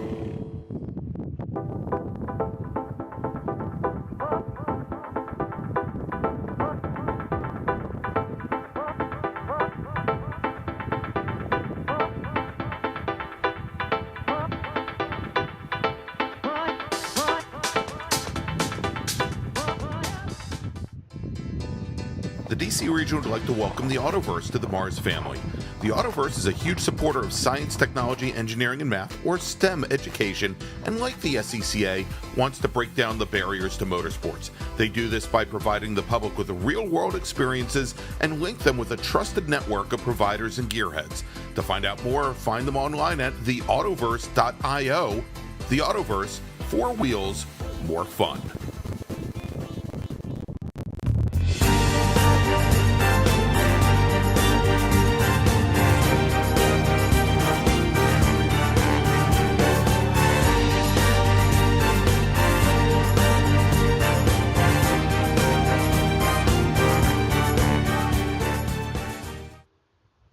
If you like what you see today, become part of the action by joining Sports Car Club of America. Whether you want to drive, flag, or just have fun with cars, SCCA membership opens the door to all kinds of motorsports to feed your obsession, along with 65,000 like-minded members ready to be friends. Ask someone trackside how to get involved or visit SCCA.com for more information. OG Racing carries just what you need to get on the track, from driving suits and shoes to helmets, data and video systems, to your favorite brake pads from Performance, Friction, Hawk, and Paget. OG Racing has built its reputation during the last 22 years by providing the best customer service in the motorsports business, and their depth of inventory is second to none when it comes to safety equipment. That's why OG Racing has been the highest volume Sparco dealer for 17 years. Come visit their 12,000 square foot showroom and warehouse located in Sterling, Virginia. Call them at 1-800-934-9112 or order online at ogracing.com.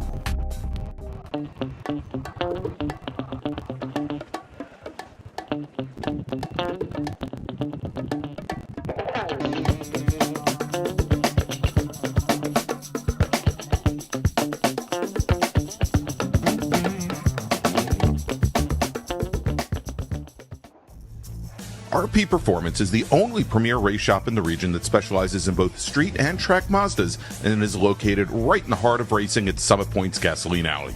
RP has been involved in countless race wins and series championships across many classes with drivers of all ages.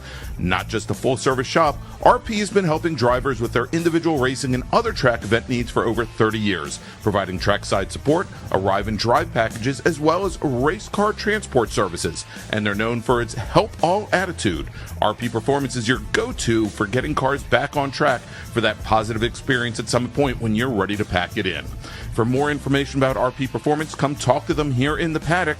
Call them at 304-728-6749 or email them at Brett, that's B-R-E-T, at rpperformanceracing.com.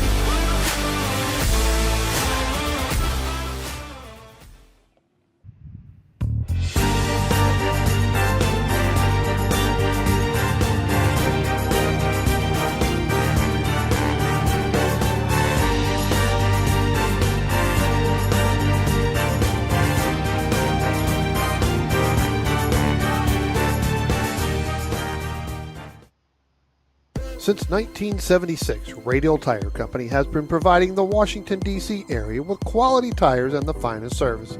They have earned a reputation as a premier specialist in hard-to-find performance tire and wheel applications. They stock tires from all of the top manufacturers for whatever you drive, from small economy cars to SUVs to trucks. Their mission is to assist you in getting the most out of your tires and car. For more information or to schedule online, browse radialtirecompany.com or call them in Silver Spring at area code 301-585-2740. That's 301-585-2740.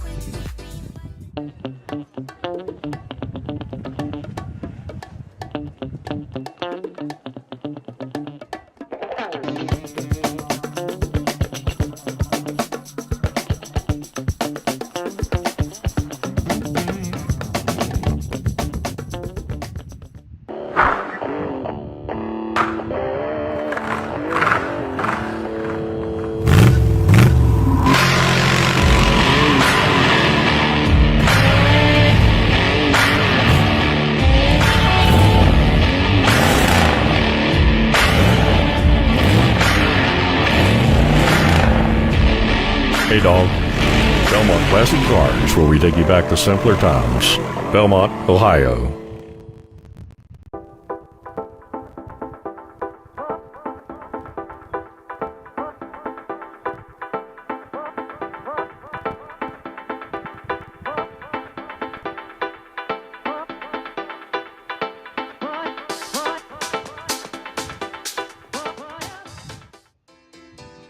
The DC region would like to welcome the Autoverse to the MARRS family. The Autoverse is a huge supporter of science, technology, engineering, and math, or STEM education, and like the SCCA, wants to break down the barriers to motorsports. They do this by providing the public with real-world experiences and link them with a trusted network of providers and gearheads. To find out more, find them online at theautoverse.io. The Autoverse, 4 wheels, more fun.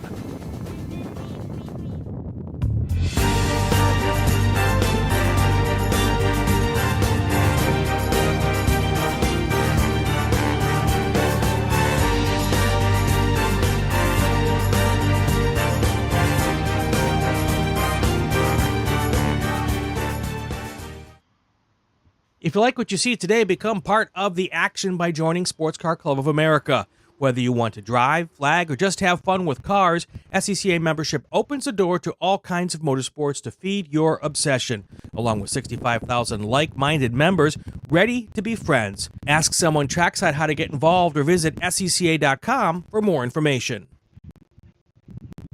OG Racing carries just what you need to get on the track, from driving suits and shoes to helmets, data and video systems, to your favorite brake pads from Performance, Friction, Hawk, and Paget.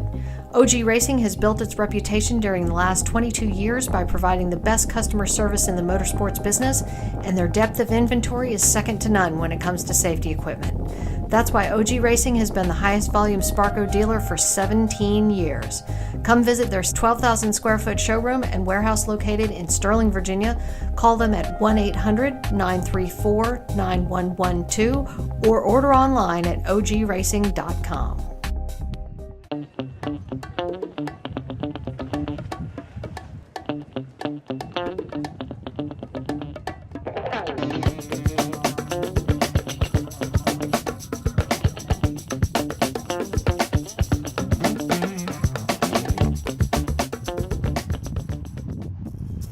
RP Performance is the only premier race shop in the region that specializes in both street and track Mazdas and is located right in the heart of racing at Summit Point's Gasoline Alley. RP has been involved in countless race wins and series championships across many classes with drivers of all ages. Not just a full-service shop, RP has been helping drivers with their individual racing and other track event needs for over 30 years, providing trackside support, arrive and drive packages, as well as race car transport services. And they're known for its help all attitude. RP Performance is your go-to for getting cars back on track for that positive experience at Summit Point when you're ready to pack it in. For more information about RP Performance, come talk to them here in the paddock. Call them at 304-728-6749 or email them at Brett, that's B-R-E-T, at rpperformanceracing.com.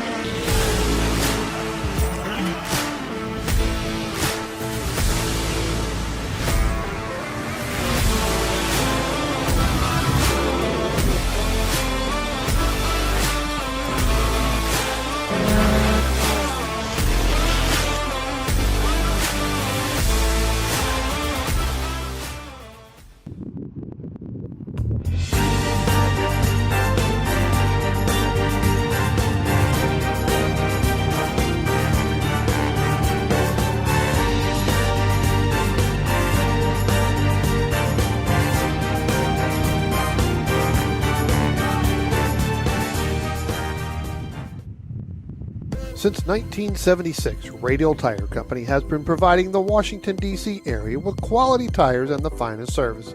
They have earned a reputation as a premier specialist in hard-to-find performance tire and wheel applications. They stock tires from all of the top manufacturers for whatever you drive, from small economy cars to SUVs to trucks. Their mission is to assist you in getting the most out of your tires and car. For more information or to schedule online, browse radialtirecompany.com or call them in Silver Spring at area code 301-585-2740. That's 301-585-2740.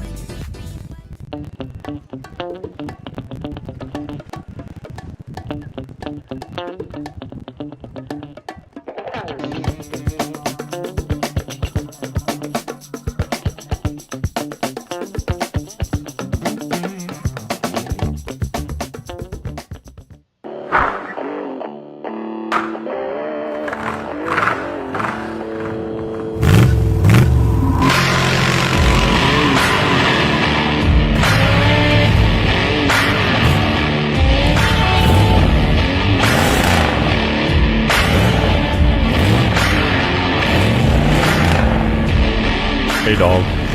Belmont Classic Cars, where we take you back to simpler times. Belmont, Ohio.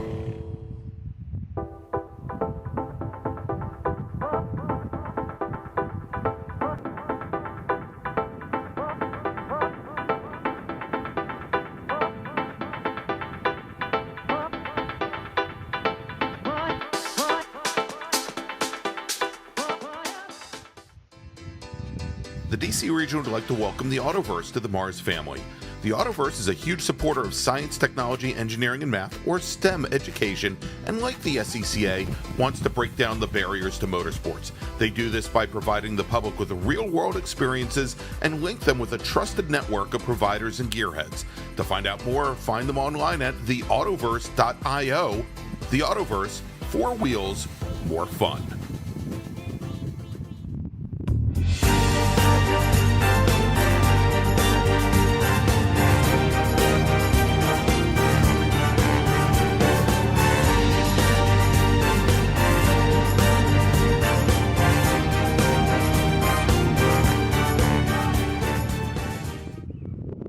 If you like what you see today, become part of the action by joining Sports Car Club of America. Whether you want to drive, flag, or just have fun with cars, SCCA membership opens the door to all kinds of motorsports to feed your obsession, along with 65,000 like-minded members ready to be friends. Ask someone trackside how to get involved or visit SCCA.com for more information.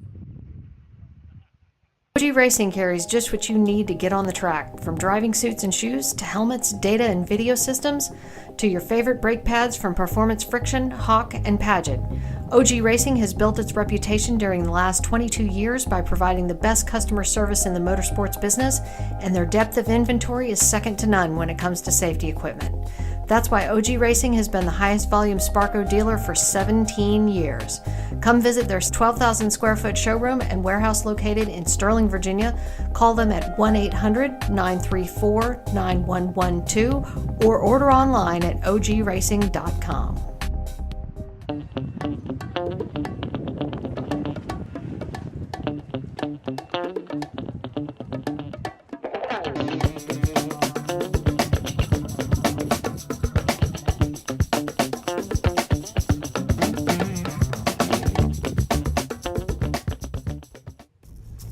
RP Performance is the only premier race shop in the region that specializes in both street and track Mazdas and is located right in the heart of racing at Summit Point's Gasoline Alley.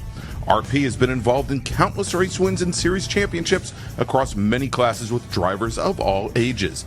Not just a full-service shop, RP has been helping drivers with their individual racing and other track event needs for over 30 years, providing trackside support, arrive and drive packages, as well as race car transport services. And they're known for its help all attitude. RP Performance is your go-to for getting cars back on track for that positive experience at Summit Point when you're ready to pack it in. For more information about RP Performance, come talk to them here in the paddock.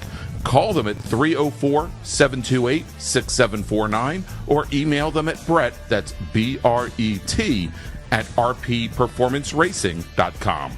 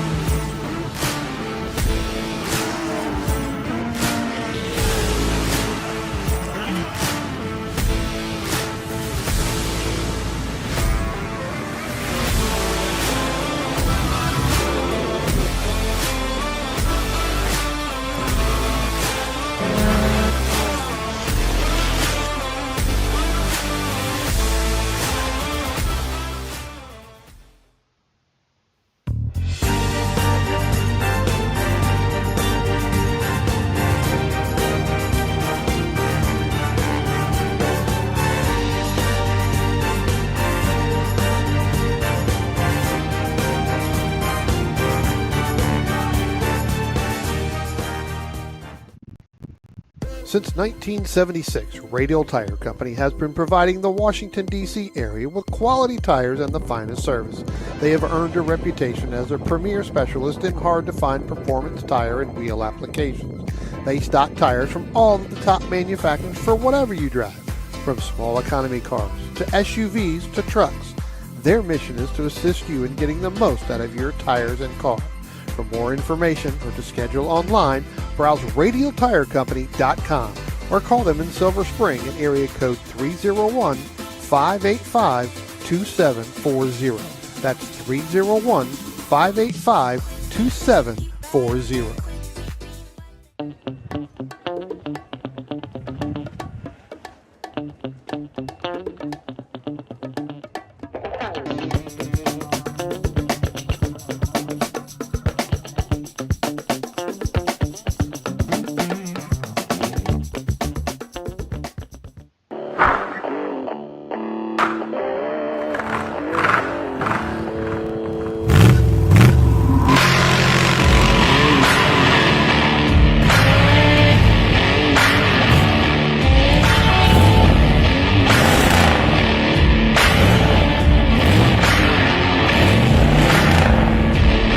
Hey dog. Belmont Classic Cars, where we take you back to simpler times. Belmont, Ohio.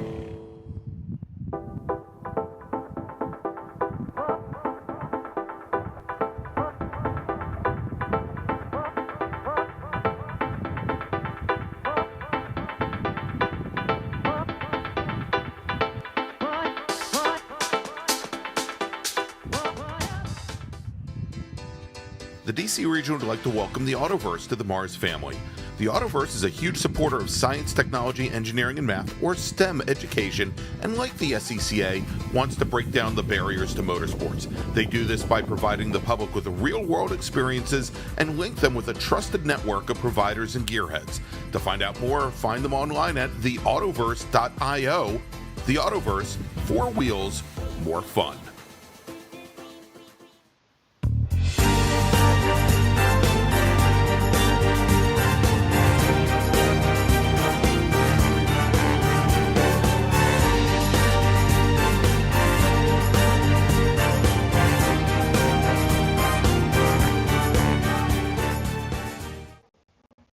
If you like what you see today, become part of the action by joining Sports Car Club of America. Whether you want to drive, flag, or just have fun with cars, SCCA membership opens the door to all kinds of motorsports to feed your obsession, along with 65,000 like-minded members ready to be friends. Ask someone trackside how to get involved or visit SCCA.com for more information. OG Racing carries just what you need to get on the track, from driving suits and shoes to helmets, data and video systems, to your favorite brake pads from Performance Friction, Hawk, and Paget. OG Racing has built its reputation during the last 22 years by providing the best customer service in the motorsports business, and their depth of inventory is second to none when it comes to safety equipment. That's why OG Racing has been the highest volume Sparco dealer for 17 years. Come visit their 12,000 square foot showroom and warehouse located in Sterling, Virginia. Call them at 1-800-934-9112 or order online at ogracing.com.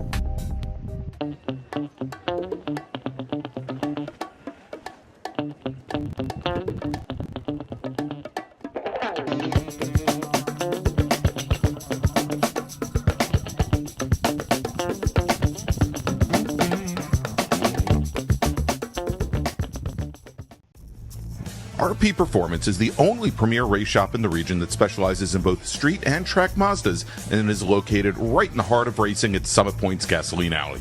RP has been involved in countless race wins and series championships across many classes with drivers of all ages.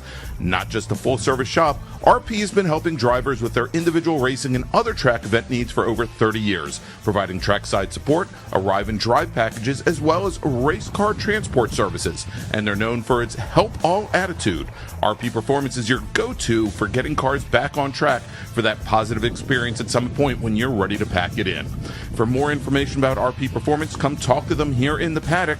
Call them at 304-728-6749 or email them at Brett, that's B-R-E-T, at rpperformanceracing.com.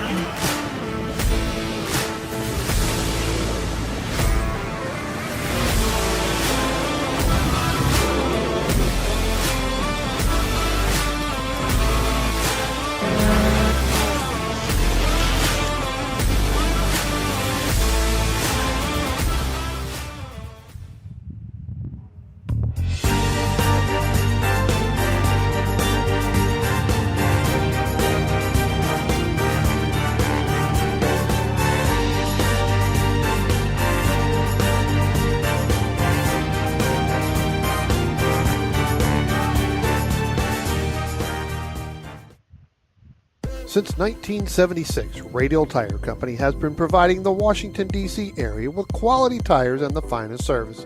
They have earned a reputation as a premier specialist in hard-to-find performance tire and wheel applications.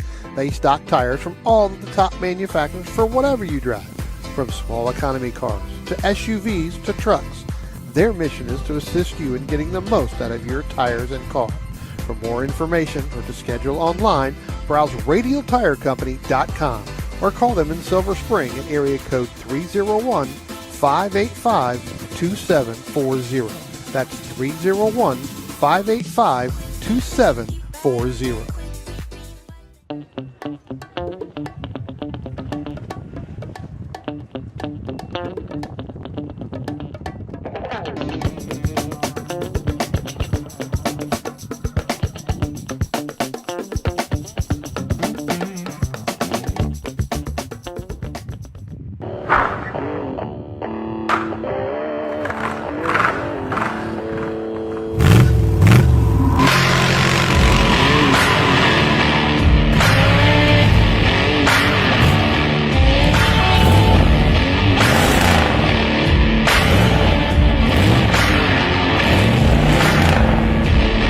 Hey dog. Belmont Classic Cars, where we take you back to simpler times. Belmont, Ohio.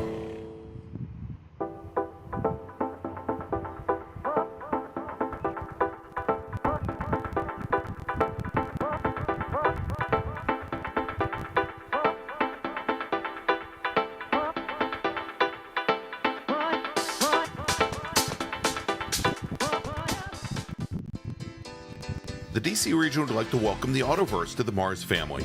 The Autoverse is a huge supporter of science, technology, engineering, and math, or STEM education, and like the SCCA, wants to break down the barriers to motorsports. They do this by providing the public with real-world experiences and link them with a trusted network of providers and gearheads. To find out more, find them online at theautoverse.io. The Autoverse, 4 wheels, more fun.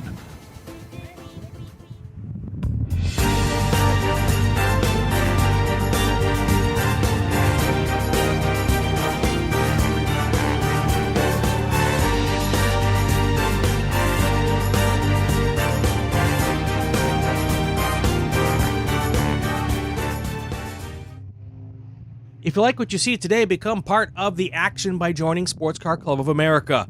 Whether you want to drive, flag, or just have fun with cars, SCCA membership opens the door to all kinds of motorsports to feed your obsession. Along with 65,000 like-minded members ready to be friends. Ask someone trackside how to get involved or visit SCCA.com for more information. OG Racing carries just what you need to get on the track, from driving suits and shoes to helmets, data and video systems, to your favorite brake pads from Performance Friction, Hawk, and Paget.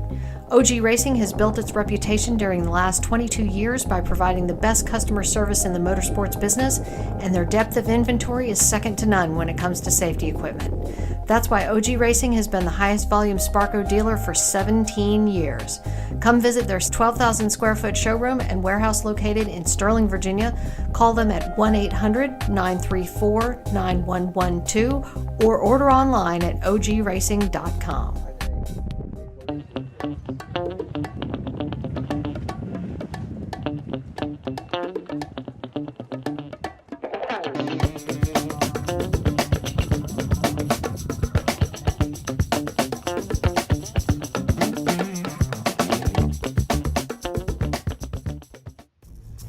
RP Performance is the only premier race shop in the region that specializes in both street and track Mazdas and is located right in the heart of racing at Summit Point's Gasoline Alley. RP has been involved in countless race wins and series championships across many classes with drivers of all ages. Not just a full-service shop, RP has been helping drivers with their individual racing and other track event needs for over 30 years, providing trackside support, arrive and drive packages, as well as race car transport services. And they're known for its help all attitude. RP Performance is your go-to for getting cars back on track for that positive experience at Summit Point when you're ready to pack it in. For more information about RP Performance, come talk to them here in the paddock. Call them at 304-728-6749 or email them at Brett, that's B-R-E-T, at rpperformanceracing.com.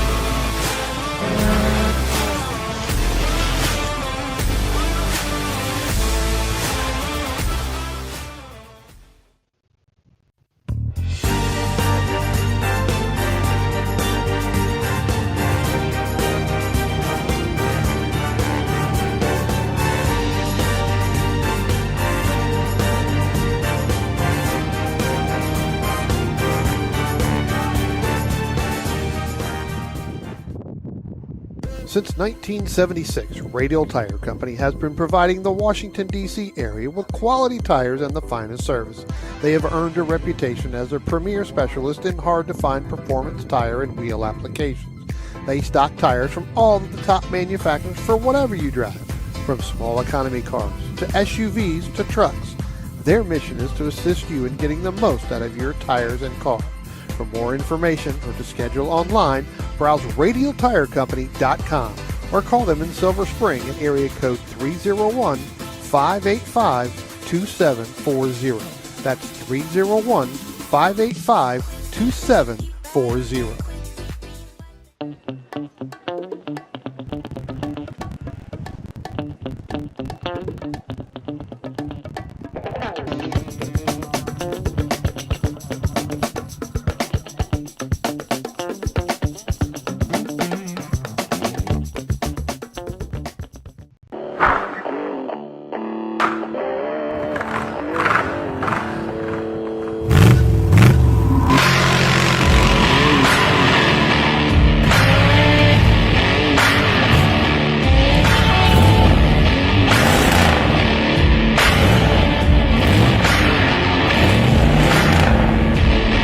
Hey dog. Belmont Classic Cars, where we take you back to simpler times. Belmont, Ohio.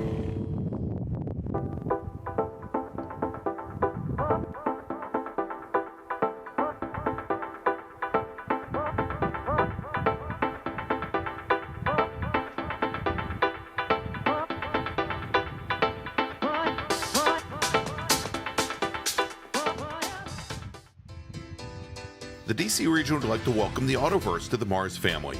The Autoverse is a huge supporter of science, technology, engineering, and math, or STEM education, and like the SCCA, wants to break down the barriers to motorsports. They do this by providing the public with real-world experiences and link them with a trusted network of providers and gearheads.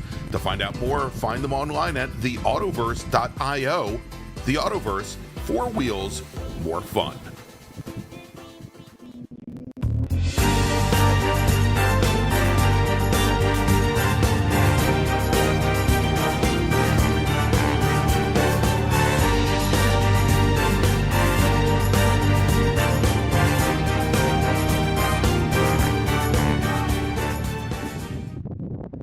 If you like what you see today, become part of the action by joining Sports Car Club of America. Whether you want to drive, flag, or just have fun with cars, SCCA membership opens the door to all kinds of motorsports to feed your obsession, along with 65,000 like-minded members ready to be friends. Ask someone trackside how to get involved or visit SCCA.com for more information.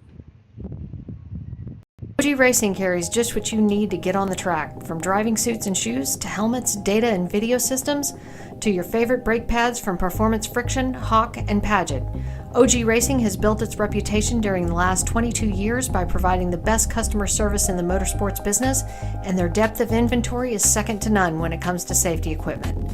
That's why OG Racing has been the highest volume Sparco dealer for 17 years. Come visit their 12,000 square foot showroom and warehouse located in Sterling, Virginia. Call them at 1-800-934-9112 or order online at ogracing.com.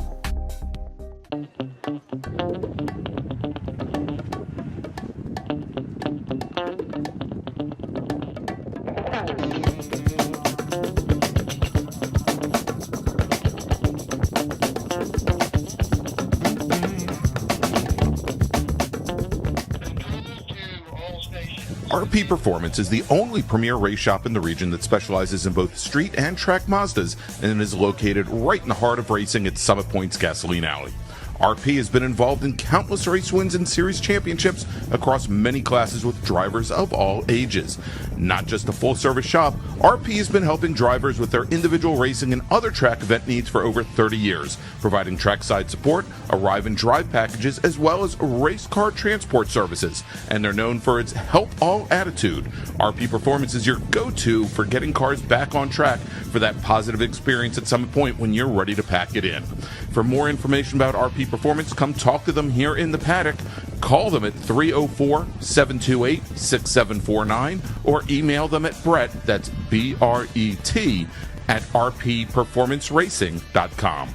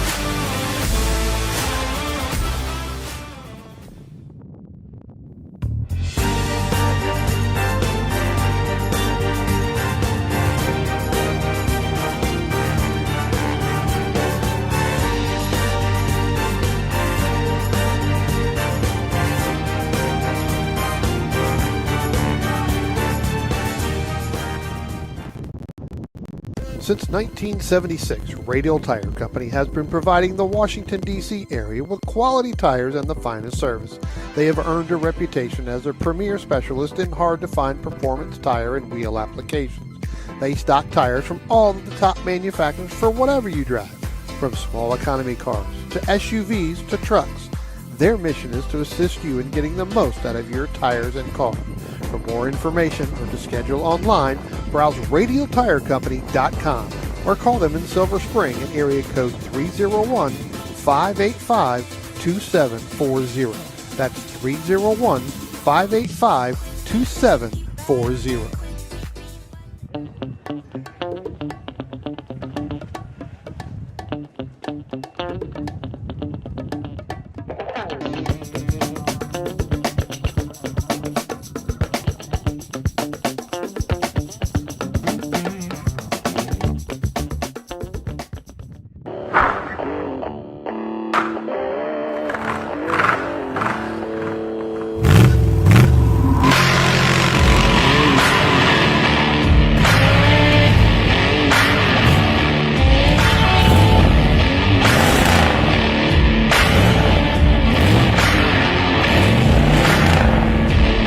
Hey dog.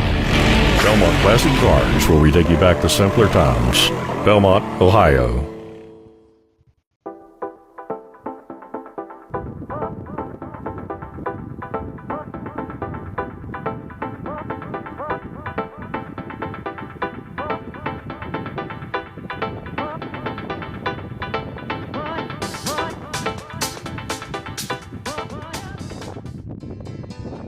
The DC region would like to welcome the Autoverse to the MARRS family. The Autoverse is a huge supporter of science, technology, engineering, and math, or STEM education, and like the SCCA, wants to break down the barriers to motorsports. They do this by providing the public with real-world experiences and link them with a trusted network of providers and gearheads. To find out more, find them online at theautoverse.io. The Autoverse, 4 wheels, more fun.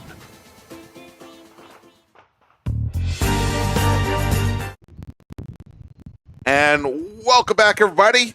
Welcome back from lunch. We are here at Summit Point Motorsports Park, Summit Point Raceway, for the 2024 June MARRS presented by RP Performance. I'm Greg Ginsberg, along with Brian Donati and Spencer Gaynor. And Brian, we have heading out on track now for their pace lap, the final bracket race of the weekend, and big changes here for this race, as we're going to have an inverted start. Basically, we're going to flip the field on its head almost. The pole sitter starts at the back of the field. The back of the field starts at the front. Yes, or headless. Headless in my scenario. That's right. You know, you can either be the Dodge or the Ram. Yep. All right, and there you go. There is the pace car cam as our pole sitter for this race, who I think is Dave Albrecht, is right up behind the pace car. Let's run down the starting order for today's final bracket race. Brian, you want to grab it or should I? Yeah, I'll grab it here Alrighty. now that I've got it sitting here. So, yeah, since we inverted it, 18 starters scheduled to go out. So starting 18th from Gibson Island, Maryland, that's the 81 Stephen Shue. This is weird calling it this way, too. Yeah. Starting in 17th from Harrisburg, Pennsylvania, in that BMW 335i, that's the 119 of Chris Benedetto. Starting in the 16th position in another BMW 328 IS, that is Christopher Graham from Hedgeville, West Virginia. Starting in the 15th position from Annapolis, Maryland, that's the 7 of Keith Frazier. Starting in the 14th position from Mechanicsburg, Pennsylvania, that's the 98 of Brian McCrae, or McCash, however you want to say it. All right, Brian, let's pick it up. They're coming through the carousel. Okay, gotcha. In 13th position, Silver Spring, Maryland, that's the 50 of Steve Martin. Starting in the 12th position from Scottsville, Virginia, that's the 43 of Frank Alessi. Starting in the 11th position from Wayne, Pennsylvania, the 21 of Richard Herman. Starting in the 10th position from Dickerson, Maryland, that's the 152, that's Mike Palazinski. Starting in the 9th position from Thurmont, Maryland, the 127 of Jeff Liller. Starting in the 8th position from Jefferson, Maryland, the 55 is Murphy Nichols. Starting in the 7th position from Fredericksburg, Virginia, 186 of Jennifer Romes. Starting in the 6th position from Tacoma Park, Maryland, that's the 68 of Jed Prentice. Starting in the 5th position from Ellicott City, Maryland, that's the 108 of James Mann. Starting in the 4th position from Manassas, Virginia, that's Zachary Hallander from the 89. Starting in the third position from Hampstead, Maryland, that's the 42 of Robert Garrett. Starting on your front row from Ellicott City, Maryland, that's the 181 of Lawrence Levinsky. And on the pole, 92 of David Albrecht from Catlett, Virginia. All right, there you go. And the green flag is in the air. Doesn't look like Larry Slavinsky, who had some issues during the last bracket race, Brian, was able to get his Ford Fiesta out there. So it was Dave Albrecht and Robert Garrett on the front row. Garrett in that C4 Corvette. He jumps out to an early lead on the rest of the field. And I believe that was Jennifer Romes in the number 186 Scion FRS who jumped in the second. We got one of our spec racers there dropping in the third. And that may have been Richard Herman in the number 21 machine, I believe, Brian. And in addition to that, I think we then have Frank Alessi and Steve Martin as they're now coming out of turn 3, heading down the chute into turn 5 for the very first time. That Spec Racer Ford jumped out now to the lead. And I tell you what, going down our field, going down into turn 5, Greg, it's something you not want to see right now. And that is 3 wide going into turn 5. But looks like everybody's going to be able to get through again. Drivers that started from the back trying to make their way up to the front. I will tell you, Christopher Graham, he actually started to make the holes for those, and Brian McRae doing the same thing. They followed each other, especially turn 3. The first time by, those two were able to split several of our cars. Well, there was a call. There was a call in from the starter stand that one of the cars may have had a little bit of a jump. Well, I think that they were talking about Jennifer Romes kind of going through center of the racetrack, exactly. right at the very end of the start to get as far up there as she could on the start. So that is definitely under review. All right, so I said that Larry Slavinsky did not make it out. Well, indeed he did. Instead of starting on the front row, Larry doesn't believe in these inverted start things. He started at the back of the pack. Oh, and we've got a car off in the gravel trap over turn 1. That's Murphy Nichols. Murphy Nichols in the number 55 Nissan 300ZX. Saw some brake lockup, got into the brakes maybe a little late there, and he may be beached. Well, is he Pinto deep or is he Miata deep? Well, he's somewhere right in the middle. I'm wondering if the internet went out going down into turn 1 and he just blanked out so people couldn't see him. I was going to say it would be much like his iRacing career where you just completely, everything blacks out right in front of you. Sorry, Murphy, if you know, right? And it does look like he is completely beached there. Yeah, so that is likely going to, already, of course, we've got the local caution at turn 1. We should have the emergency services team responding to him hopefully soon. Still waiting to hear a call in from turn 1 about it, Brian. But we've got the rest of the field now making their way through the carousel and up the hill. They're going to be coming up to Murphy Nichols soon enough as our leaders. He's moving, so he is moving. Oh my! He's got that thing rolling right now through the thing through the gravel trap. So he wasn't Pinto deep. No, he was not Pinto deep, and he definitely wasn't Miata deep because that 300D. It's starting to move there. We'll see if he gets out of there coming through. So, all right, and it sounds like he is out and away. Here he comes, Brian. Yep. So good to see that. All right, so let's take a look here, Brian, as this race is going in our earlier race today, our first race of the day in the A4 bracket for drivers a minute 21 to a minute 23. Chris Graham in his BMW was able to take the win over Stephen Shue and Chris Benedetto. Bracket A5. Keith Frazier in his Spec Racer Ford Gen 3 had a pretty substantial margin of victory over Brian McRae. In the B1 bracket, Richard Herman, then Steve Martin, then Louis Alessi. Then we had Murphy Nichols beating out Jennifer Romes and Jeff Liller in the B3 bracket. In B4, it was just Jed Prentice, Zach Hollander, James Mann, and then finally in B5, Richard Garrett, then Dave Albrecht, and Larry Slavinsky. And I feel pretty confident saying that Larry Slavinsky is going to have a big challenge beating Garrett and Albrecht today, seeing that they started at the front of the field and he started at the rear. But let's take a look as our first times are coming in. But before we do, Brian, let me make a first call to the grid for our next race group. Attention in the paddock, Spec Miata racers. Please start heading to the grid. Race group number 6, Spec Miata. This is your first call to the grid.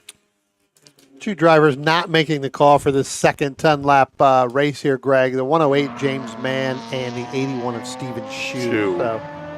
And we saw where Stephen had some issues with that we'll call them grip issues because that's the only thing that we have to go by in actually in the Spec Racer Ford race. So we'll see here. But again, a lot of drivers did make the race, and we're starting to have our timing system, which I've put up pinned to the chat here in YouTube, right up at the top of the field, that you can see how our drivers are, how they fall into the different brackets. And starting off immediately here in bracket A4 is Chris Graham and Chris Benedetto. That's for drivers a minute 23 to a minute 25.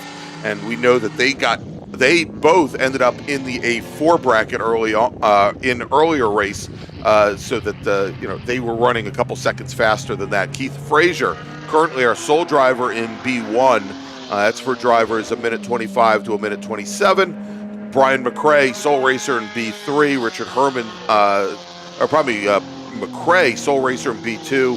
Herman, sole racer in B3.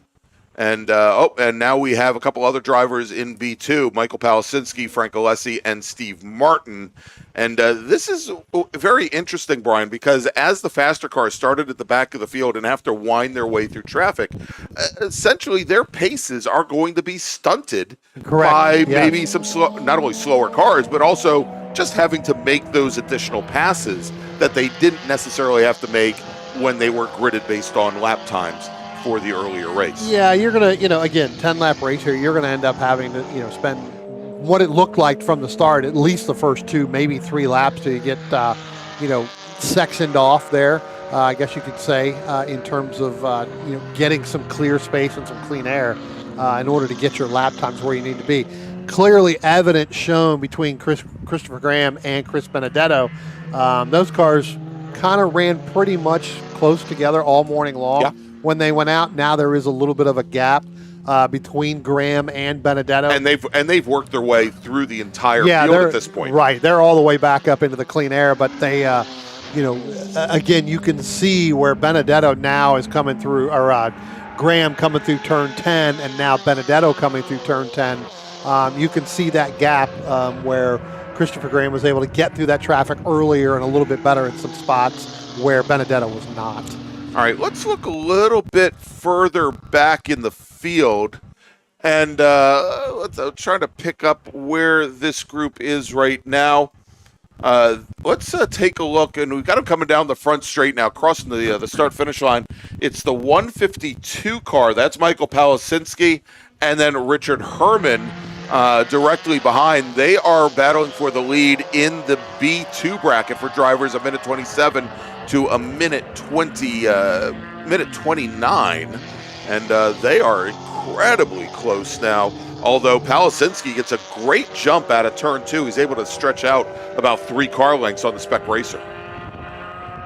Yeah, good exit coming out of there. Looks like Herman may have had to, not get on the throttle as much as he wanted. Looks like we may have had somebody go off to turn out of turn 3 up into turn 4. And, well, there you go. That's he didn't get out of turn 2 really good, but he got through turn 3 almost too good. I keep thinking of Pee Wee Herman paging Mr. Herman as the Spec Racer Ford goes off there into the gravel, coming out of turn 3. But the advantage there is the track straightens right back up again, and as long as you keep the wheel straight, you can go down into turn 4 with no problem. Yeah.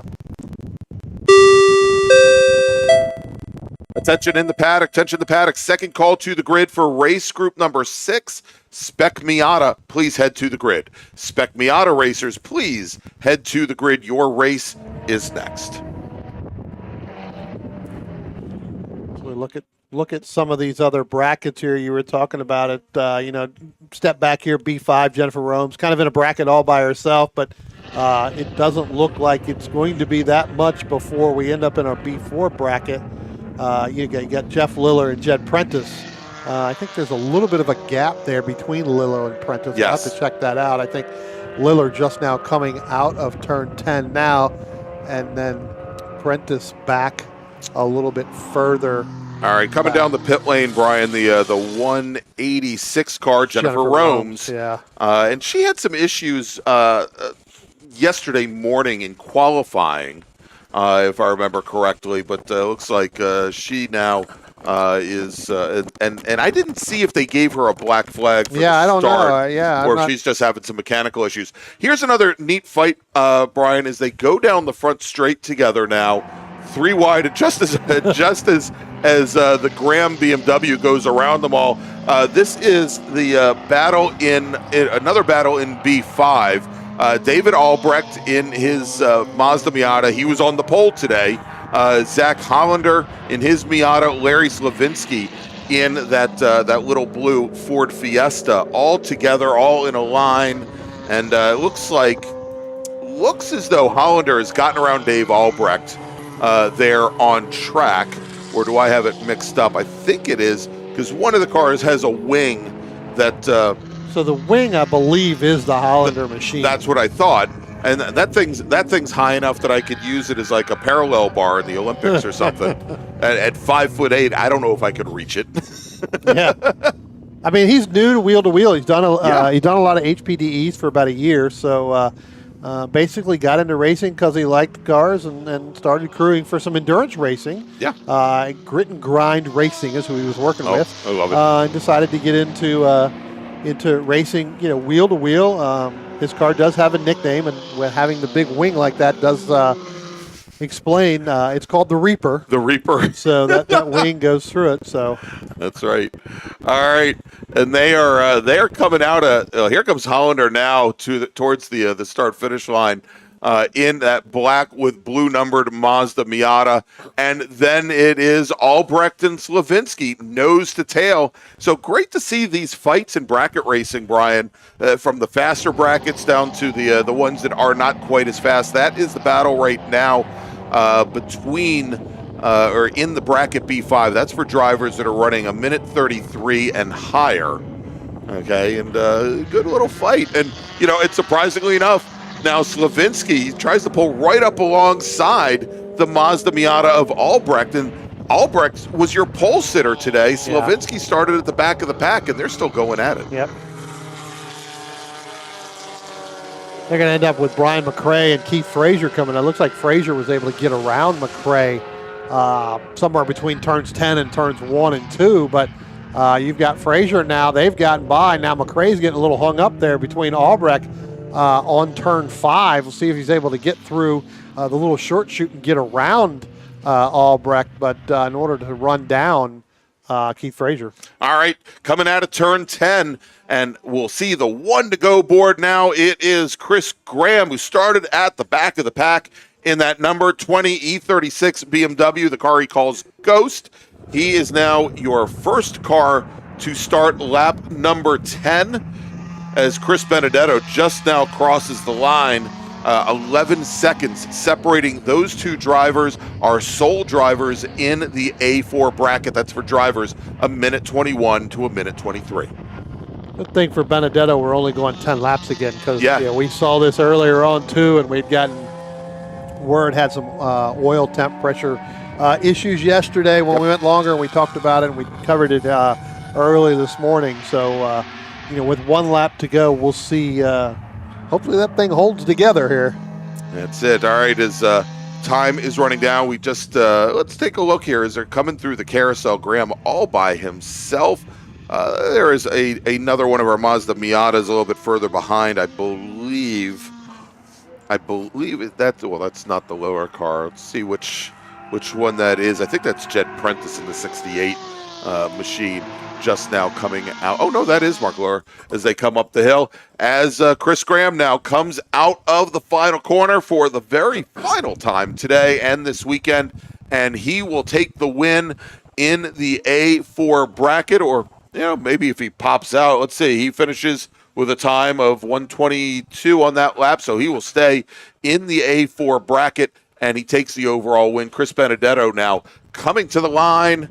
And there is Benedetto. Brian? I'm going to pick up, again, not for bracket right now, but we'll have to see. But you've got a pretty good battle coming out of turn 6 right now with Frank Alessi and Mike Palazinski in that 152 machine. They were kind of nose to tail the last time they came by the start-finish line, and then out of turns 1 and 2. We'll see. It looks like Alessi's going to pull away a little bit, but they were battling coming out of turn 1 and turn 2, and I thought maybe that, going through that time frame, whether or not they were going to end up in the same bracket. Well, you know what? They were in the same bracket. They are not any longer because as Frank Alessi was in the draft of the Palasinski BMW, that big square 3 Series BMW, at the time they were both in the B2 bracket. Well, Frank Alessi breaks out of B2. He now, and maybe this is the best thing that could happen for him, he would have finished second in B2, Brian. Instead, he breaks out, moves into the B1 bracket, and takes the win in B1. Yeah, we end up that, but then we also have the Zachary Highlander car down in turn 1. You can't see it. It's just outside of our camera. I do and see a that yellow cutoff flag, though. over there. He has pulled off to the access road just a little bit, and the reason I can tell that it's Zachary is because the wing stands out enough to where it's over the car. It goes up and over the trees. Is that what you're saying? Yeah, so that definitely did not make the full 20 laps of the day. All right. And that's unfortunate. 19 and a quarter, we'll call 19 it. and a tenth, yep. Attention in the paddock. Final call to the grid for race group number 6. Spec Miata, please start heading to the grid. Spec Miata racers, this is your final call to the grid. All right, Brian, let's take a quick break. We'll be back here in just a few moments with more action from Summit Point Raceway in the June MARRS, presented by RP Performance. But first, let's hear a little bit about our great partner, the Autoverse. The DC region would like to welcome the Autoverse to the MARRS family. The Autoverse is a huge supporter of science, technology, engineering, and math, or STEM education, and like the SCCA, wants to break down the barriers to motorsports. They do this by providing the public with real-world experiences and link them with a trusted network of providers and gearheads. To find out more, find them online at theautoverse.io. The Autoverse, 4 wheels, more fun.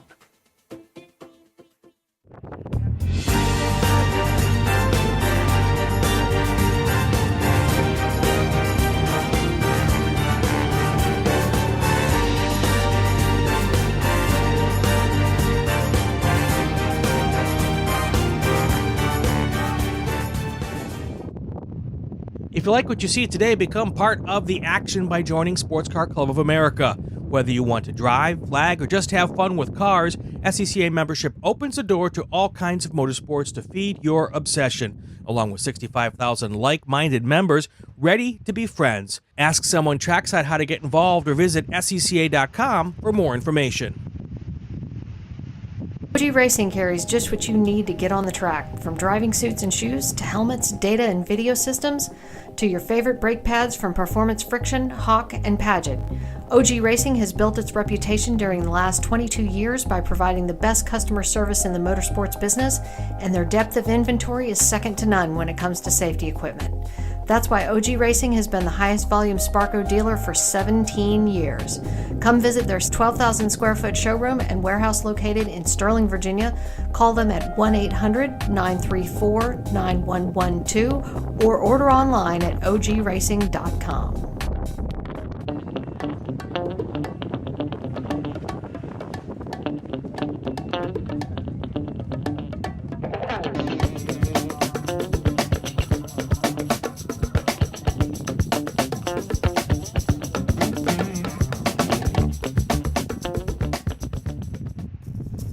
RP Performance is the only premier race shop in the region that specializes in both street and track Mazdas and is located right in the heart of racing at Summit Point's Gasoline Alley. RP has been involved in countless race wins and series championships across many classes with drivers of all ages. Not just a full-service shop, RP has been helping drivers with their individual racing and other track event needs for over 30 years, providing trackside support, arrive and drive packages, as well as race car transport services. And they're known for its help all attitude. RP Performance is your go-to for getting cars back on track for that positive experience at Summit Point when you're ready to pack it in. For more information about RP Performance, come talk to them here in the paddock. Call them at 304-728-6749 or email them at Brett, that's B-R-E-T, at rpperformanceracing.com.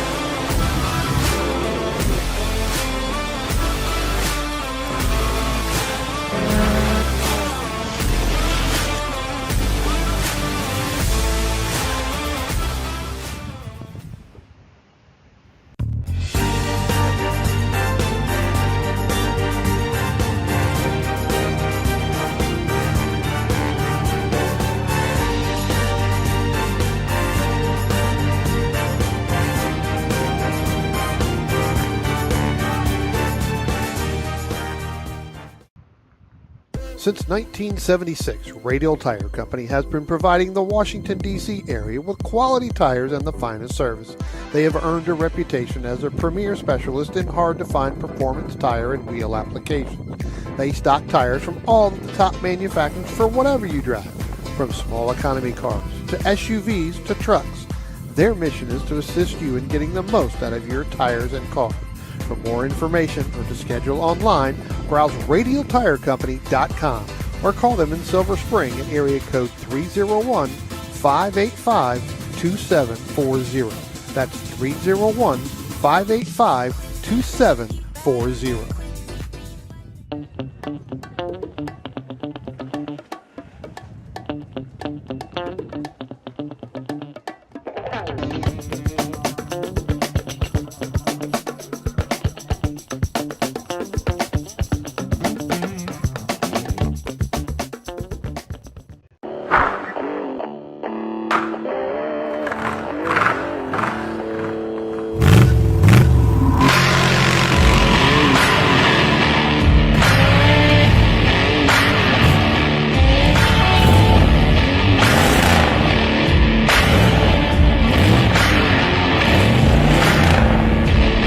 Hey dog, Belmont Classic Cars, where we take you back to simpler times. Belmont, Ohio.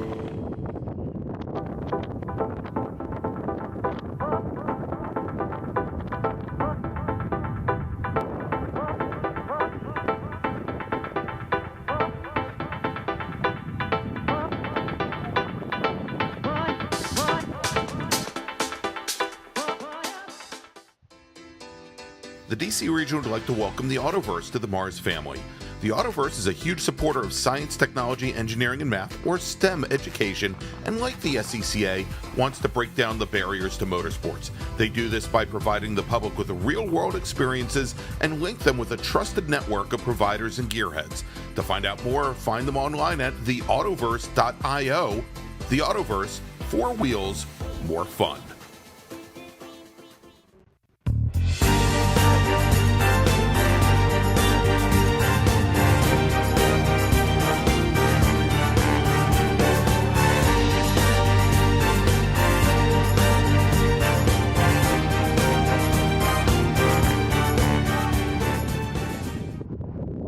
If you like what you see today, become part of the action by joining Sports Car Club of America. Whether you want to drive, flag, or just have fun with cars, SCCA membership opens the door to all kinds of motorsports to feed your obsession, along with 65,000 like-minded members ready to be friends. Ask someone trackside how to get involved or visit SCCA.com for more information. OG Racing carries just what you need to get on the track, from driving suits and shoes to helmets, data and video systems, to your favorite brake pads from Performance, Friction, Hawk, and Paget. OG Racing has built its reputation during the last 22 years by providing the best customer service in the motorsports business, and their depth of inventory is second to none when it comes to safety equipment.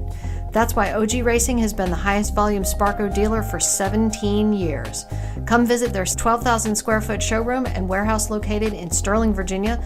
Call them at 1-800-934-9112 or order online at ogracing.com.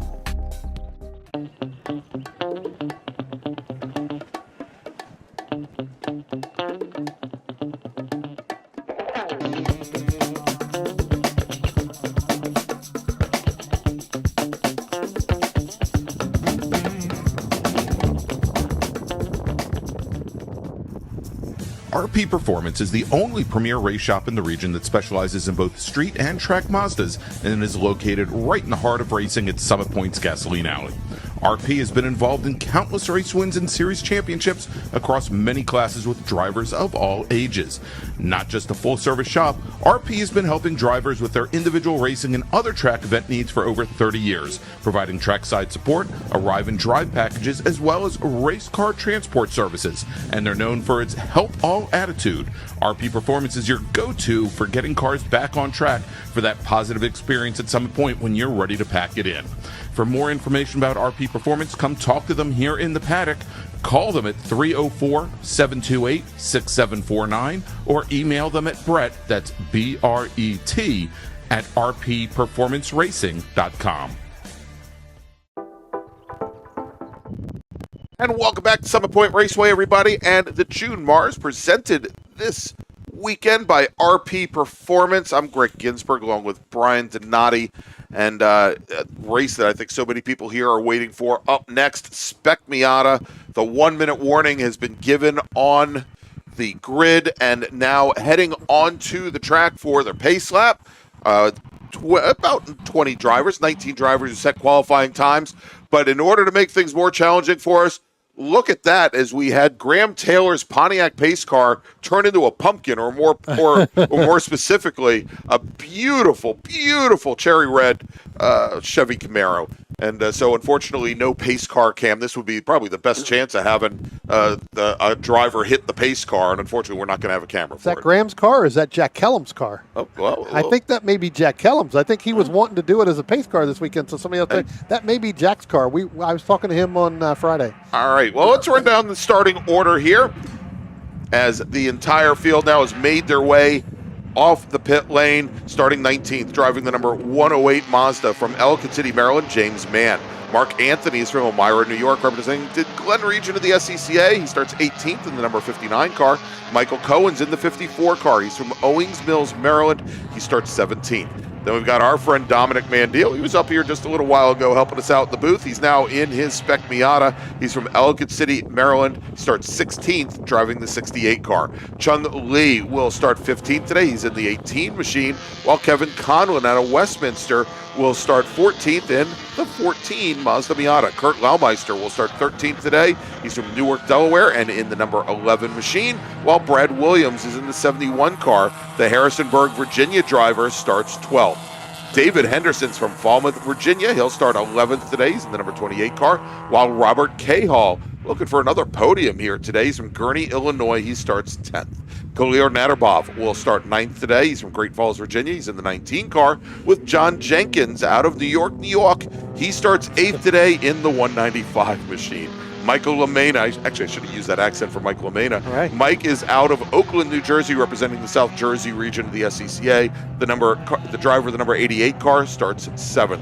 Kip Gaynor's in the 44 car. The Durwood, Maryland driver will start 6th today, while Ted Cahall from Christiansburg, Virginia starts 5th. He's in the 78 machine. James Lindenthal is out of Morgantown, West Virginia. He starts 4th today. He drives the number 118 Spec Miata. And then we've got Jeremy Butts. Jeremy's from Darnestown, Maryland. He drives the number 69 car. Wow, that's nice. He starts 3rd. And your front row today, driving the white number 63 Mazda Miata from Sparks, Glencoe, Maryland, it's John Hotz. And your pole sitter with a qualifying time of 127.343. Almost two-tenths of a second clear of the rest of the field. Your winner from yesterday, I believe, Brian Henderson, driving the number 97 machine. As the lights are out on the pace car, the pace car is on the pit lane, and Brian Henderson leads the field through and around turn number 10 with John Hotz to his side. Dave Sterling, our starter, looks over the field, and the green flag, Brian, is in the air, and we are Spec Miata racing here at Summit Point Raceway. As it looks like almost everybody, with the exception of James Mann, gets off to a pretty good start. The orange 108 car, a little bit off the pace here on our start as Brian Henderson leads the field down into turn number 1. And man, our cameraman, he's so excited. He's shaking all over the place from it. Henderson's going to take the lead. Hotz now side by side with Jeremy Butts as they come through turn 2. He's got Lindenthal and Cahall and Gaynor right back behind him as they finally make it out of turn 2 and make the run down to turn 3. Henderson now opening up a 2-car length advantage over John Hotz. Butts will slide into 3rd, then Lindenthal, Cahall, Gaynor, and LaMena. Tell you what, Greg, you'd be shaking too if you were standing down there watching 19 Spec Miatas coming dead at you, head straight to you. Not sure whether or not they're going to make that first turn, but I tell you what, right on that very first start, John Hotz had no help being pushed down. It seemed like nobody wanted to go in that left lane. Go figure. After that, Brian Henderson had all the help there that he had in order to push him out in front, and he is going to open up a pretty big sizable gap at this point right now for the rest of the field. But again, that left side starting field just did not go. All right, and so we have one person who always texts me, Brian, about union brakes, and I believe our turn 8 cameraman. Well, he's on a permanent union brake here this weekend. So unfortunately, looks like we're going to be one camera down here as our leaders come across the line to start lap number 2. Your leader after first lap, Brian Henderson out of Fredericksburg with over a second advantage on the rest of the field. John Hotz has got Butts and Cahall and Lindenthal and Lamena and Kip Gaynor and Khalil Natterbov and basically the whole field, Brian, stacked up behind him coming out of turn 1 and going into turn 2. Tell you what, you had Lindenthal and Lamena side by side going in there. Kip Gaynor, just all he could sit there and just watch those two. Backed out of it just a little bit. Didn't want to take a chance on what happened yesterday. Yeah, a little bit of damage in an incident down at turn 1 yesterday, Brian. Yeah, so able to get through that. That car looks like it's seems to be fixed up. Probably not where it needs to be, but again, just backing out of it, letting those two guys go at it. Right now, and now you're going to see where Lamena is going to go ahead of Lindenthal. So put Mike Lamena in that 88 machine up into 5th, drop James Lindenthal, that 118, back into 6th. Kip Gaynor right there in 7th. Pretty good battle. You've got Brian Henderson out by about, I'd say, 10 to 15 car lengths here, Greg, as they come through turn 6 and headed up. When we look at turn 10 camera here momentarily, the next time they come up there, we'll see what that gap is, but then you've got a group of 3 and then another group of 3. Yeah, and there's not much of a gap between those two sets of 3 cars. You can see here coming into turn 10, maybe 3-4 car lengths, but otherwise all equidistant as they come through. That second group being led by, Lindenthal, by actually now Michael Lamena, right behind Ted Cahall, who gets Lamena getting around Lindenthal. So we'll move Lindenthal back in the 6th, Kip Gaynor, Khalil Natterbov, Robert Cahall, and almost no gap back to David Henderson, who's running in 10th. Yeah, I tell you what, the first,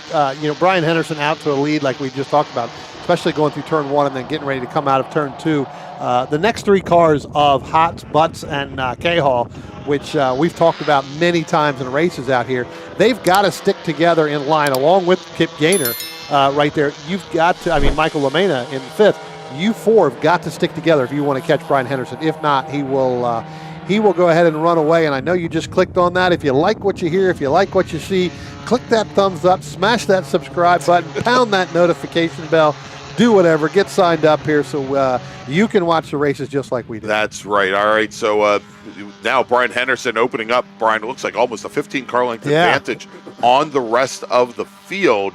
And we saw yesterday, it was a very different opening to yesterday's race where both Brian Henderson and John Hotz ran away and hit, and that's where they were for the entire race. They opened up maybe a 20 car length advantage early on the rest of the field, and they were going at it tooth and nail for the entire 15 laps of yesterday's sprint race. Today, John Hotz just does not seem to have that pace, and he's now sitting there trying to hold off his nemesis, Jeremy Butts, who is directly behind him as they now come down into under braking, going down into turn 1, and not all that far back from Hotz and Butts is Ted Cahall and Mike Lamena. Yeah, tell you what, you're right. It doesn't look like the rest of that field has the pace as Brian Henderson. But remember, we talked about this on the start. John Hotz in that left lane, although he was able to get up to second place, didn't have the help in order to get that that momentum for the draft. And Henderson had a pretty good lead there by that time, and now it's just pretty much equalized out. He is starting to pull away a little bit because at some point these next 4 drivers, they're going to start defending against each other, and that's only going to help Henderson. Last time by in turn 1, James Lindenthal, big lockup on the right front going down in there into turn 1. Yeah, and we're starting to see, and I think there's probably over the last couple of race groups a lot of dirt and gravel that's been pulled onto the race surface over at turn 3 on drivers left at the apex. Hey, look what we got. Maybe the cameraman didn't come back from lunch. Union break is over. Bathroom break is over. Our cameraman at turn 8 has reappeared. We want to thank him. I'm not giving him a bonus for this weekend, that is for sure. All right, our leader is coming out of 10 and onto the front straight, and Henderson again all by himself. Here's the battle for second, and it's a long one. It is sitting right up at the front of the field there. Hotz, Butts, Cahall, Lamena, and then a bit of a gap back to Kip Gaynor running in 6th. He's got Lindenthal, he's got Henderson, David Henderson, that is Brian's father, Khalil Natterboff, John Jenkins, Robert Cahall, Brad Williams. So all the way back from essentially from second back to 12th place, all in a line there behind John Hotz. Yeah. You know, I talked to Michael Cohen later last night too, right before dinner, and I asked him if he was having problems with the car, and he's like, you know, there's just no drive off, right? It's a brand new rebuild for last year. Did very well last year, not having the success this year early on.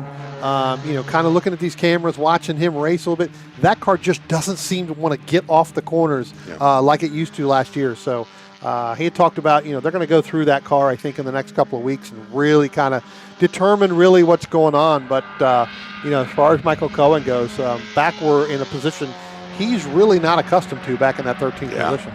Yeah, very, very challenging. Because again, as you're saying, he is much, much more accustomed to being in the top 10 there, and that is definitely trouble. As we're starting to see a little bit of a breakaway now, Brian. It had been 3-3 in that back behind our leader. It is now appearing as though John Hotz and Jeremy Butts starting to finally, as we have 5 laps complete, about a quarter of this race, starting to move away from the rest of the field. We then have Cahall and LaMena locked nose to tail, and I think what we're seeing here is where Ted Cahall is probably putting a little bit more effort and a little more of his attention to the LaMena machine directly behind. That's allowing the 2 cars ahead to just eke out a little bit more of an advantage. Yeah, I'm sure Michael LaMena is just sitting there riding right now behind Ted Cahall. Again, you know, you've got Hotz and Butts sitting there, you know, about 4 car lengths ahead, just trying to, again, ride here with still 15 laps to go. They're still each 4 of them catching the draft from each individual, right? So each car. So there is a big, huge draft. It's when you go back to the 44 machine Kip Gaynor, that's where the draft starts to come away a little bit. Right. And so you're having to fight that. So, you know, 2nd through 3rd, 4th, 5th really is still technically in a draft, even though they're, you know, within a half a car length to a car length apart. I tell you what, the dominating car right now, and he's not even in your shot, and that's Brian Henderson. There he is. Turn 10. Now he's in our shot. Basically on his full Sunday drive, that car just got out and just is basically gone from the field. We've seen this from other cars occasionally in this division, but, you know, this is very kind of unheard of right now with the group of drivers that we have out here in this race. As he now has extended his lead to over 4 seconds. We have a change of position. We have a new 4th place driver. As you know, I talked about Ted Cahall, maybe a little concerned about Mike LaMena. LaMena got a great run out of turn 10, got around Ted Cahall before they ever got to the start-finish line. So move LaMena now up into 4th position here.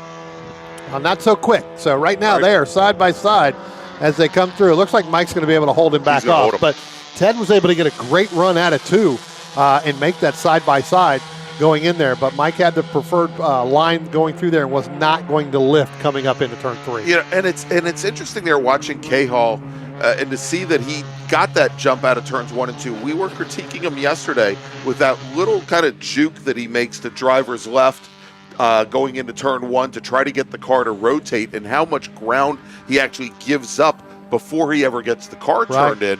But we're seeing there, you know, with LaMena, that it actually worked to his advantage that time around, and he actually was able to carry some additional speed on corner exit at 2. Tell you what, we've got to keep a pulse on our producer over here, Spencer, because as I look at the camera now, Kip Gaynor, Spencer's dad, seems to be reeling that group in with LaMena in there. So where it was a 10-car length lead between Cahall and LaMena, Kip Gaynor, that car's starting to come in and getting a little bit faster here.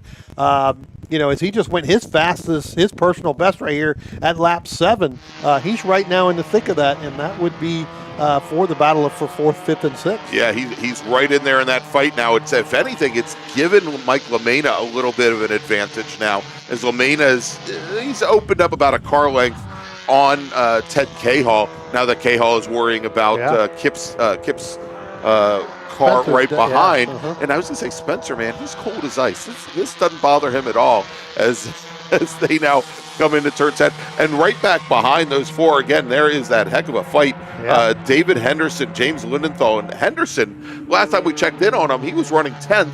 He's now leapfrogged Lindenthal and Natterboff to move up into 7th position. Yeah, and he's got a little bit of gap between Lindenthal and Khalil there in that number 19 machine, along with John Jenkins in that 195 and Robert Cahall in that 178. So David Henderson, again, we talked about it yesterday, having some problems early on with that car, seems to have gotten that taken care of.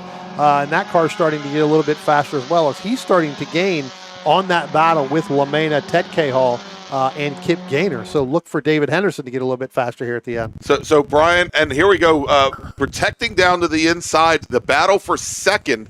John Hotz now moves the car all the way over driver's right. You may think it's a little early on with 12 laps remaining, but John Hotz already in a very defensive posture, and much like he is, back behind them, Mike LaMena doing the same thing, trying to defend against Cahall and Kip Gaynor as they go down into turn number 1 there. And Brian, I just got word from Ted Cahall's driver coach. Driver coach says he will not be doing the turn 1 juke ever again after being chastised about it last night. Yeah, I just think that I think you're right. I think it takes way too much out of the car, and you're making a double move there, and you are scrubbing some speed. So I think we do know who the driver coach is, and I'm sure. Oh, we got one car that looks like it may have gone around. That may be the 68 of Dominic Mandil that went around down in turn 1 again. Unfortunately, or fortunately, we missed Dominic's spin yesterday. Which, like I said, fortunate or unfortunate. But fortunately for him. Yeah. and that is indeed the case. And so he has now recovered, and he is back around. Let's take a look here. We've got that battle now for the battle for 4th with LaMena, Cahall, and Gaynor. We're going to jump back just a tiny little bit, though. Here, we're going to skip one more car, and we're going to get to John Jenkins, who now, Jenkins gets around Natterboff and moves up into 8th position. It's Jenkins, Natterboff, Brad Williams, with Robert Cahall and James Lindenthal in that group as well. And they have been, again, they've swapped a couple positions here, but they've been pretty much locked nose to tail now as they come out of turn 2. They're just now going to be coming into our frame. The trailing 4 or 5 cars there as they go out into a little diamond pattern, all 5 of them. Great fight there, all the way from the front of the field. Well, maybe not the front of the field, but from second place, right? From almost the front of the field to the back. I tell you what, the car that's really fallen off, and I don't know if this is from setup or just the car's just not running right, but that is Lindenthal. He's down 8 positions now from his 4th starting spot. Yeah, and he finished 5th yesterday. Yeah, so big difference for him today. So definitely struggling with that car in that 118. Again, not sure what's going on with that, but you're right. I mean, you've got Jenkins, Natterboff, and Brad Williams along with Robert Cahall there. Attention in the paddock. First call to the grid for race group number 7, Improved Touring. Improved Touring racers, please start heading to the grid. Your race is next. Race group 7 to the grid, please.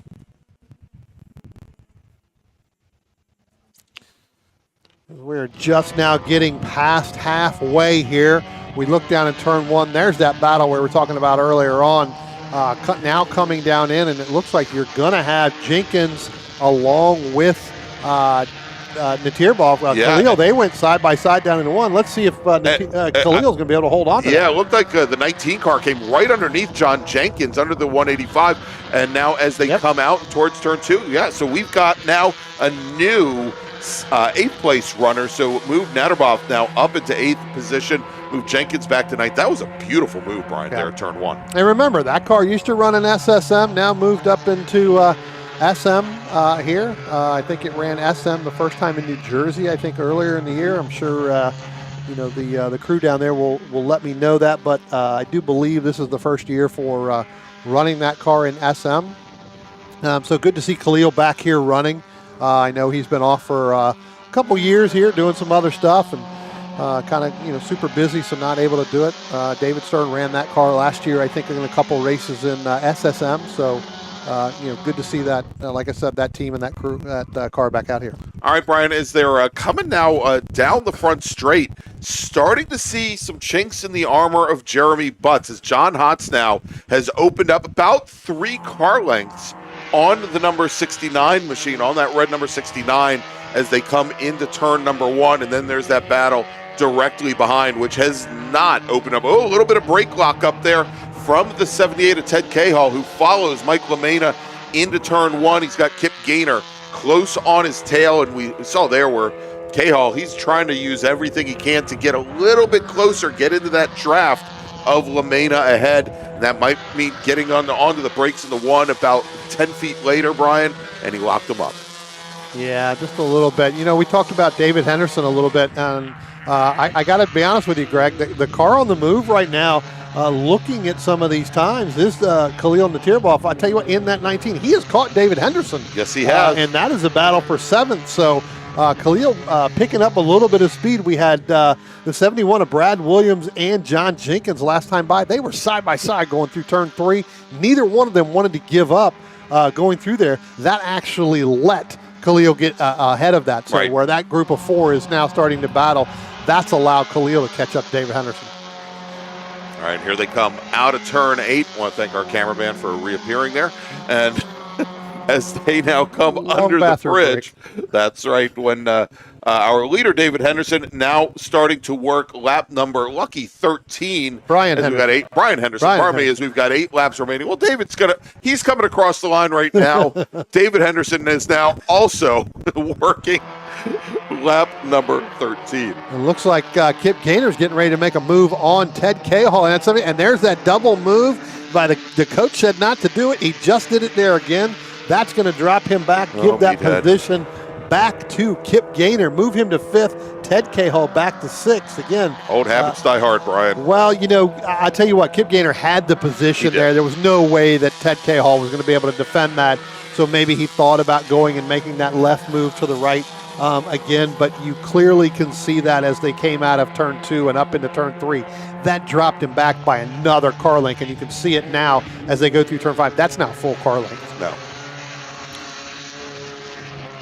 And notice they're with that move, the second group back behind them, starting to close things up just a little bit. It only takes a little bit. Takes one pass to be ill-advised or a defense to be ill-advised, and the gap that you have to cars behind you will start to close up. And now it's almost 2.5 seconds. So when you make that move in turn 1, it does take a whole other lap to get back. And now what's happening is now as they start to break away a little bit, like I said, you've got David Henderson and Khalil Natirbov. We'll see whether or not they're able to roll in to that, to the Ted Cahall machine. Dropping a wheel and gathering it back up at the last moment. That was the 118 car of Lindenthal. Brian currently sitting 12th. He lost more ground to the group of drivers just ahead of him, Brad Williams, Robert Cahall, John Jenkins there. But good recovery, good save there as he had 2 wheels in the gravel. The car got sideways. Yeah, that handling on that car is going away. I'm not sure what kind of tires he's put on, how old those tires are, but it very well could be that those tires have basically just completely fallen off for this race, thinking they would be able to get another 20 laps, and they just do not. So that car's handling is definitely ill-fated for today. As Spencer is pointing out vigorously behind here that dear old dad has now moved in front of Michael LaMena. And you notice how that camera went right to that pass as they came through. So throw Kip Gaynor up into 4th place now. If we could zoom in on that car, we would. Or Spencer would. If we had the in-car camera for him, we would. And again, Kip having some difficulty in yesterday's race. Had a kind of a right front problem and was worried about the rear end. Was able to get all that fixed up, and that car looks actually pretty strong here towards the end of this race, moving all the way up into 4th place. It's going to come up on the James Mann machine as they go across the start-finish line and head down into turn 1. It does look like that they are going to be able to make that pass. So now you've got Kip Gaynor and Michael Lamena. That's 4th and 5th, respectively. And Brian, right back behind him, Khalil Nederbov trying to make the move, coming down the inside of David Henderson, the number 19 car, looking to make another one of those very pretty moves going into turn 1. A little bit of contact going up in the grid. No contact, but they definitely moved over it. I guess Henderson thought maybe he was clear of the 19, was not. Khalil making a great move to the right, almost got those right side tires into the grass. But again, another product of maybe David thinking he was clear and just was not. All right. Michael Lamena having a problem there, Greg. You're writing it down. He is very slow down in turn 4. So yeah, they're covering him with a white flag, meaning slow-moving vehicle. Looks like we got 2 cars there that are very, very slow. Yeah, that's Lamena one. I think that's. All right, and we've got a car off now over at turn 5. And we'll see if that was Lamena. Maybe Lamena pulled into the infield. We'll see now. No, there he goes there through 6. So we'll get the car number on that. That is experiencing. We got 3 of them that are pretty slow. We've got another car very slow right there. Let's see if we can. That looks like that may be the 71 of Brad Williams. Oh, it looks like 71 went off. Yes. In there. So do it. But yeah, definitely Michael Lamena. Michael Lamena very slow. Brad Williams, contact with the tire wall down there, and we'll see do it. As I think Michael Lamena, as you just said, I think he saw the incident there with 71 of Brad Williams. Yeah, and now the 71 car coming down the pit lane. Sounds like the 71 car dropped the wheel on the exit of turn 5, came back across the track, and actually impacted the tire wall driver's left. And of course, he's now made it back up to the. The pit lane. And unfortunately, our pit lane cam is blocked. Just gives a nice shot. Actually, that was our pace car for this last group, that Chevy Camaro. But now we do have the 71 car heading back to the pits. Yeah, it sounds like there was a little bit of, like you just said, some contact with the tire wall. And Brian, we've got a car off, just went off coming out of turn number 10. Left front is down. And, it looks like the left front suspension is down. We'll try and get a car number here for you here. Is that Mark Anthony in the 59? Looks like it. It is the 59 that has gone off.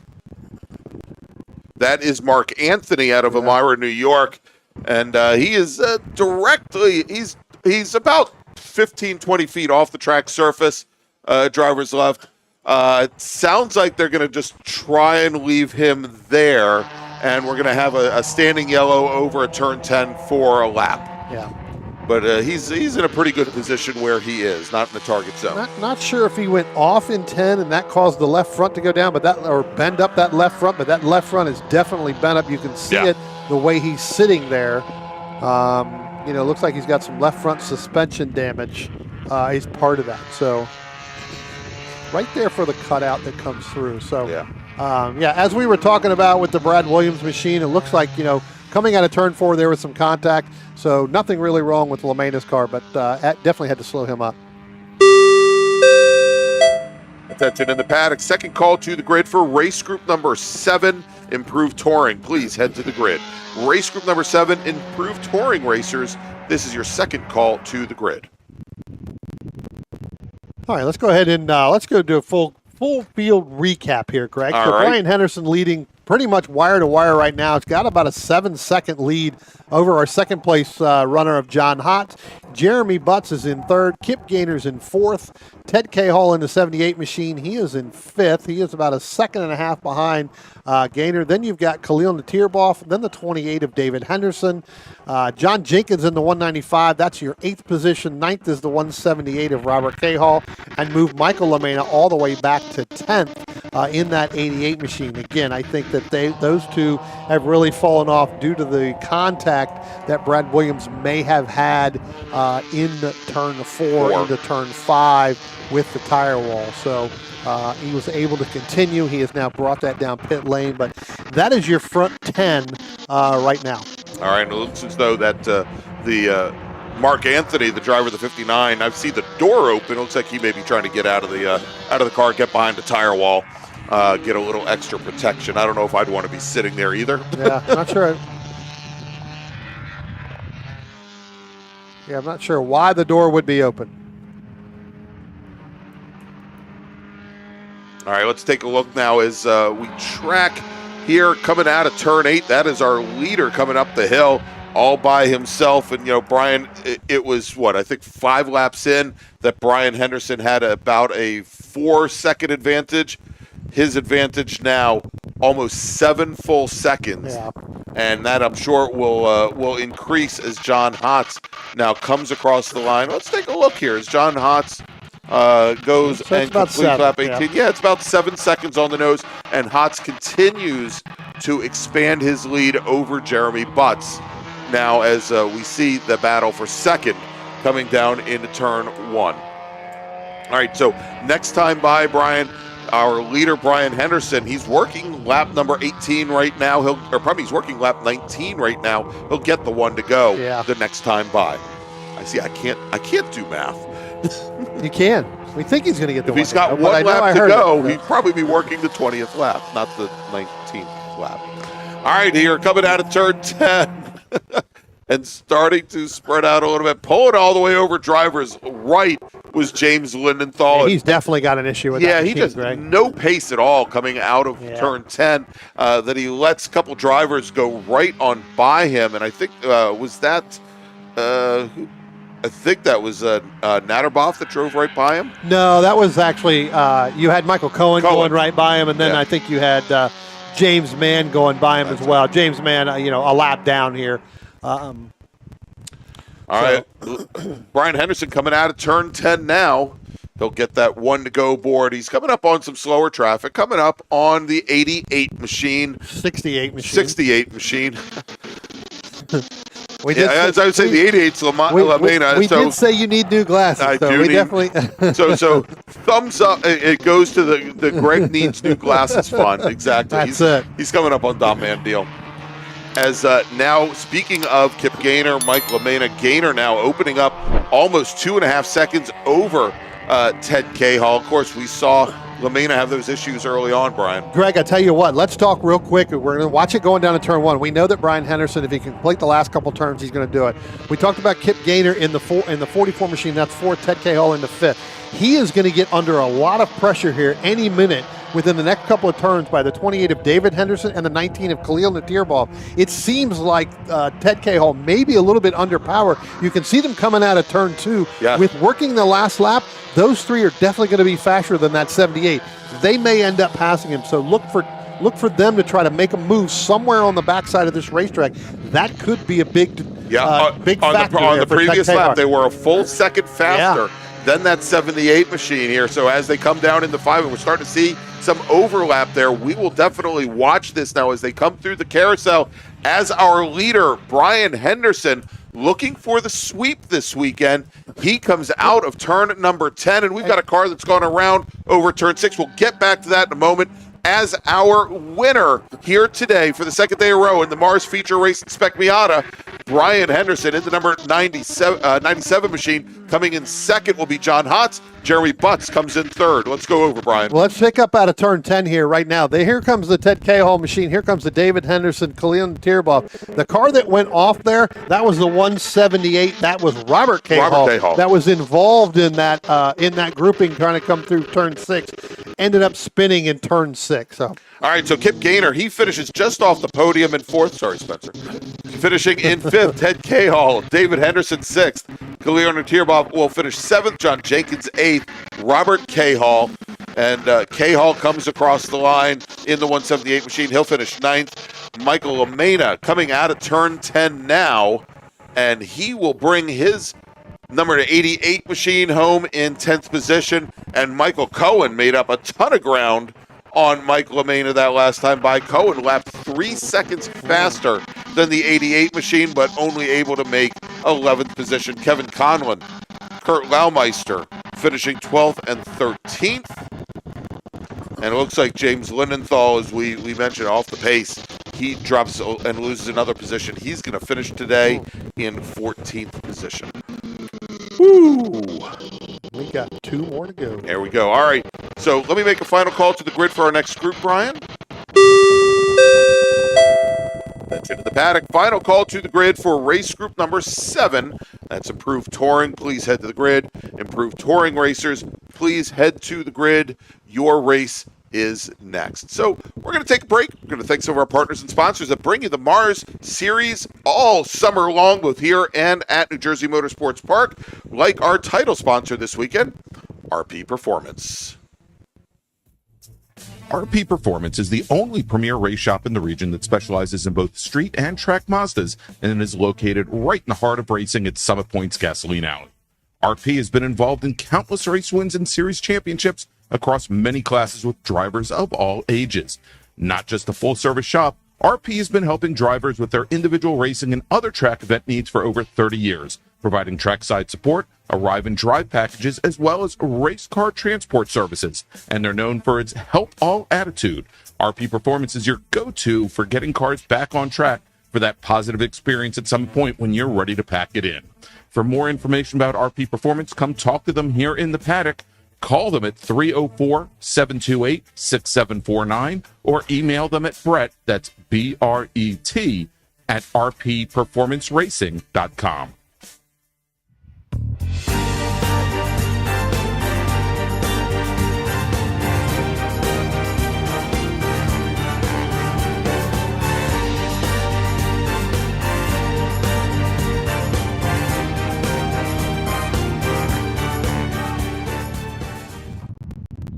If you like what you see today, become part of the action by joining Sports Car Club of America.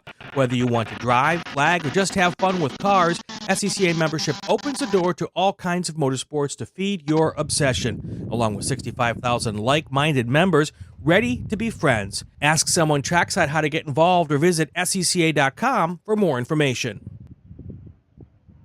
OG Racing carries just what you need to get on the track, from driving suits and shoes to helmets, data and video systems, to your favorite brake pads from Performance Friction, Hawk, and Paget. OG Racing has built its reputation during the last 22 years by providing the best customer service in the motorsports business, and their depth of inventory is second to none when it comes to safety equipment. That's why OG Racing has been the highest volume Sparco dealer for 17 years. Come visit their 12,000 square foot showroom and warehouse located in Sterling, Virginia.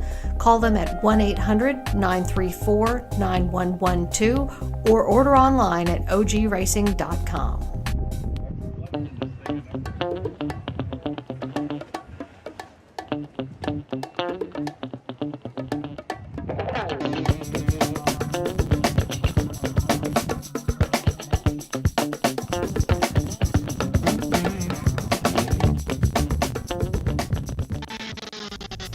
RP Performance is the only premier race shop in the region that specializes in both street and track Mazdas and is located right in the heart of racing at Summit Point's Gasoline Alley. RP has been involved in countless race wins and series championships across many classes with drivers of all ages. Not just a full-service shop, RP has been helping drivers with their individual racing and other track event needs for over 30 years, providing trackside support, arrive and drive packages, as well as race car transport services. And they're known for its help all attitude. RP Performance is your go-to for getting cars back on track for that positive experience at some point when you're ready to pack it in. For more information about RP Performance, come talk to them here in the paddock. Call them at 304-728-6749 or email them at Brett, that's B-R-E-T, at rpperformanceracing.com.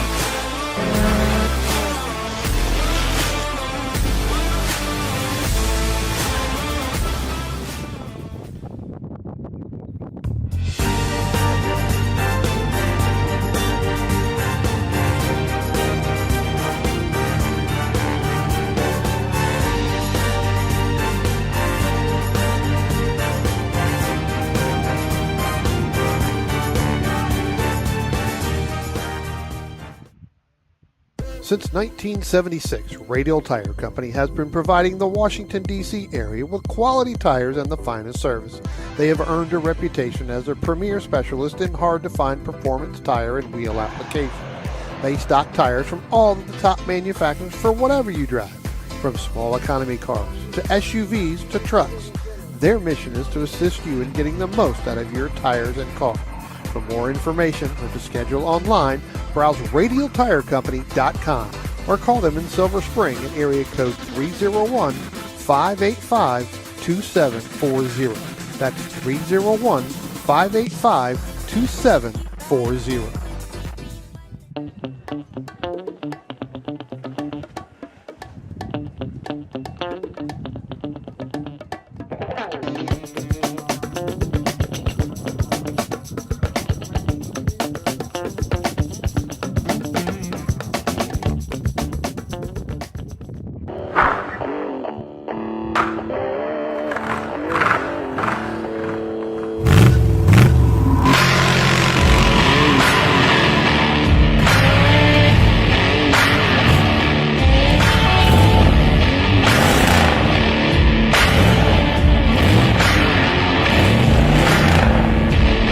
Hey dog, Belmont Classic Cars, where we take you back to simpler times.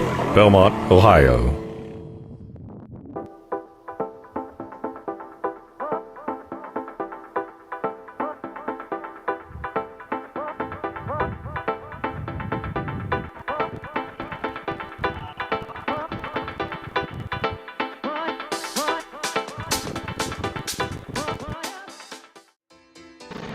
The DC region would like to welcome the Autoverse to the MARRS family.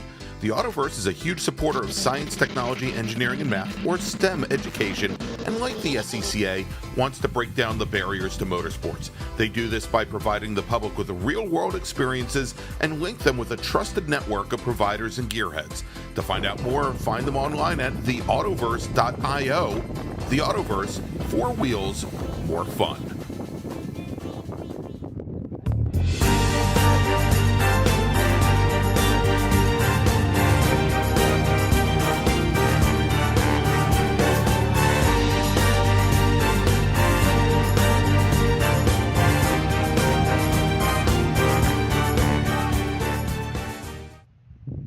If you like what you see today, become part of the action by joining Sports Car Club of America.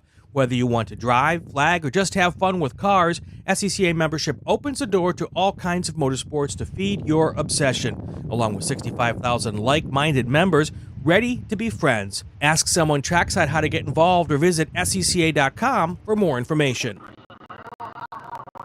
OG Racing carries just what you need to get on the track, from driving suits and shoes to helmets, data and video systems, to your favorite brake pads from Performance, Friction, Hawk, and Paget. OG Racing has built its reputation during the last 22 years by providing the best customer service in the motorsports business, and their depth of inventory is second to none when it comes to safety equipment. That's why OG Racing has been the highest volume Sparco dealer for 17 years. Come visit their 12,000 square foot showroom and warehouse located in Sterling, Virginia. Call them at 1-800-934-9112 or order online at ogracing.com. And welcome back to Summit Point Raceway, everybody, and the 2024 June MARRS presented by RP Performance. I want to thank Brett DePedro and Sissy Connolly from RP for all they do for the racers and all they've done for us this weekend. I want to thank y'all. And we have, Brian, 2 more MARRS feature races today. Next up, it's going to be, of course, near and dear to my heart, Improved Touring, where we've got our Improved Touring S, Improved Touring A, and Improved Touring B classes heading out on track now for their pace lap. Let's run down the starting order, where we had 17 drivers set qualifying times over the last 2 days. Starting 17th, driving the number 36 ITB Alfa Romeo from Leesburg, Virginia, Patrick Pegues. Jonathan Kinberg is out of Darnestown. He's driving his ITB BMW 2002. He starts 16th. Starting 15th, driving his brand new, well, new to him, Volkswagen Golf, the number 28 machine out of Shippensburg, Virginia, is driven by Matt Small. He starts 15th. Then we've got an Alton Fryer. Alton is starting 14th today. He's in the number 89 ITB BMW 2002. Rich Allen will start 13th today. He's in the number 44 Volkswagen Golf. That's an ITB machine. He's out of Frederick. With Barry Brown out of Alexandria, Virginia, starting 12th today. He's in the number 97 ITA Mazda Miata. Kevin Fryer is going to start 11th, scheduled to start 11th. He's driving the number 98 ITB BMW 2002, now from Durham, North Carolina. And yesterday's winner in ITB, driving the number 69 Mazda Protege out of Frederick, Maryland. It's Scotty Holman. Starting 9th, driving the number 100 ITA Mazda Miata from Hempstead, Maryland. It's Justin Shepard with Ben Selig starting 8th. He's driving the number 5 ITA Mazda Miata. Then we've got Chuck Bucheski. Chuck is starting 7th today. He's driving the number 0 Datsun 240Z. He's out of Greencastle, Pennsylvania. With Joel Gambino starting 6th. He's driving the number 31 ITA Mazda Miata. Right outside the front gate here practically. Lives in Harpers Ferry, West Virginia. Glenn Evans is starting 5th. Glenn is driving the number 10 ITA Mazda Miata. With our ITA winner yesterday, driving the number 1 Mazda Miata, starting 4th, Dan Freeman. Starting on the inside of row number 2, driving the number 127 ITS Mazda MX-5, we got the cat killer, Chris Childs, and your front row, starting 2nd, driving the number 00 Datsun 240Z, the ITS 240Z, Jeffrey Lucas out of Myrtle Beach, South Carolina. And then your pole sitter today, yesterday's winner in ITS, driving the number 17 Nissan 240SX from Falling Waters, Maryland. It's Mark Johnston. Tell you what, Greg, we had a great battle early on pretty much the entire race between Lucas Johnston and Chris Childs. It wasn't until Lucas made a mistake there towards the end. All right, starter looking over the field. Evan Troxel lifts that green flag, and we are racing here once again from Summit Point Raceway as our front rows start to barrel down towards turn 1 with the Nissan of Johnston, with the Datsun of Lucas, left and right as they go into turn 1. And Lucas, he's going to sweep around the outside of Mark Johnston. And what a start here, Brian, for our ITA pole sitter. Looking for a second race win in a row, Dan Freeman, as he comes around and he slots into 3rd position. He gets around Joel Gambino, and looking to see is the 127 machine, Chris Childs, slots now in the 5th position. Got a little loose coming out of turn 2, had to give that position up. Really what that does is that actually hurts Dan Freeman, because now that puts Joel Gambino right on the back bumper, as opposed to yesterday when they got that start with Childs breaking them apart a little bit, getting Dan Freeman. He was able to use the draft. He had correct, the 3 ITS cars in front of him, pulling them down the front straight and separating them out from Joel Gambino. Doesn't have that advantage here today as the field makes their way through the carousel for the very first time in today's 20-lap race. And they start to make the run up the hill. And, in what we saw yesterday, Freeman, even, he was the faster car. He was faster than the ITS cars down in the bottom half of the course, down through the carousel. But he was able to hang on to them in the draft on the front straight. And now Dan Freeman, as they come out of turn 10 behind our ITS leaders, he's now opened up about 8 car lengths on Joel Gambino. But just ahead of him, the battle for the lead in ITS, picking up right where they left off yesterday. It's Jeff Lucas and Mark Johnston. Lucas, he holds off the Nissan of Johnston coming through 1. Yeah, I tell you what, Mark Johnston tried to pull out when they crossed the start-finish line, going down into 1 to go side by side. That actually helped Dan Freeman come in there a little bit. But then as they got towards the braking zone of 1, Johnston had to get back in underneath Jeffrey Lucas, so that helped them definitely going single file there. So Mark Johnston definitely much faster, really coming out of turn 9 all the way through turn 10 than Lucas is right now. Yeah, indeed. And so that is Chris Childs that's sitting right back behind Gambino and Freeman. And I'm sure Dan Freeman's going, come on, Chris. Get around Joel. Get around Joel. Give me a car with a buffer there. Exactly here. And so we'll see if that happens. We've got Glenn Evans in the number 10 ITS Mazda right behind Chris Childs. And he was about 3 car lengths back when we completed lap number 1. Chuck Bucheski in that beautiful yellow Datsun 240Z. The driver, the big Mopar guy. They're sitting 7th place overall and sitting 5th in ITS as our leaders now coming out of turn 10. And again, Johnston, it's almost like a broken record here. Johnston gets such good runs out of turn 10 Brian, and he immediately will move to the inside on Jeff Lucas. Lucas, though, has had the ability to outbrake Johnston going into one. It doesn't help that Johnston gave up a lot of room, moved maybe a little bit further over to driver's right than he needed to, and allowed Lucas to go and maximize his corner entry. And as they come out of turn 2 and make the run down towards turn 3, Lucas now with a car length and a half over the Nissan driver. Yeah, tell you what, and I've been watching the ITB group, especially through the first 2 laps there. Scotty Holman leading that as well, but Richard Allen last time by, while he was 2/10 at that point, now it's starting to open up to about 7/10.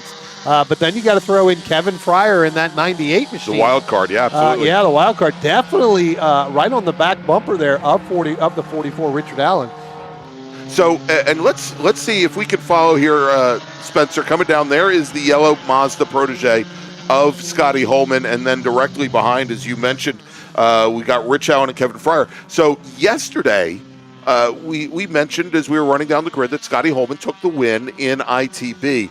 But Rich Allen was making up almost 3 seconds a lap on Holman at the end of the race. And the margin of victory, if I remember correctly, was somewhere south of 0.4 of a second. That if there was just one more lap, like we had in our Spec Racer Ford race yesterday morning, Rich Allen really had a great opportunity to come home with the checkered flag. Yeah, I mean, we pretty much got Scotty Holman pretty much the class of this ITB field really over the last couple of years, but. You're right. Richard Allen making a lot of movement yesterday. He had fallen back and then got back up in front, and then really, kind of that battle for second place with Kevin Fryer pretty much all day long there. Again, here they are, nose to tail once again. Holman opening it up now over about 1.4 seconds over Allen and Fryer. All right, and taking a look here, I think let me take a look. Coming out of turn 2, Brian. Well, no, it's a different battle than I thought. I thought I saw Chuck Bucheski closing things up on Glenn Evans the last time by. We'll try and check that fight. I think they're actually coming down. They're just ahead of the ITB leaders here. But you said it, Kevin Fryer. He is all over the back of Rich Allen. For the moment, we'll see if he can make that car continue to handle well here, although we're very early on in the 20-lap race. And Glenn Evans normally running in the Spec Miata with that car, now making that move over, that transition over to the ITS group. Yeah, and it looks like Bucheski now has managed to stretch things out a little bit on Evans here, but let's jump back. Let's take a look here as they're coming out of turn 10. It out by much. Yeah, it's right now, about 2 car lengths, about 2.5? Yeah, about 2 car lengths now as Glenn Evans has gotten around Chuck Bucheski. Greg, let's jump back up to the battle here. Let's go ahead and turn a camera 2 there, if we can there, Spencer, because definitely coming out of going into turn 1, coming out of turn 2, we've always talked about Mark Johnson tries to take that unorthodox line going in and not able to make that position. All right, Brian, let me jump in real quick. Alton Fryer, for the second day in a row, having some issues. He has pulled his car off down. If we look at our turn 8 camera, you'll see him there, driver's right, the corner station. They're asking to get him moved out of the way. So, of course, we got the local caution there. It should not bring out a full course caution, hopefully not, as indeed they're going to be sending some teams out to try and get that 89 car. Yeah, he actually got out of the car, so he is actually out of the car and on the other side of that hill and that tire barrier, so which means he's going to have to go back to get in the car in order for them to move that. So yeah. And race control's trying to see if they can get the driver back in. All right, let's jump and we'll take a look at some of our racers now that are actually closing things down. Here we go, coming down the front straight once again. It is Lucas and Johnston coming down into turn number 1. And Mark Johnston this time by, he had to get out of the throttle because we had that emergency services machine deploying. Didn't want to go 3 wide with a big Chevy 3500 pickup truck. And he now has fallen about 4 car lengths off the back of Jeff Lucas's Datsun 240Z. Yeah, it's going to be a little interesting as they start to move, because remember, you've got that emergency vehicle going down into turn 5 right now, going to cut across turn 5 to pick up turn 6 and get over there. But I tell you what, they're going to be turn white, and again, it's going to make it difficult to make any type of a run. Yeah. Coming out of 5 through 6 as you see that white flag.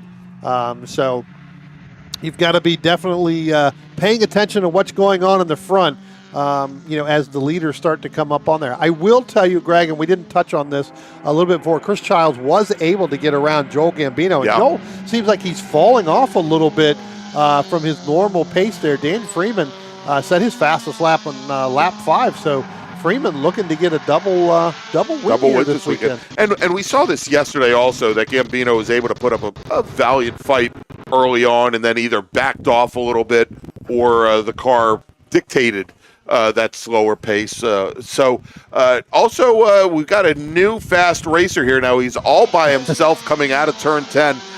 Chris Childs from Angry Sheep Motorsports. He is currently running 4th overall. He's slotted between Freeman and Joel Gambino. He turns in at 127 flat. That was almost 0.3 faster than Lucas and Johnston ahead. I'll tell you what we just talked about it. Whoever's going to, who's going to benefit from that is Dan Freeman, because if he can catch Freeman, he can help push him and get him really far out of in front of Joel Gambino. All right, here's that ITB battle now coming through turn 1. And Scotty Holman, again, he's opened up a little bit of a gap. He's been helped a little bit because Chuck Bucheski's ITS Datsun 240Z sitting right between Scotty Holman and here we go. Push for a new second place runner in ITB as Kevin Fryer makes a late pass on Rich Allen going into turn number 3 to move the 98 car up in the second place in class. And just as Chuck Bucheski's going to try to come underneath Scotty Holman going into 5, that might hold up Holman a little bit. I was going to say. Because this is the portion of the course where Bucheski and where the ITS cars, we'll just say it, this is where they're slowest.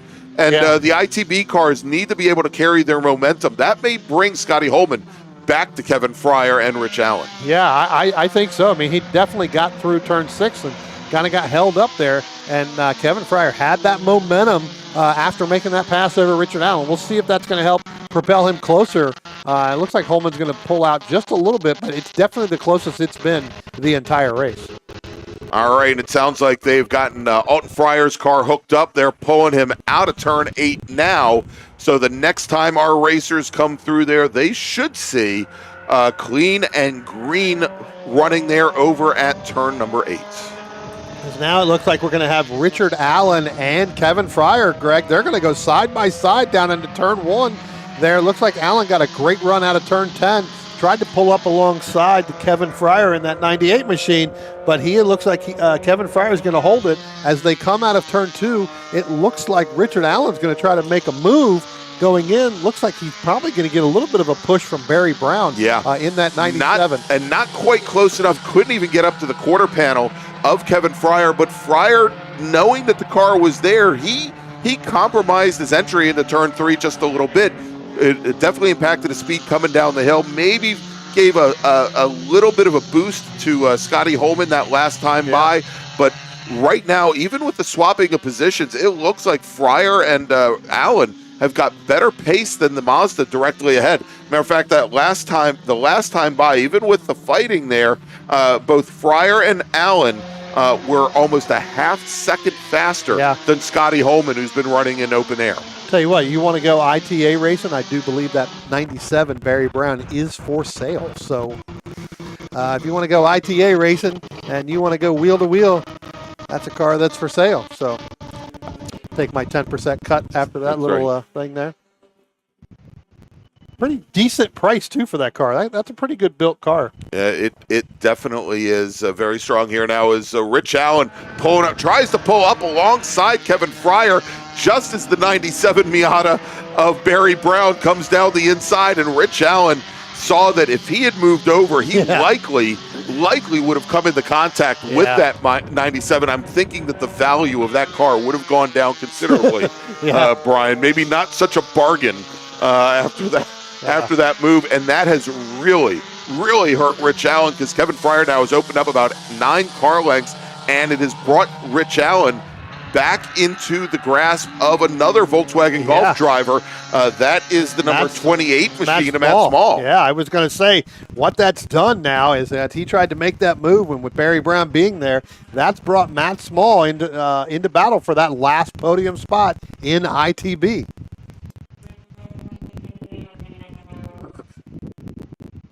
Tell you what, our overall leaders still continue to battle out between Mark Johnson and Jeffrey Lucas. That's been a continuous battle the entire race, with Jeffrey Lucas now barely holding on to that lead over Mark Johnston as they start to come up over the hill in turn 3. Looks like Mark Johnston may be a little content right now just to follow, knowing the lap's still got about halfway to go here. So don't want to ruin the tires at this point and put a pressure on it. We also talked about Dan Freeman and Chris Childs. It looks like they have spread apart. Childs has gotten around Dan Freeman now, and Freeman's been getting a nice little toe off the back of the 127 car, Brian. Yeah.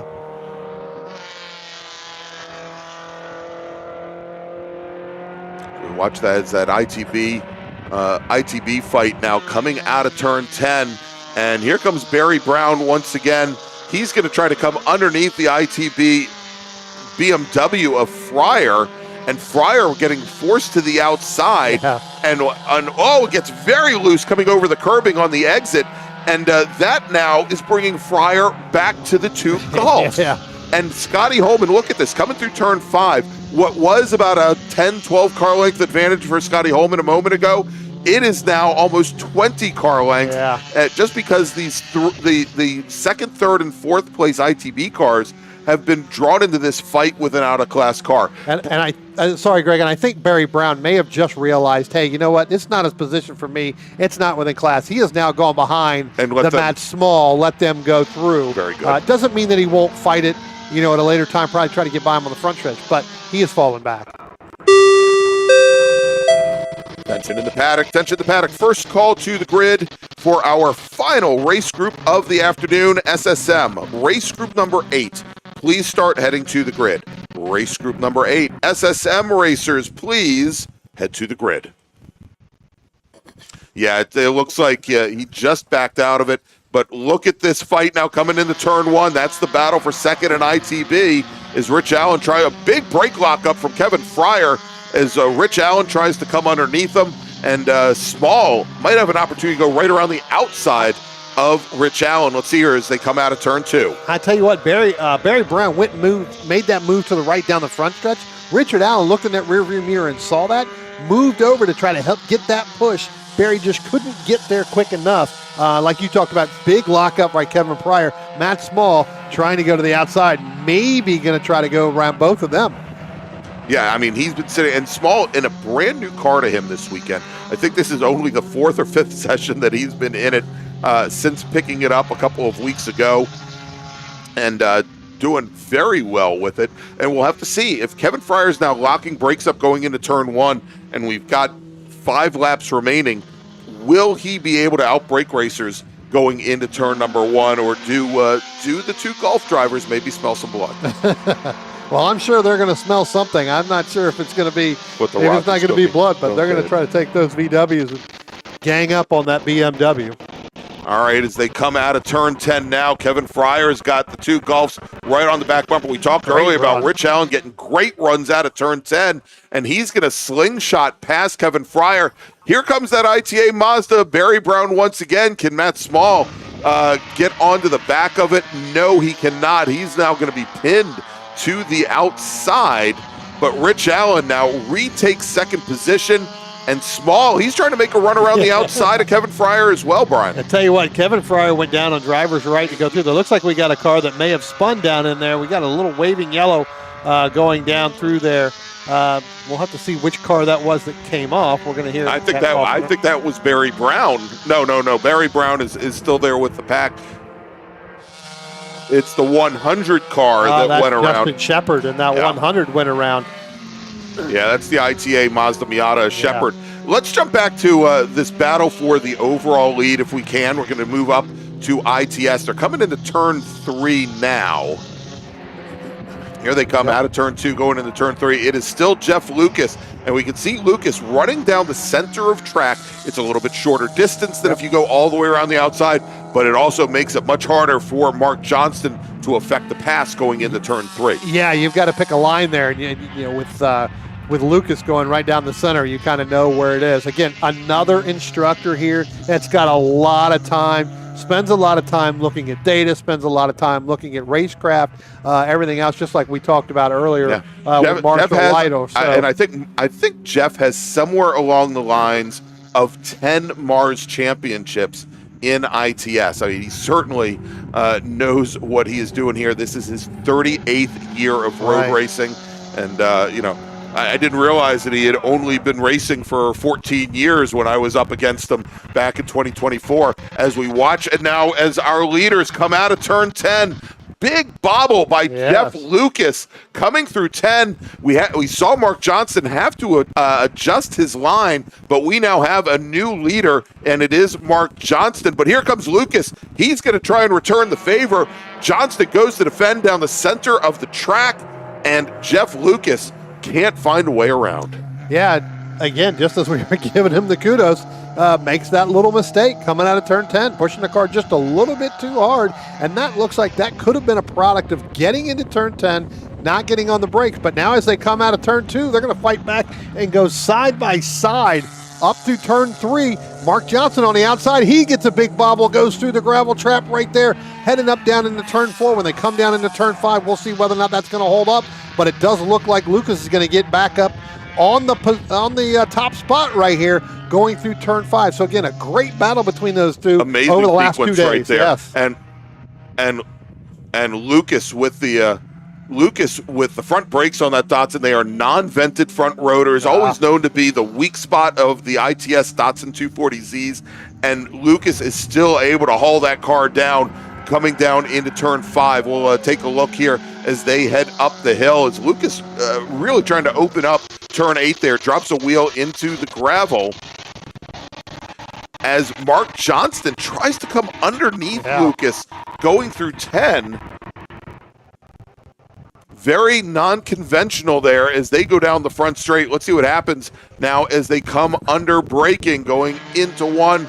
Johnston, he's not going to try anything that time by, but Johnston has been so much stronger, regardless of that bobble from Lucas, has been so much stronger through turn 10, just has not been able to take advantage. Well, you just talked about that. I think Mark Johnston backed the corner up a little bit, got on the brakes a little bit sooner in order to affect his drive off the corner. So got in a little bit smoother, working on his drive off of turn 1, hoping to get Lucas to make another mistake. Attention in the paddock. Second call to the grid for race group number 8, SSM. SSM racers, please head to the grid. Your race starts next. Yeah, I was talking about that right before you did that. Mark Johnson backing up the corner into turn 1 to try to work through center off to try to keep there, and hopefully making Lucas make another mistake, just as he forced him, it looked like, to do coming out of turn 10 by potentially getting on the brakes a little bit harder than he wanted to, which cost him to lose the nose and cost him to wash the nose out coming out of turn 10, which forced him to get a little bit loose coming on exit. All right, coming across the line. Let's take a quick look here. Let's jump back over for a moment to that ITB battle. They're going to be coming down. This is the battle for second in ITB between Rich Allen, Kevin Fryer, and Matt Small. And, well, let's throw the ITA car of Barry Brown in there as well. As Barry Brown comes underneath Rich Allen going into turn 1. That's going to slow our second-place driver in ITB up.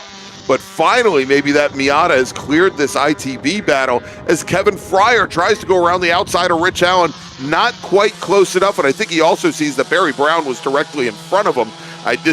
He probably saw that window close very quickly, Brian. Probably all three of those drivers, with Richard Allen, Kevin Fryer, and Matt Sproul, probably said, Barry Brown, please get ahead of us and go. Get a good turn in and get a good exit so we can get back to our battle for second place. Exactly. So you're not in between us. And it could be that now that is done, I think you're going to see a pretty good battle between those three cars. Only took 16 laps, Brian. Yeah.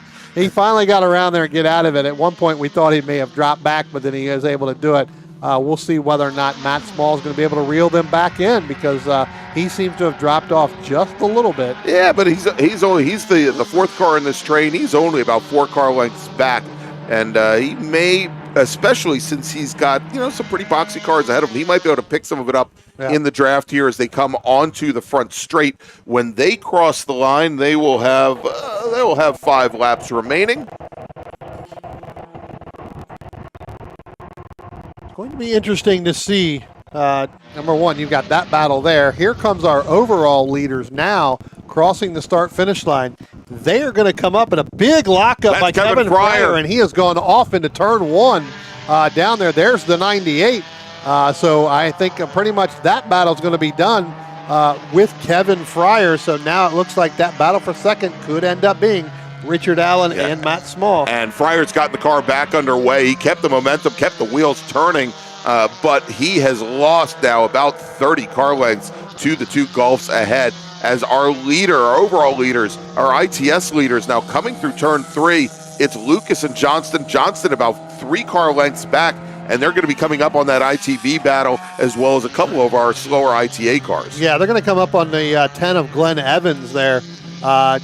Just here momentarily, but as I was getting ready to say, our overall leaders now, they're going to play a part in that ITB battle for that second position. That was until Kevin Fryer went off, so that unfortunately isn't going to be. But what that does is that opens up Richard Allen, a little bit of a break there between him and Matt Small for that spot. So we're going to have to see with 4 laps left to go whether or not Kevin Fryer, if he didn't flat spot those tires going down into the gravel, whether or not he's going to be able to reel Matt Small in for that last podium spot. He's got a long way to go to do it. He's got about 30 car lengths as Kevin Fryer now has our leaders right up behind him. And Jeff Lucas and Mark Johnston, they're going to try and make it 3 wide with Kevin Fryer's ITB car and Glenn Evans as they go down into turn 1. Lucas pulls across the front of Evans, tries to open up the corner, and Mark Johnston kept his car pinned all the way to driver's right, all the way to the very edge of the track, and that made it for a very slow entry, Brian. I tell you what, as we watch coming out of turn 1, you're going to see there's Jeffrey Lucas. He went really, really wide, dropped 2 wheels off in the middle of turn 1 and 2. That's going to put Mark Johnston back in the front of this lead. Wow, another unforced error for Jeff Lucas here today. Yeah. And Mark Johnston, your new leader, with 2.5 laps remaining. Yep. Another mistake made by the pressure of Mark Johnston with Jeffrey Lucas, just basically looking in the mirror. And again, they had cleared both of those cars in the Kevin Fryer and the 10 of Glenn Evans before they went down into turn 1. Mark Johnston, as you said, held his line in very, very tight going in through turns 1 and 2. And Lucas got really, really wide, dropped those 2 tires off. Under normal circumstances, that would have been just absolutely fatal to Mark Johnston's advance, and Jeff Lucas hands him a huge, huge lifeline as Mark Johnston comes out of turn 10 now onto the front straight. He is coming up on the Rich Allen Volkswagen Golf now, and Jeff Lucas far enough back, they're not going to make it 3 wide, and this is going to be problematic for Lucas as they come under braking into turn 1. He's going to end up having to follow Rich Allen's Volkswagen Golf into turn number 1. He's going to lose more momentum, and for the second day in a row, and again, we've still got some time here. We've got 2 laps remaining, but Mark Johnston, towards the tail end of a race, has been gifted a very, very huge advantage. Tell you what, Jeffrey Lucas got through that Richard Allen machine going around turns 1 and 2. He was able to close up a little bit. We'll have to see. It looks like one of them may have put a couple tires off there going up over the hill, but Jeffrey Lucas closed that back down to a car length and a half as we're looking through turn 5. Now, it looks like Johnson's going to get held up there. That may allow Lucas to get right back on the back bumper here as they come out of turn 6. Yeah, and I think they're coming up on the 100 machine of Shepard, possibly, who's had his issues early on as they come through the carousel here and start to make their way up the hill, and it's so critical. Maybe not as much for the ITS cars. They've got a little bit more horsepower, a little bit more torque to carry speed through turn 8 and up this hill, as we've got a driver getting very loose. That was Matt Small, dropping the rear wheels of that Golf, did the right thing with the front wheel drive car, matted the throttle, straightened it out, and he continues. But our ITS leaders now on the front straight, Mark Johnston getting the 1 to go board, as our leaders now get past, looks like they get past Barry Brown's Miata. The margin between our leaders under braking closes down, Brian, to about 3 car lengths.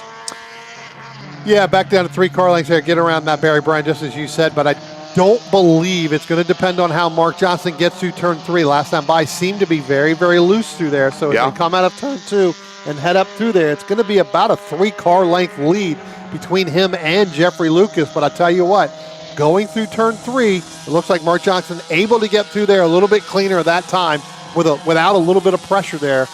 This is where Jeffrey Lucas has been the best between these 2 cars. But he's got to get it done and get it done quickly, because as we have seen, Mark Johnson gets through turn 9 and through 10 very well than Lucas is right now in the second half of this race. That may be just enough to keep him out in front. All right, Mark Johnston now making his way through the carousel. They've got another driver up ahead of him. That is Scotty Holman. But Holman, he is so far up the road, I don't think they're going to encounter him before they get to the checkered flag. Holman's going to have another lap to run as your ITB leader. And as they come into turn 10 now, Mark Johnston with maybe a 15 car length advantage over Jeff Lucas. And as they come to the line, taking the win for the second day in a row in ITS, Mark Johnston out of Falling Waters, West Virginia. Coming in second, Jeffrey Lucas. Yesterday third, today second. Coming home in third is going to be Chris Childs. He takes the last step on the podium in ITS. Coming across the line now, there he is, Dan Freeman. He sweeps the weekend in ITA in his Mazda Miata. Joel Gambino, he will finish second for the second day in a row. And our third place runner in ITA, that's Ben Seelig in the number 5. He picked up third position, took the last podium spot yesterday. I think we've still got him circulating around. We should see him. Yep, here comes Ben Seelig now out of the final corner onto the front straight. And Ben Seelig will bring his ITA Mazda Miata home in fourth. He finishes, or probably in third in ITA. He finishes just behind Glenn Evans, who finished 6th overall, 4th in ITS. And now we've got that ITB fight going on, Brian. We've got Scotty Holman. He's all by himself at the moment.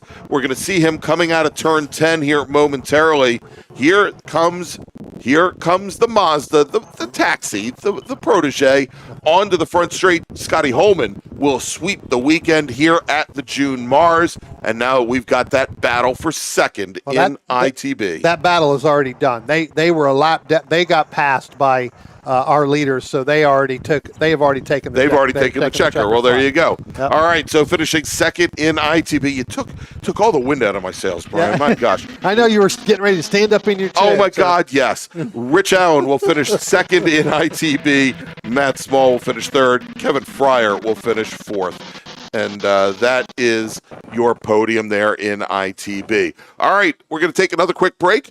But before we do, let me make a final call to the grid for our last race group of the day.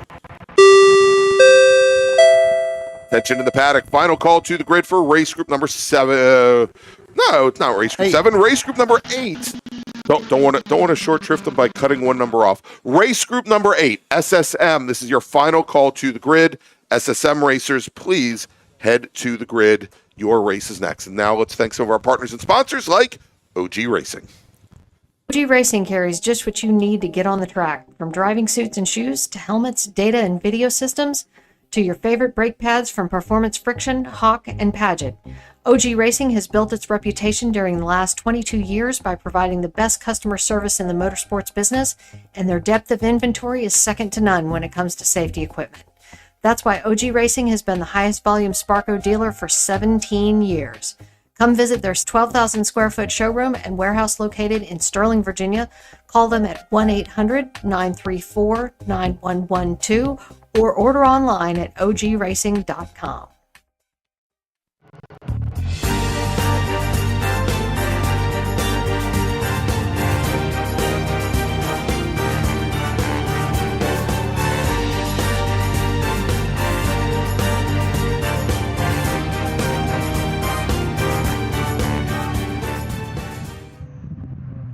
you like what you see today, become part of the action by joining Sports Car Club of America.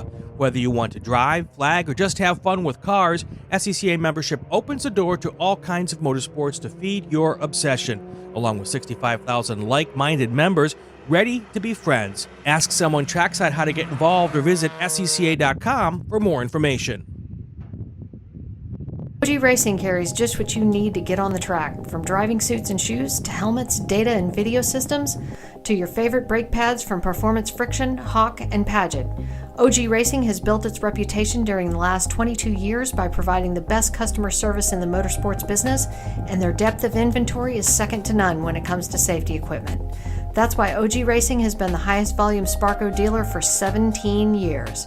Come visit their 12,000 square foot showroom and warehouse located in Sterling, Virginia. Call them at 1-800-934-9112 or order online at ogracing.com.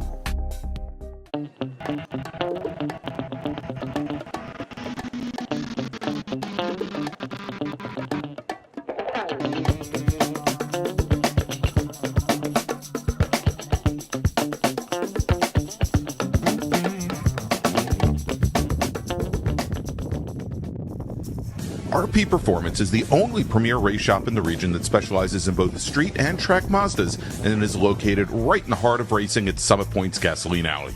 RP has been involved in countless race wins and series championships across many classes with drivers of all ages.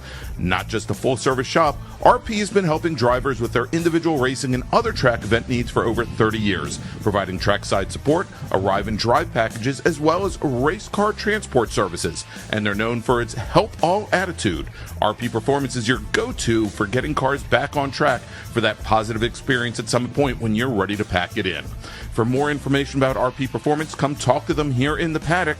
Call them at 304-728-6749 or email them at Brett, that's B-R-E-T, at rpperformanceracing.com.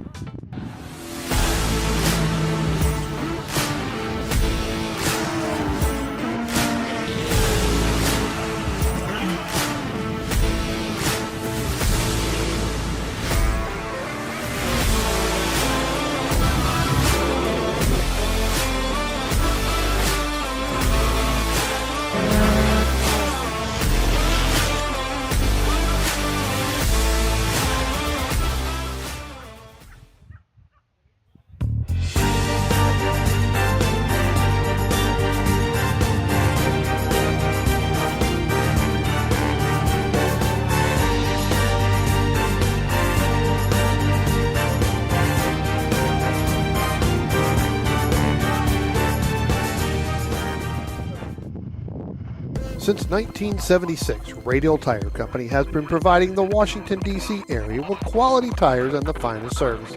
They have earned a reputation as a premier specialist in hard-to-find performance tire and wheel applications.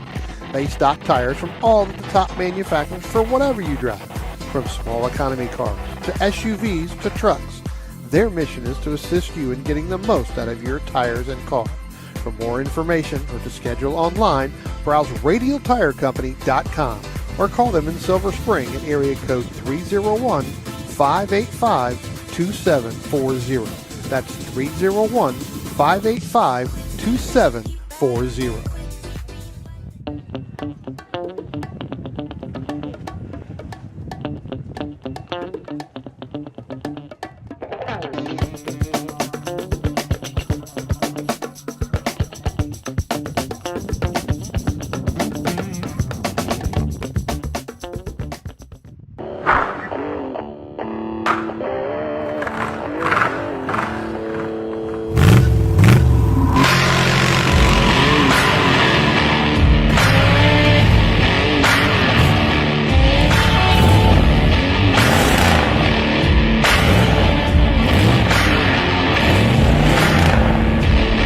Hey dog, Belmont Classic Cars, where we take you back to simpler times.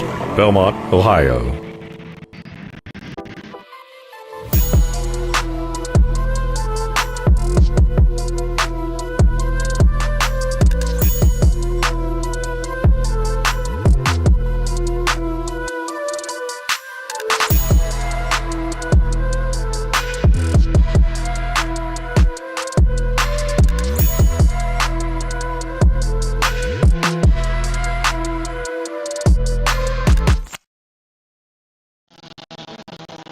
And welcome back, everybody, to Summit Point Raceway in the 2024 June MARRS presented by RP Performance. I'm Greg Ginsburg. We've got Brian Donati. We've got Spencer Gaynor. And we've got one race remaining, Brian, and it is SSM. And there you go. You saw that ad right up front from Toyo Tires, who is offering up, as we've got 1 minute before our cars head out for their pace lap. Toyo Tires with a great contingency for our racers, offering up Toyo bucks. Yep.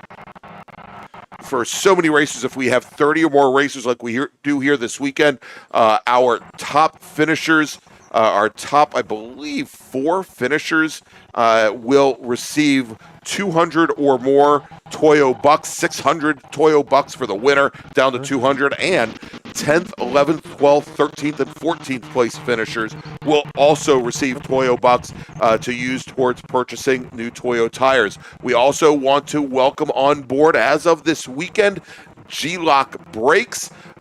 They have now provided a great contingency program for giving out $100 certificates for G-Lock brake pads to the winners of every MARRS SSM race, $75 for second, $50 for third, and if you finish outside the top 3, if you are running G-Lock brakes and the stickers that are required, the top driver that meets that out of the top 3, they will also get a $100 certificate. Very nice. So wonderful to have that. This is also the very first weekend that, besides the Toyo RA1s, the Toyo Proxy RR tires are now legal for use in SSM. Let's run down the starting order. We had 33 drivers set times. I'm going to give you the top 20 here in the field. Starting 20th, driving the number 36 Mazda Miata from Leesburg, Virginia, it's Chris Tilton. Jay Bindrum will start 19th. He's in the 88 car. He's from Noakesville, Virginia. Ben Sarley. And I want to thank Ben for offering up his car, or an earlier iteration of his car, for the thumbnail that we used for our YouTube video here this weekend. Ben Sarley driving the number 199 machine. He's out of Millersville, Maryland. He starts 18th. Adam Volatile starting 17th. He's in the 04 car. He's from Sykesville. And then Emil DeGaru, who I believe was instrumental in putting that G-Lock brakes contingency together. Emil will start 16th today in the number 85 machine. Ryan Harrison will start 15th today. He's in the 146 car. He's out of Washington, D.C. Michael Monahan in the number 44 car. He's from Hedgesville, West Virginia. He starts 14th. John Carlos Schooler starting 13th today in his second MARRS race ever. He's from Middleton, Maryland. He starts lucky 13. Scott Brunk will start 12th. He's in the number 79 car. He's from Frederick, Maryland. Isaac Jordan is from Weehawken, New Jersey, representing the northern New Jersey region. He starts 11th. Dave Biegert from Warrenton. He will start 10th today. He drives the number 1 car. Benjamin Jones from Midlothian, Virginia. He will start 9th on the field in the number 10 car, while Callan Crocker, it took like an act of God, Brian, to get Callan Crocker's number 123 car back together. The Herndon, Virginia driver will start 8th. John Hotz, he will start 7th today. He's in the number 63 machine with Nathan Lucas. Also, with a lot of repairs done to his car, he starts 6th in the 67 car. Jack Murchison will start 5th today. He's in the number 58 machine with Chip Herr, our reigning STU national champion, in the number 97 Mazda. The Lidditz, Pennsylvania driver starts 4th. Brian Henderson will start 3rd today in the 197 car. And your front row today, Ryan Maloney from Dayton, Maryland, driving the number 15 Mazda Miata. And Richard Roman from Stroudsburg, Pennsylvania. He's driving the number 11 car. He's your pole sitter. And the green flag is in the air, Brian. Our last race of the day. It is SSM racing here at the Mid-Atlantic Road Racing Series as they all barrel down towards turn 1. Rich Roman, he's got that inside lane. He's going to move over a little bit to driver's left to hold off both lanes as they go down into turn 1. Ryan Maloney is going to try to shoot around the outside of Chip Herr's number 97 car. We got that 58 of Jack Murchison and Brian Henderson in the 197 car. Where does he slot in here? Looks like he's now dropped back in the 4th. I tell you what, coming up out of turn 2, heading up into turn 3, you got a couple of the white cars there. You got Rich Roman and the 97 of Chip Herr. Chip Herr getting really loose coming up out of turn 3. That forces Ryan Maloney to go driver's right into the gravel trap. Got 2 wheels in there, kept it on there. Your overall leader now going to be Rich Roman in the 11, Ryan Maloney. Now Chip Herr's going to be under a lot of pressure there from Jack Murchison in that 58 as they head through turn 5, coming up through turn 6. I'll tell you what, guys, they only got 4 laps of racing yesterday. These guys are eager to get going. That's right. This race befallen by a couple of rather large incidents yesterday. Not a lot of green flag racing before the checkered flag flew. Rich Roman did take the win with Ryan Maloney finishing 2nd.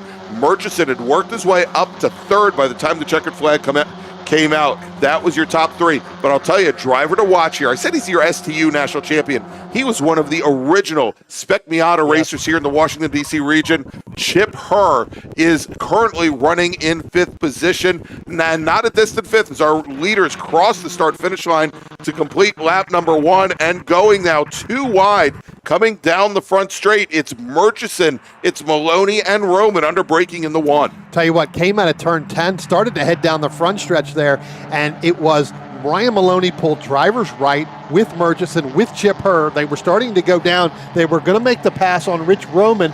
Chip Herr got out of line, moved back in behind Rich Roman, and that allowed Ryan Maloney to go up through the edge there, give him the lead. Murchison stayed with Maloney, put him in 2nd place right now. That's it. I guess Rich Roman knows where his bread is buttered, or actually Chip Herr knows where his bread is buttered. All those Pennsylvania drivers staying together there as they make their way down through turn 5. We've got the 2nd group of racers just a little bit further back, and that is Henderson in the 197 Hots, Ben Jones, Dave Biegert, Isaac Jordan, Scott Brunk.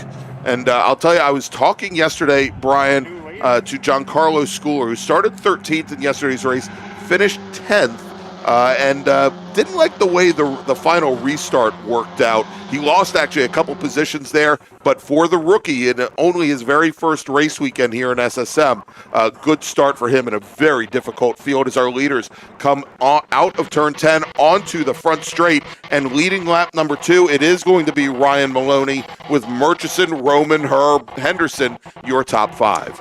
2 drivers not making the field here today, and I know they were working on their cars early this morning. I saw them. That is the 67 of Nathan Lucas, who did have some pretty good sizable damage yesterday, and the 123 Kalen Crocker. We saw Kalen go take a regular test lap here earlier today. A hardship Obviously, lap, that car was not ready to go, so decided to call it as we come up out of turn 2 and head up into turn 3. Guys, it looks like we're going to have a new leader as we get down in the back half of this racetrack, and that could be the 58 there of Jack Murchison. He was able to get around Ryan Maloney as they come down, so put Murchison up in the lead there. Maloney 2nd, Roman 3rd. You still got Chip Herr and then Brian Henderson. That's your top 5. Again, I'm not used to seeing 3 or 4 white cars on the top there. No. Usually it's a white and a blue one, so it's easy to pick out. But you look at those top 5, and then you got a little bit of a gap back to Ben Jones in the 10, and then the 63 there, I believe, that's John Hotz right there, and then David Biegert right behind them.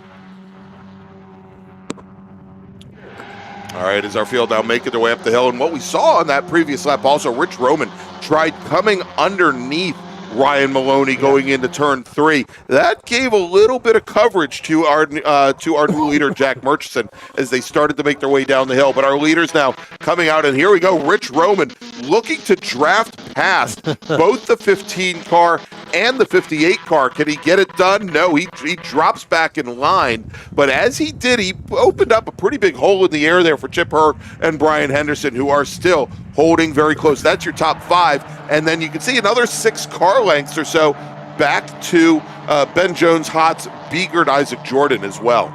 I tell you what, like you said, Rich tried to go and pulled out by himself.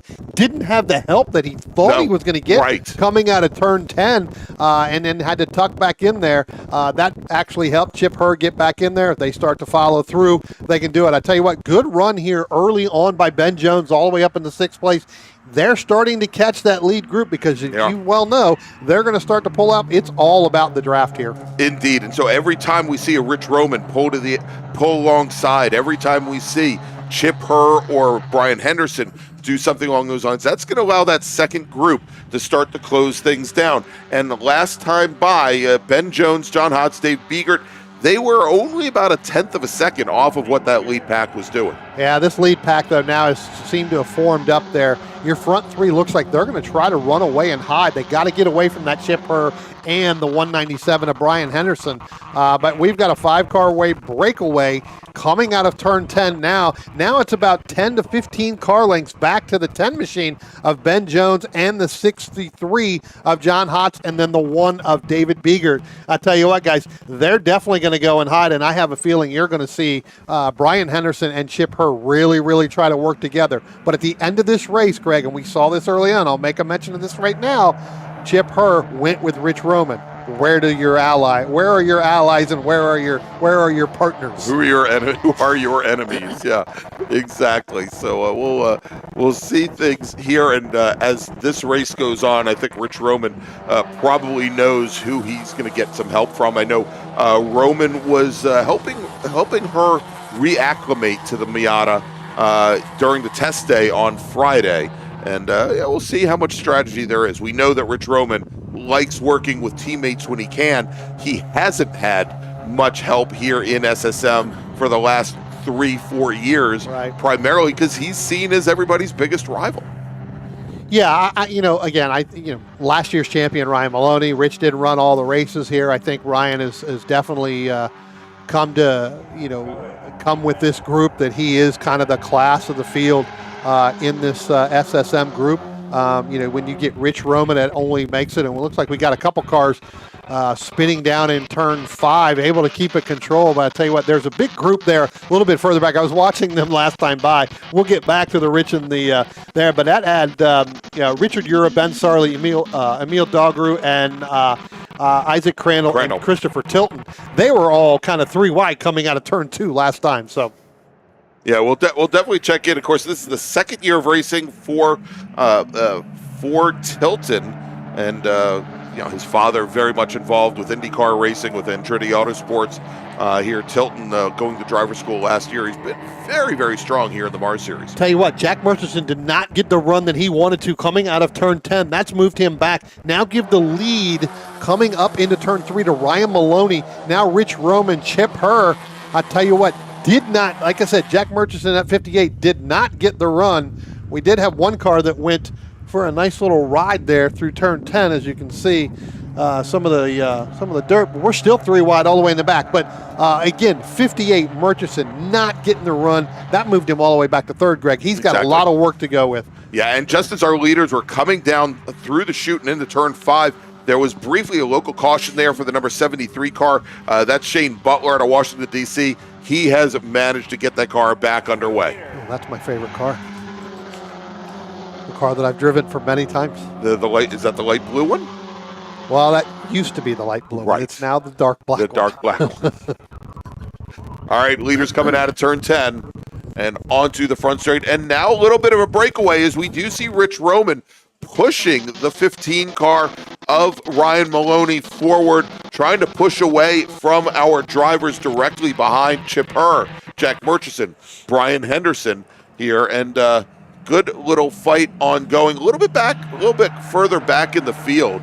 Watching now the 98 car, that is Arif Kazem in the currently running 15th. He's got Jay Bindrum locked in behind him, but I'll tell you walk up and down through this field, you're seeing gaps, Brian, but for the most part you're seeing these packs of 5, 6, 7 cars all locked in together like the group now coming here into turn number 1. Yeah, I tell you what, I think that group is led by Giancarlo Schooler there. Yes.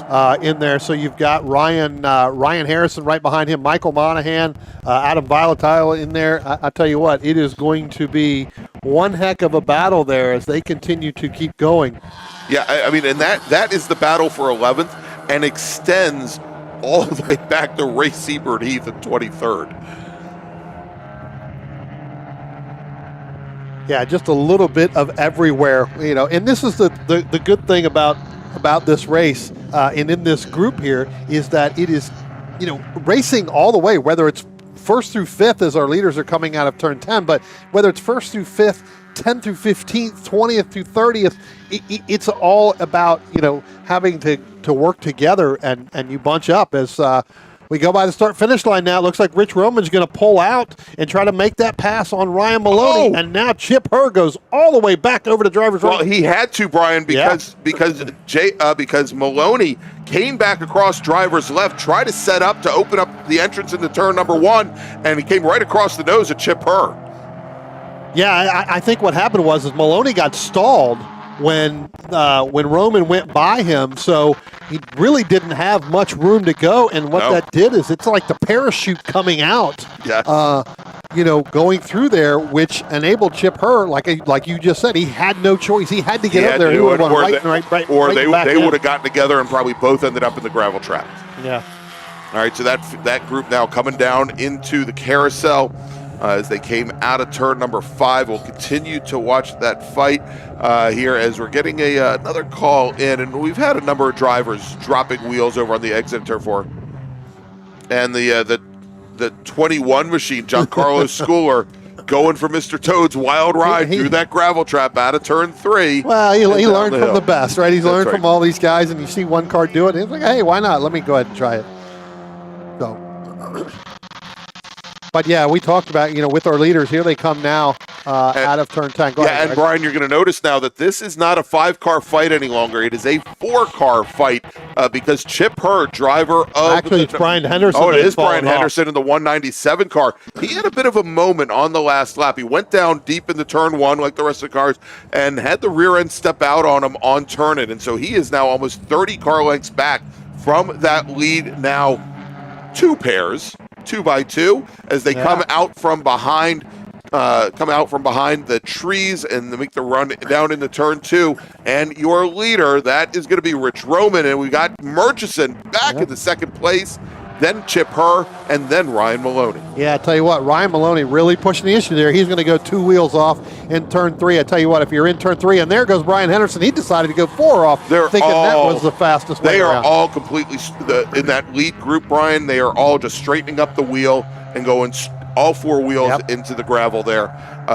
Not hearing any calls from they might as well just leave their mic keyed up and just continue to keep calling in because they're going to continue to keep doing it. But Rich Roman and Murchison, I tell you what, stepping up, getting into second place here.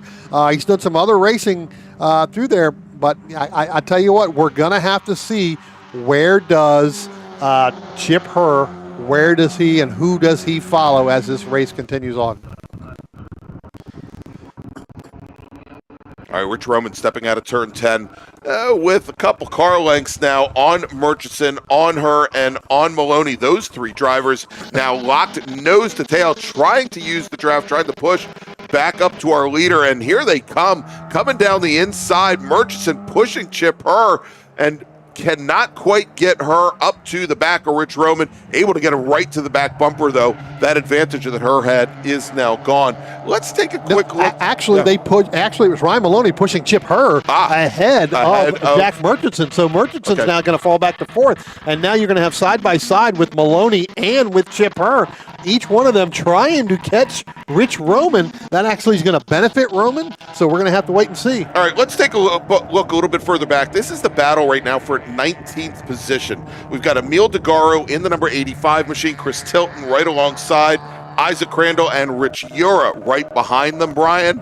And this is just a great, we're seeing these great fights. They are now 2x2 coming out of turn number 2. And starting to close in on them is Ray Seabird Heath in that red and gray number 9 machine, John Maslin in the number 16 car as well. But such wonderful battles here as we're seeing from the front to the back of the SSM field. I tell you what, just like you talked about, you've got a battle not only at the front 5 or 10 in there, but you have a battle all the way back Dogru, Tilton, Crandall, even Ura, and then Heath. They're constantly battling each other. May not be for the front, but they are constantly battling left and right just about for every single lap.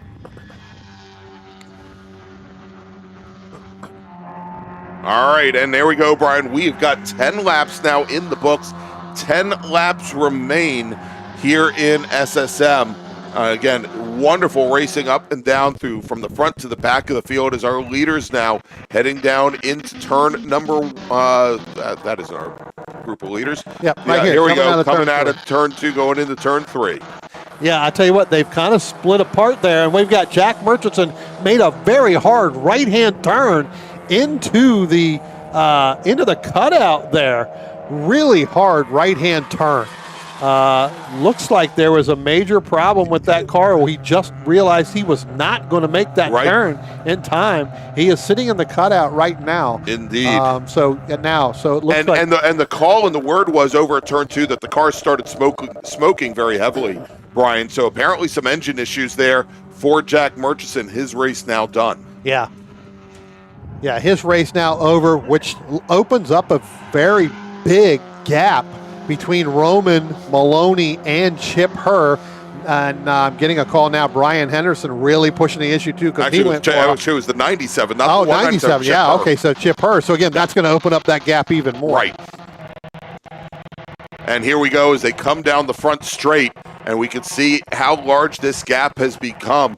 It is now almost a 15 car length advantage that Rich Roman has over Ryan Maloney. And then running in third position, that is Chip Herr. He closes things down under the draft, but not quite close enough. But right back behind them, great run there. We see Brian Henderson, and I believe, actually, there was a little bit further back from Brian Henderson. It was John Hotz and Ben Jones.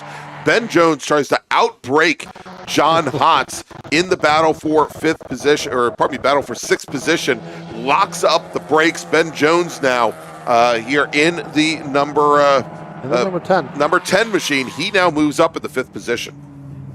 Yeah.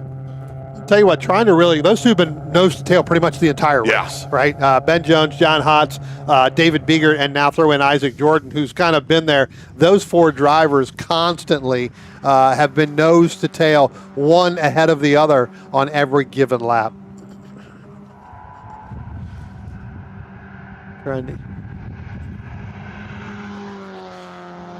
Yeah, so we're getting called. Jack's car, he's in the cutout here.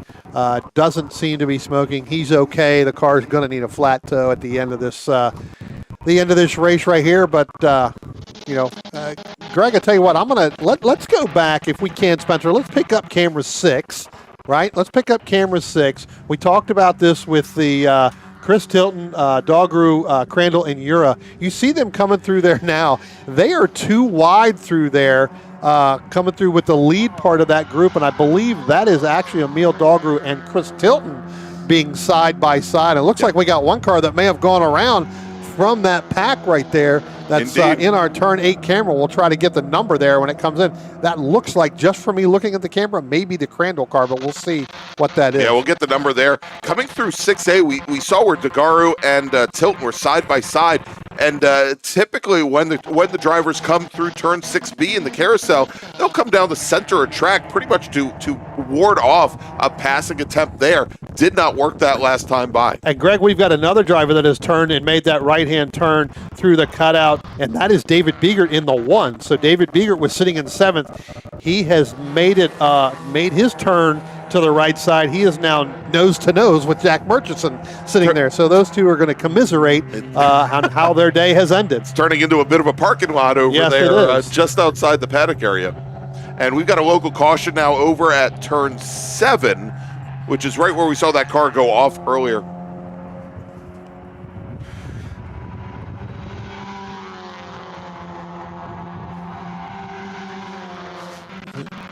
And they're saying that the metal-to-metal contact was between Dogru and I didn't hear the second number. They had 85. Yeah, exactly. I think It was. It may be the 36 there of Tilton. We'll have to see if he's still there. Yeah. But there was some contact, I believe. That's the call over the radio. Yeah, and a matter of fact, so we're seeing DeGaro now finds himself a couple positions back in 22nd, and Tilton now falling back to 29th position. Yeah, so he's the a one lap still down. down. Yep. He's the one still down there. Yep.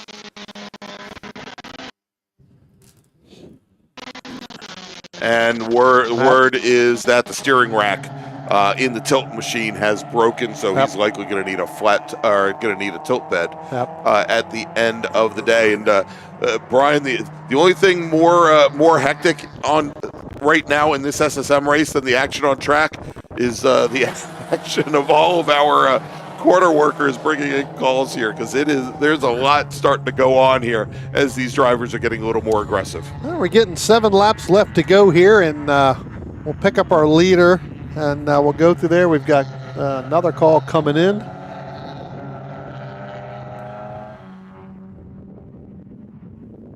Okay.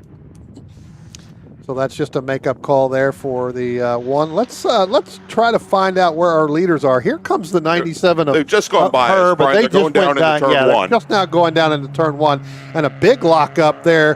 Not sure who that was. It's right in front of where our leaders are going to be.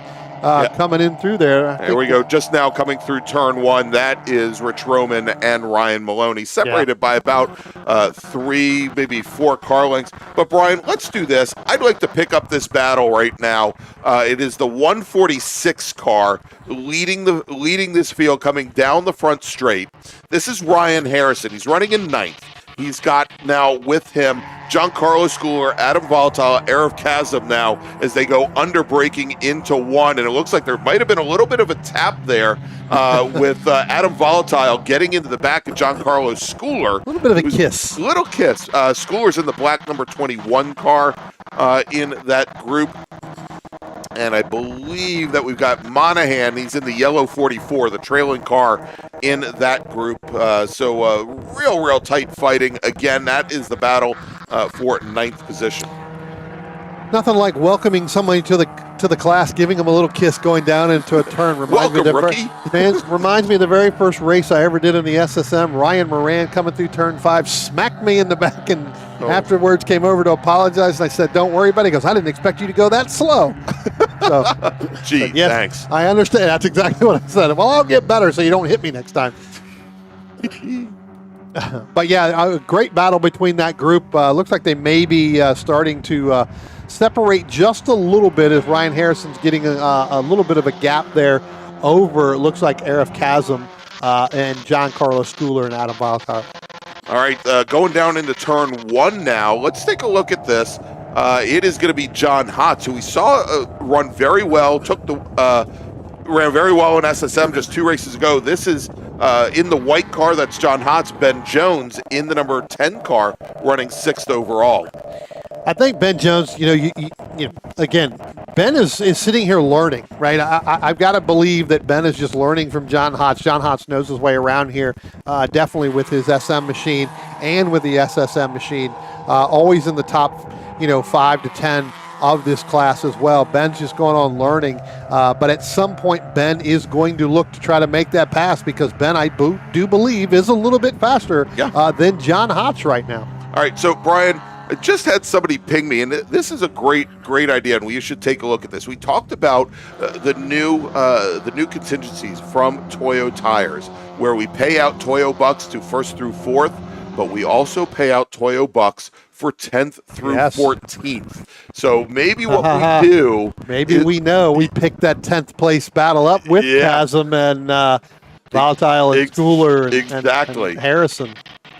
And right now, and coming across the line right now, we think we just saw, that was the group with Scott Brunk just ahead. We'll pick up here. There goes the 10 car on the front straight. So let's pick up this battle now. Coming. Here they come right now, out of turn 10. Coming on to the front straight here, out of turn 10. This is, we've got the number 98 car. That's Arif Kazem. He is currently running 9th. He is out of the money right now. The driver right behind him, Ryan Harrison, he's in the money. So if you're Air Chasm, do you let the guy go? Well, you may not know where you are. That's Right. the hard part, right? So Exactly. you're right.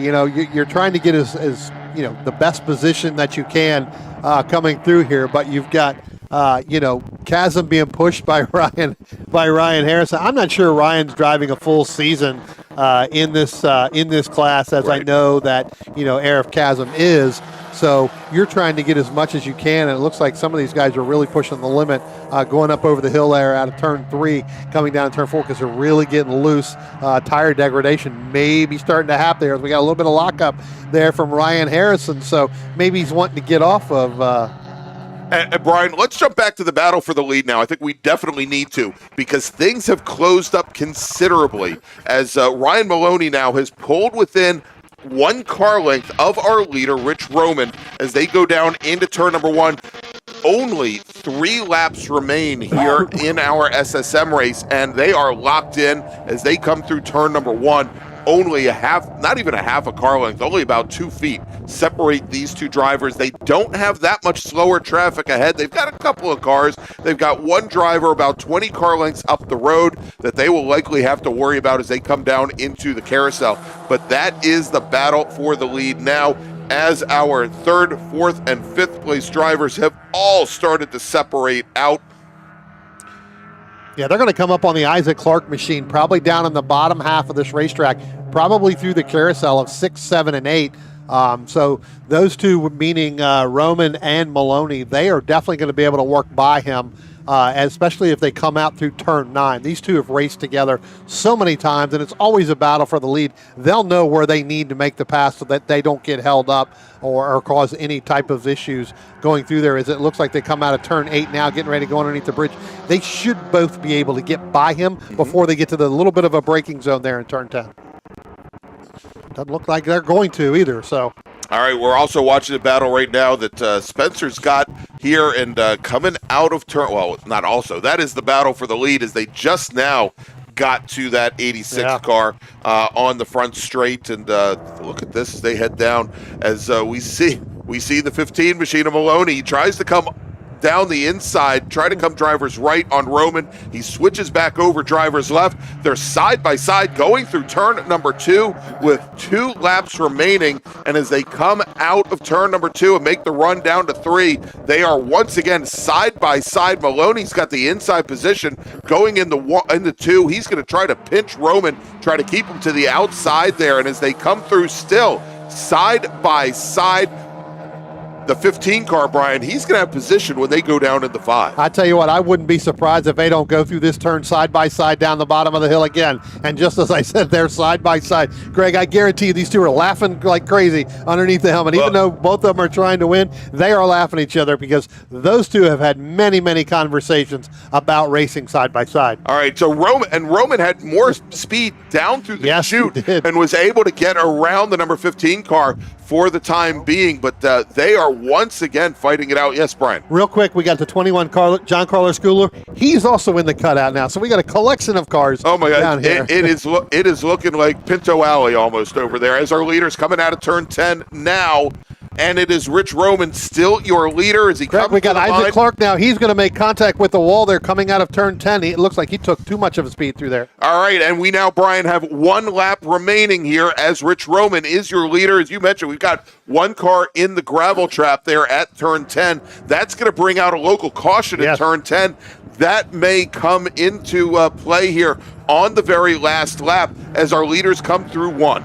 I tell you what, as the leaders come through 1, you're right, Greg. Now Maloney's got to make that pass before he gets back up underneath that bridge because there's going to be a standing yellow there. So he's got to get it done here in the next 6 turns in order to do that. That is Isaac Clark over there in the gravel trap. Ryan Maloney goes 2 off up into turn 3 right there. You're going to see it. He's really pushing the limit. We'll see who's faster down the backside of the racetrack. And we know Roman is faster coming down through the chute. He kept his foot in it, and he is still ahead of the 15 car. The 15 car going to try to look around the outside going through turn 5. That would have been the long way around. Maybe now he tries to switch it over, come down to driver's right as they go into turn 6A and 6B. Roman keeping that car pinned all the way to the inside. He's not going to give Maloney the opportunity there as they now start to run up the hill. I'm sure their crew members have told him what's gone on in turn 10.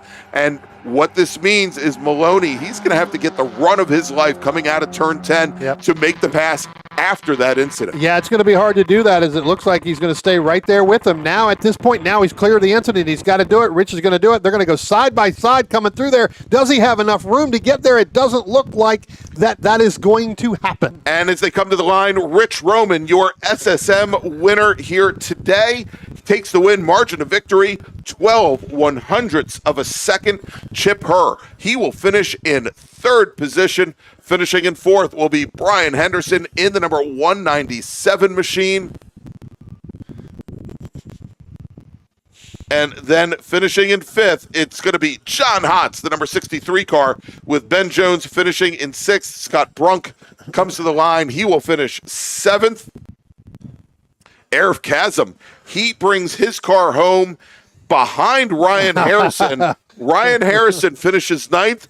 Arif Kazim, you're in the Toyo money, my friend. Arif Kazim will finish at 10th. Adam Volatile finishes 11th. Maybe they were listening to us, Brian. Maybe. Adam Volatile finishes 11th. Mike Monahan finishes 12th. Jay Bindrum, 13th. Ben Sarley is our final racer to take home a Toyo Buck contingency here today as driver of the 14th finishing car. Congratulations to him.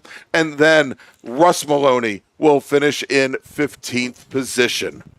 Oh, I have no more voice. Neither do I. I was going to say I'm glad this is the last group because I have no more after that. I think I've sat down and stood up more times in that race than I have all weekend long. Oh my, oh my, oh my. All right, there you go, everybody. That is your final race of the weekend. So, Brian, why don't we start to wrap things up here? And as we do, I want to thank some wonderful people from the Washington, D.C. region of the SCCA that have made things so easy for us here this weekend. I want to thank our Chief Steward, Dennis Dean. I want to thank our race chair, Greg McDermott. I want to thank Bob Crawford, of course, who has been our champion here with these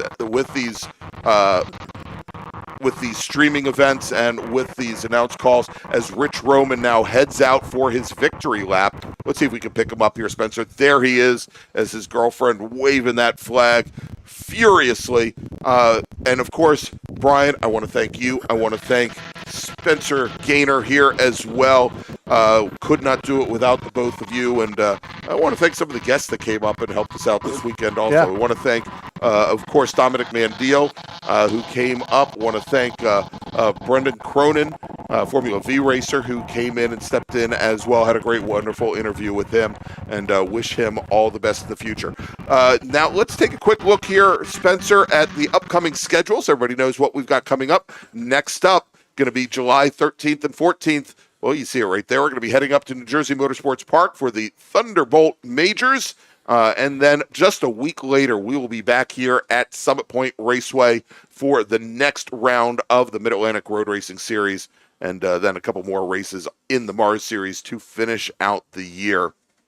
And, of course, you'll be able to catch me in just 2 weeks at Road America, the National Park of Speed for the Hoosier Racing Tire SCCA Super Tour on the SCCA official channel. All right, so for Brian, for Spencer, I'm Greg Ginsburg, and we'll see you in the middle of July.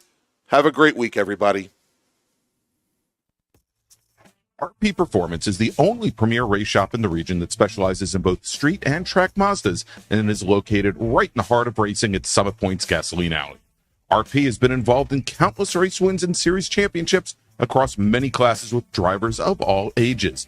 Not just a full-service shop, RP has been helping drivers with their individual racing and other track event needs for over 30 years, providing trackside support, arrive and drive packages, as well as race car transport services. And they're known for its help all attitude. RP Performance is your go-to for getting cars back on track for that positive experience at some point when you're ready to pack it in. For more information about RP Performance, come talk to them here in the paddock. Call them at 304-728-6749 or email them at Brett, that's B-R-E-T, at rpperformanceracing.com. OG Racing carries just what you need to get on the track, from driving suits and shoes to helmets, data and video systems, to your favorite brake pads from Performance Friction, Hawk, and Paget. OG Racing has built its reputation during the last 22 years by providing the best customer service in the motorsports business, and their depth of inventory is second to none when it comes to safety equipment. That's why OG Racing has been the highest volume Sparco dealer for 17 years. Come visit their 12,000 square foot showroom and warehouse located in Sterling, Virginia. Call them at 1-800-934-9112 or order online at ogracing.com. Since 1976, Radial Tire Company has been providing the Washington, D.C. area with quality tires and the finest service. They have earned a reputation as a premier specialist in hard-to-find performance tire and wheel applications. They stock tires from all of the top manufacturers for whatever you drive, from small economy cars to SUVs to trucks. Their mission is to assist you in getting the most out of your tires and cars. For more information or to schedule online, browse radialtirecompany.com or call them in Silver Spring at area code 301-585-2740. That's 301-585-2740. Belmont Classic Cars is a family-owned classic and collector car dealership located in Eastern Ohio, specializing in 1960s and 70s American muscle cars and other unique automobiles. Belmont takes pride in taking you back to a simpler time with iconic classic rides and never selling anything that they wouldn't want in their own collection. To see Belmont's extensive inventory of classic cars, visit their website at belmontclassiccars.com or find them on Facebook and Instagram at Belmont Classic. The DC region would like to welcome the Autoverse to the MARRS family.